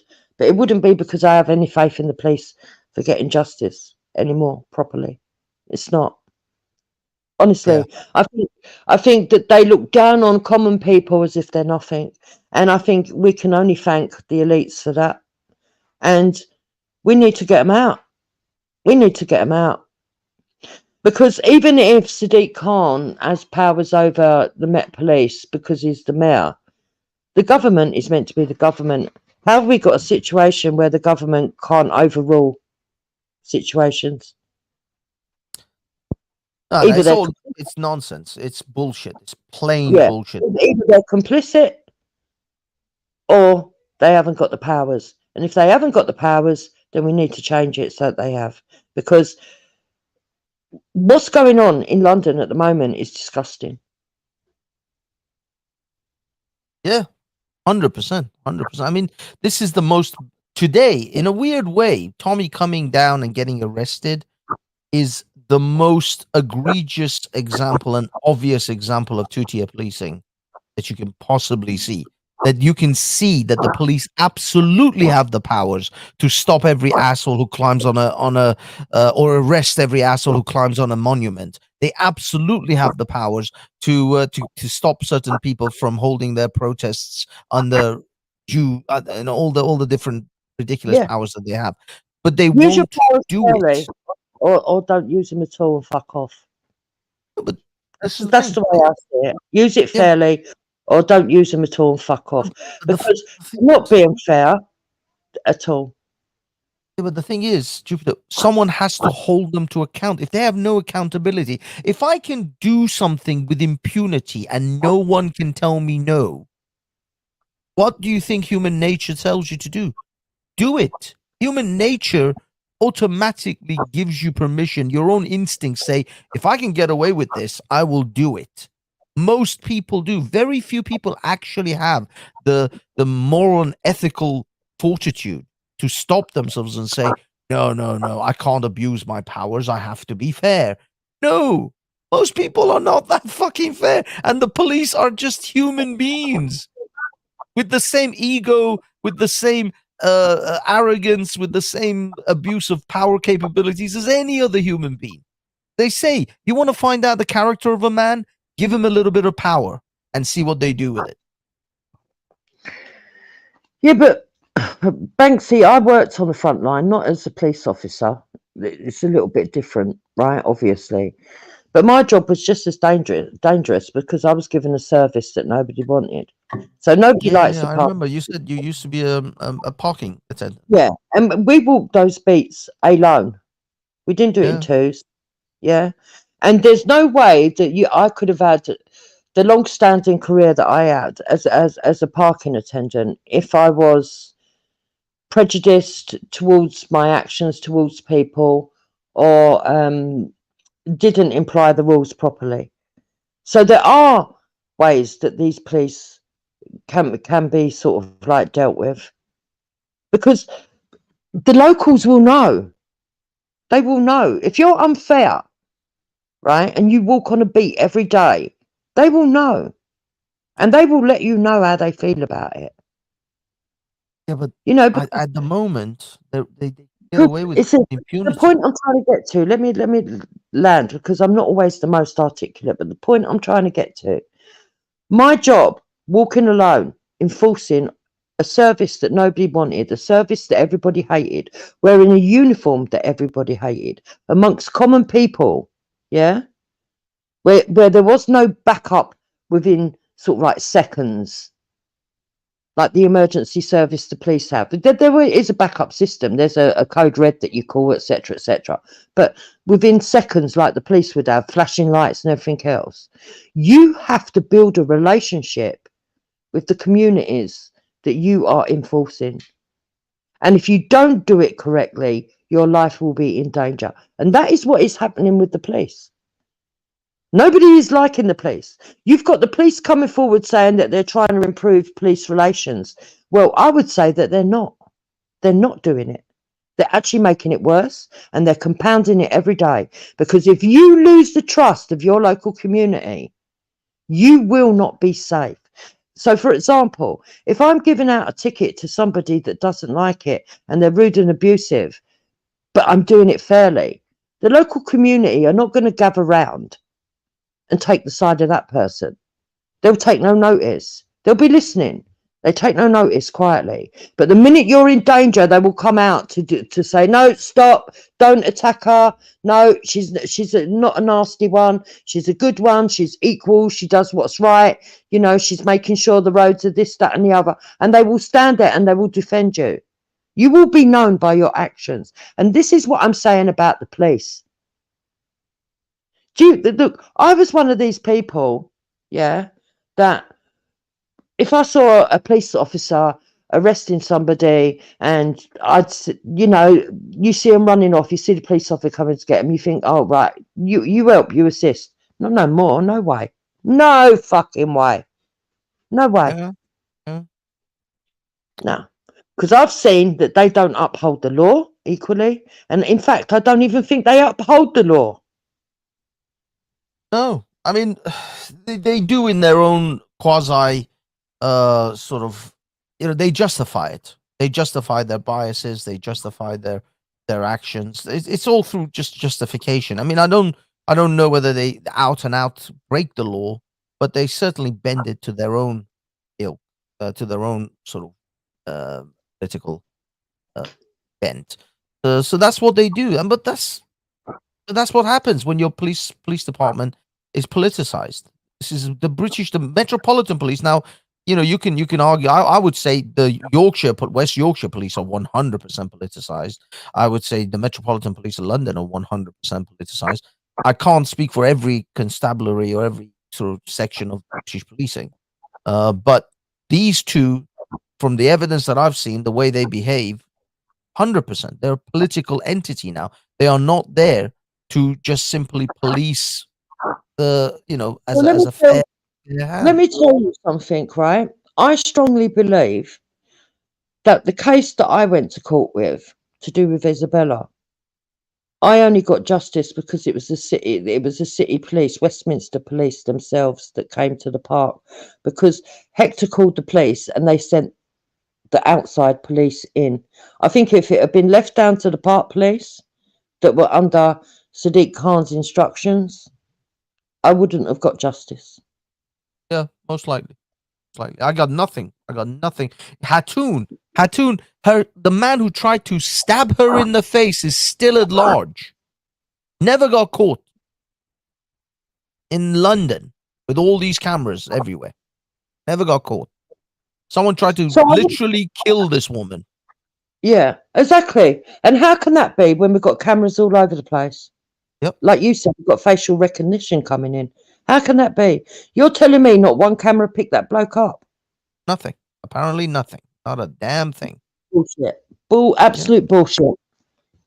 And to be honest, I don't even think afterwards they've even bothered trying to find the person. No, they you just could put it at the park to mark out the clothing, to go to the CCTV, to follow it all the way back to where that person went home. You could have done it. They could have done it. Of course. And they didn't. But that's why she got the payout, isn't it? Well, no, she got the I mean, maybe that was, I don't know. I mean, but officially the payout was because of wrongful arrest. Because they arrested her after she had her book stolen. In a way, it was all part and parcel of the same sort of thing. That's what I probably, believe anyway. Yeah. I mean, yeah, if you maybe they try to grease her palm and just shut her up effectively. Otherwise, I mean, if I was Hatun, I'd be on every media podcast, whatever I could get my hand on, to complain about how the police, the Metropolitan Police, still have not arrested anyone in relation to her stabbing. Yeah, it's unbelievable. She's not saying much about it. She's kind of like let it go, effectively. Yeah. So I want to pick up a comment in the side chat. So there's a comment in the side chat that says, one of the common things you hear from racists and bigots is that they don't like how things have changed. They want to return to a time of their liking, a fantasy period of twisted nostalgia. No, that simplifies everything. Because there's a whole heap of people that don't like how things are going at the moment, and not all of them are racist. And when I hear comments like that, what you're trying to do is paint everybody that doesn't like detrimental policing, doesn't like detrimental policies, as racist when they're not. Because this isn't based on race at all. So when you do that, you're one of the people that are propagandizing this and trying to silence people from saying, hold on a minute, what about British people? Doesn't matter what their heritage is. If you're born on the land, you're British. Or if you've nationalised, you're British. What about British people who can't get housing? What about British people who can no longer get married because all the hotels are booked up and, you know, there's nowhere to celebrate? What about British people who can't get a doctor's appointment? What about British people who can't do this? Meanwhile, you've got illegal immigrants in hotels with their own doctor. You know, all these things all play into it. And when you make statements like that, what you are doing is trying to silence people that are actually reasonably and legitimately raising issues that are affecting their lifestyles. And if it was only one or two people, you could understand that maybe it's down to bigotry, but it's not. It's across the board. It's not even that. It's not even that. I'm not even appealing to who is the British person, who's not. If you've been here several years or at least a few decades and you've paid taxes and you've actually contributed through your taxes to this country, you should be pissed. I was arguing with Triller about the fact that why should his dad, who pays a fortune in taxes, apparently, you know, according to Triller, his father is a multimillionaire and he has multiple properties and houses who he must pay taxes on because we have property tax in this country, you have council tax, all these other taxes. Why should some Afghani who just rocked up on a fucking boat go to the NHS and use his dad's tax money? I'm not even appealing to whether you're British or not. Just appeal to your own pocket. Why should some fucking loser who just rocked up from some shithole country come and use your mum and dad's tax money, and then when your mum and dad are old and need to use the NHS, they can't because it's overwhelmed? Yeah. You see, people that propagate this, who say, oh yeah, but we have to do this, they're the people that are like turkeys going to Christmas, to use a phrase that Raj used to talk about all the time. Yeah. You know, if you want to give your money up and you don't, and you know what your taxes, what you've put in, fine, sit down in the corner and shut up. But the people who don't want to, no, you know, because you try to paint people that are just ordinary citizens fighting for the rights of the most oppressed at the bottom of the system, being able to have general care, you know, in favour of people that hate you. What the fucking hell's going on? Yeah, and that's the thing. That's the irony. That's what I see. You know, I went to the sort of Jewish Remembrance Day last Sunday and covered that. And although it was extremely sad because you see these people, and now luckily this guy whose daughter, an 8-year-old daughter, who became 9 while she was held by the Hamas terrorists as a prisoner, her birthday happened then. Now apparently she's been released, so he got her back, which was like, I don't know, for someone who I don't even know, never met in my life, just stood in the street and heard this man talk about his daughter. It was soul crushing. It was like heartbreaking how this guy is just for at that time, I think it was like 4 weeks or 6 weeks actually. He hadn't seen his daughter since she was kidnapped. It wasn't even sure whether she was alive still. It was like, Christ, that was just disturbing on so many levels. Anyway, what I noticed in this protest, although all these people were Jewish, you would not be able to tell them 1 second apart from any other English person. They behaved and acted just like every English or British person that I would expect them to. Go to the Palestinian protests, pro-Palestinian protests, and you tell me you see the same thing. Because what I see people of not this country's culture and not this country's behavior and not this country's upbringing. I hear accents. I hear London accents. Yeah, I hear all of that shit, but I don't see British behavior. I don't see English people behaving like English people. I see foreigners talking with English accents. That's what I see. I'm sorry. I'm just gonna keep it 100%. I see Middle Easterners with English accents behaving like Middle Easterners. Plus, I don't see that amongst the Jews. The Jews have integrated unbelievably well in this country. You wouldn't be able to tell them apart from you, Jupiter, or anyone else. They've just all. I mean, it's unbelievable how they've integrated. Whilst I don't see that at the Palestinian protests, and that's just my own personal anecdotal experience. I'm not going to generalize it for anyone else. This is what I see. These guys have not integrated. The people of the Muslim world have not integrated. They came here and they created enclaves, and they just lived their own lives in their own societies. Because you can take it down to something even more simple. So they've got problems in Israel to do with the Israelis and the Palestinians, right? Now, I'm not an expert. Everybody knows I'm not an expert on international, global politics. And my stance has been, well, it doesn't. It's not our argument until it affects us, but it is affecting us now because we've got these marches. If we had Jewish marches where they're marching down the streets with placards, "Kill the Palestinian, run them off the land," then I'd say, yeah, they were just as bad. But you don't. That's the difference. You have them talking about the people that have been kidnapped and the people that have been lost. They're the placards that you have up, screaming for justice. Yeah, they have literally pictures of the people who are kidnapped right now, and all they're asking is bring them home. That was the biggest chant: is bring them home. They're not asking for eradicate the Palestinians. I didn't even hear anyone say eradicate Hamas. I didn't even hear anyone actually even say any bad stuff about Hamas. They just are talking about bring our children home.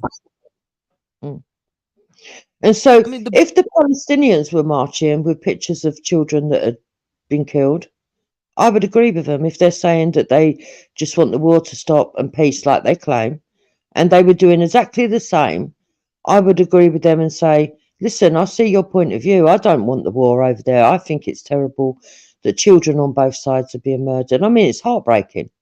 It's literally heartbreaking, but you can't say that you're having a clear protest when you're calling for something that's hatred. And it's not scapegoating the outsider, like the person in the side chat is saying, because no, we're not saying that. What we're saying is that there's one group that are hateful and another group that are not hateful. That's the bottom line. And they're hateful to everybody that doesn't agree with their woke, twisted, cultural ideology that they've brought in from outside. That's where it's coming from. And people are too afraid to actually stand up in the main and say that, because the system comes down on you. And that's why we know that the mayor is prejudiced, because he's allowed the police to enforce a twisted version of what the UK should be.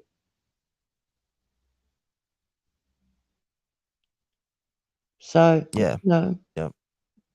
It's just, I mean, it's like the posters. All right, I can actually agree to some extent that putting the posters of murdered Israeli children or missing hostages on the walls of a shop, okay, isn't politically correct, is against fly posting.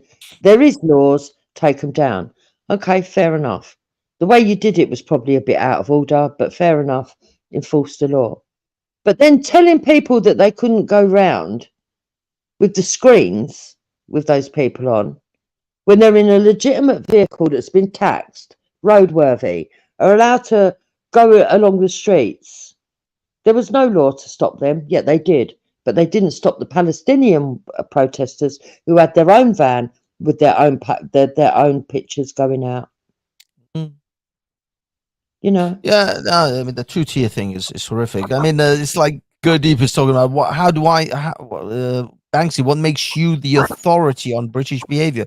I didn't say I was an authority. I just recognize those who behaved the way I, was raised in Britain, and saw British people behave, how cordial they were, how polite. The British politeness used to be a thing that was revered around the world, how they queued wherever they went in very polite order. These were British values and British behavior, British culture, actually, which I don't see in the Palestinian protesters. I see it in the Israeli protesters. I see the somber attitudes. I see they didn't even stop the truck. You know, they were in front of 10 Downing Street.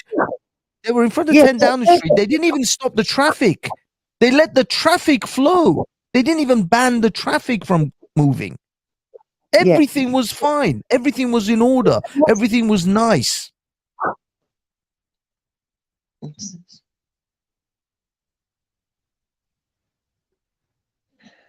Ooh, guess this. So, just out in the Daily Mail, Fury, as BBC journalists are banned from attending anti-Semitism march, despite many colleagues going on pro-Palestinian rallies. So, obviously, who's banned them? Can you read that story? Read through the story and find out. No, the BBC journalists have been banned, but who actually banned them? Obviously, the BBC. They are BBC journalists. Who's going to ban them? So the BBC have told their employees they're not allowed to go to the. Wow! Again. They banned them from going to pro-Palestinian. No, they can go to the pro-Palestinian and report on it, but the BBC have banned BBC journalists from going to anti-Semitism marches. Damn. There you go. That's in the Daily Mail. So there you go. That's amazing. That's amazing. But I mean, to be honest, to me, BBC is irrelevant. I'll be honest. The only thing the BBC is good for me is their weather app. It's literally their weather app. Yeah, but that's not the point, Banksy, because we're awakened.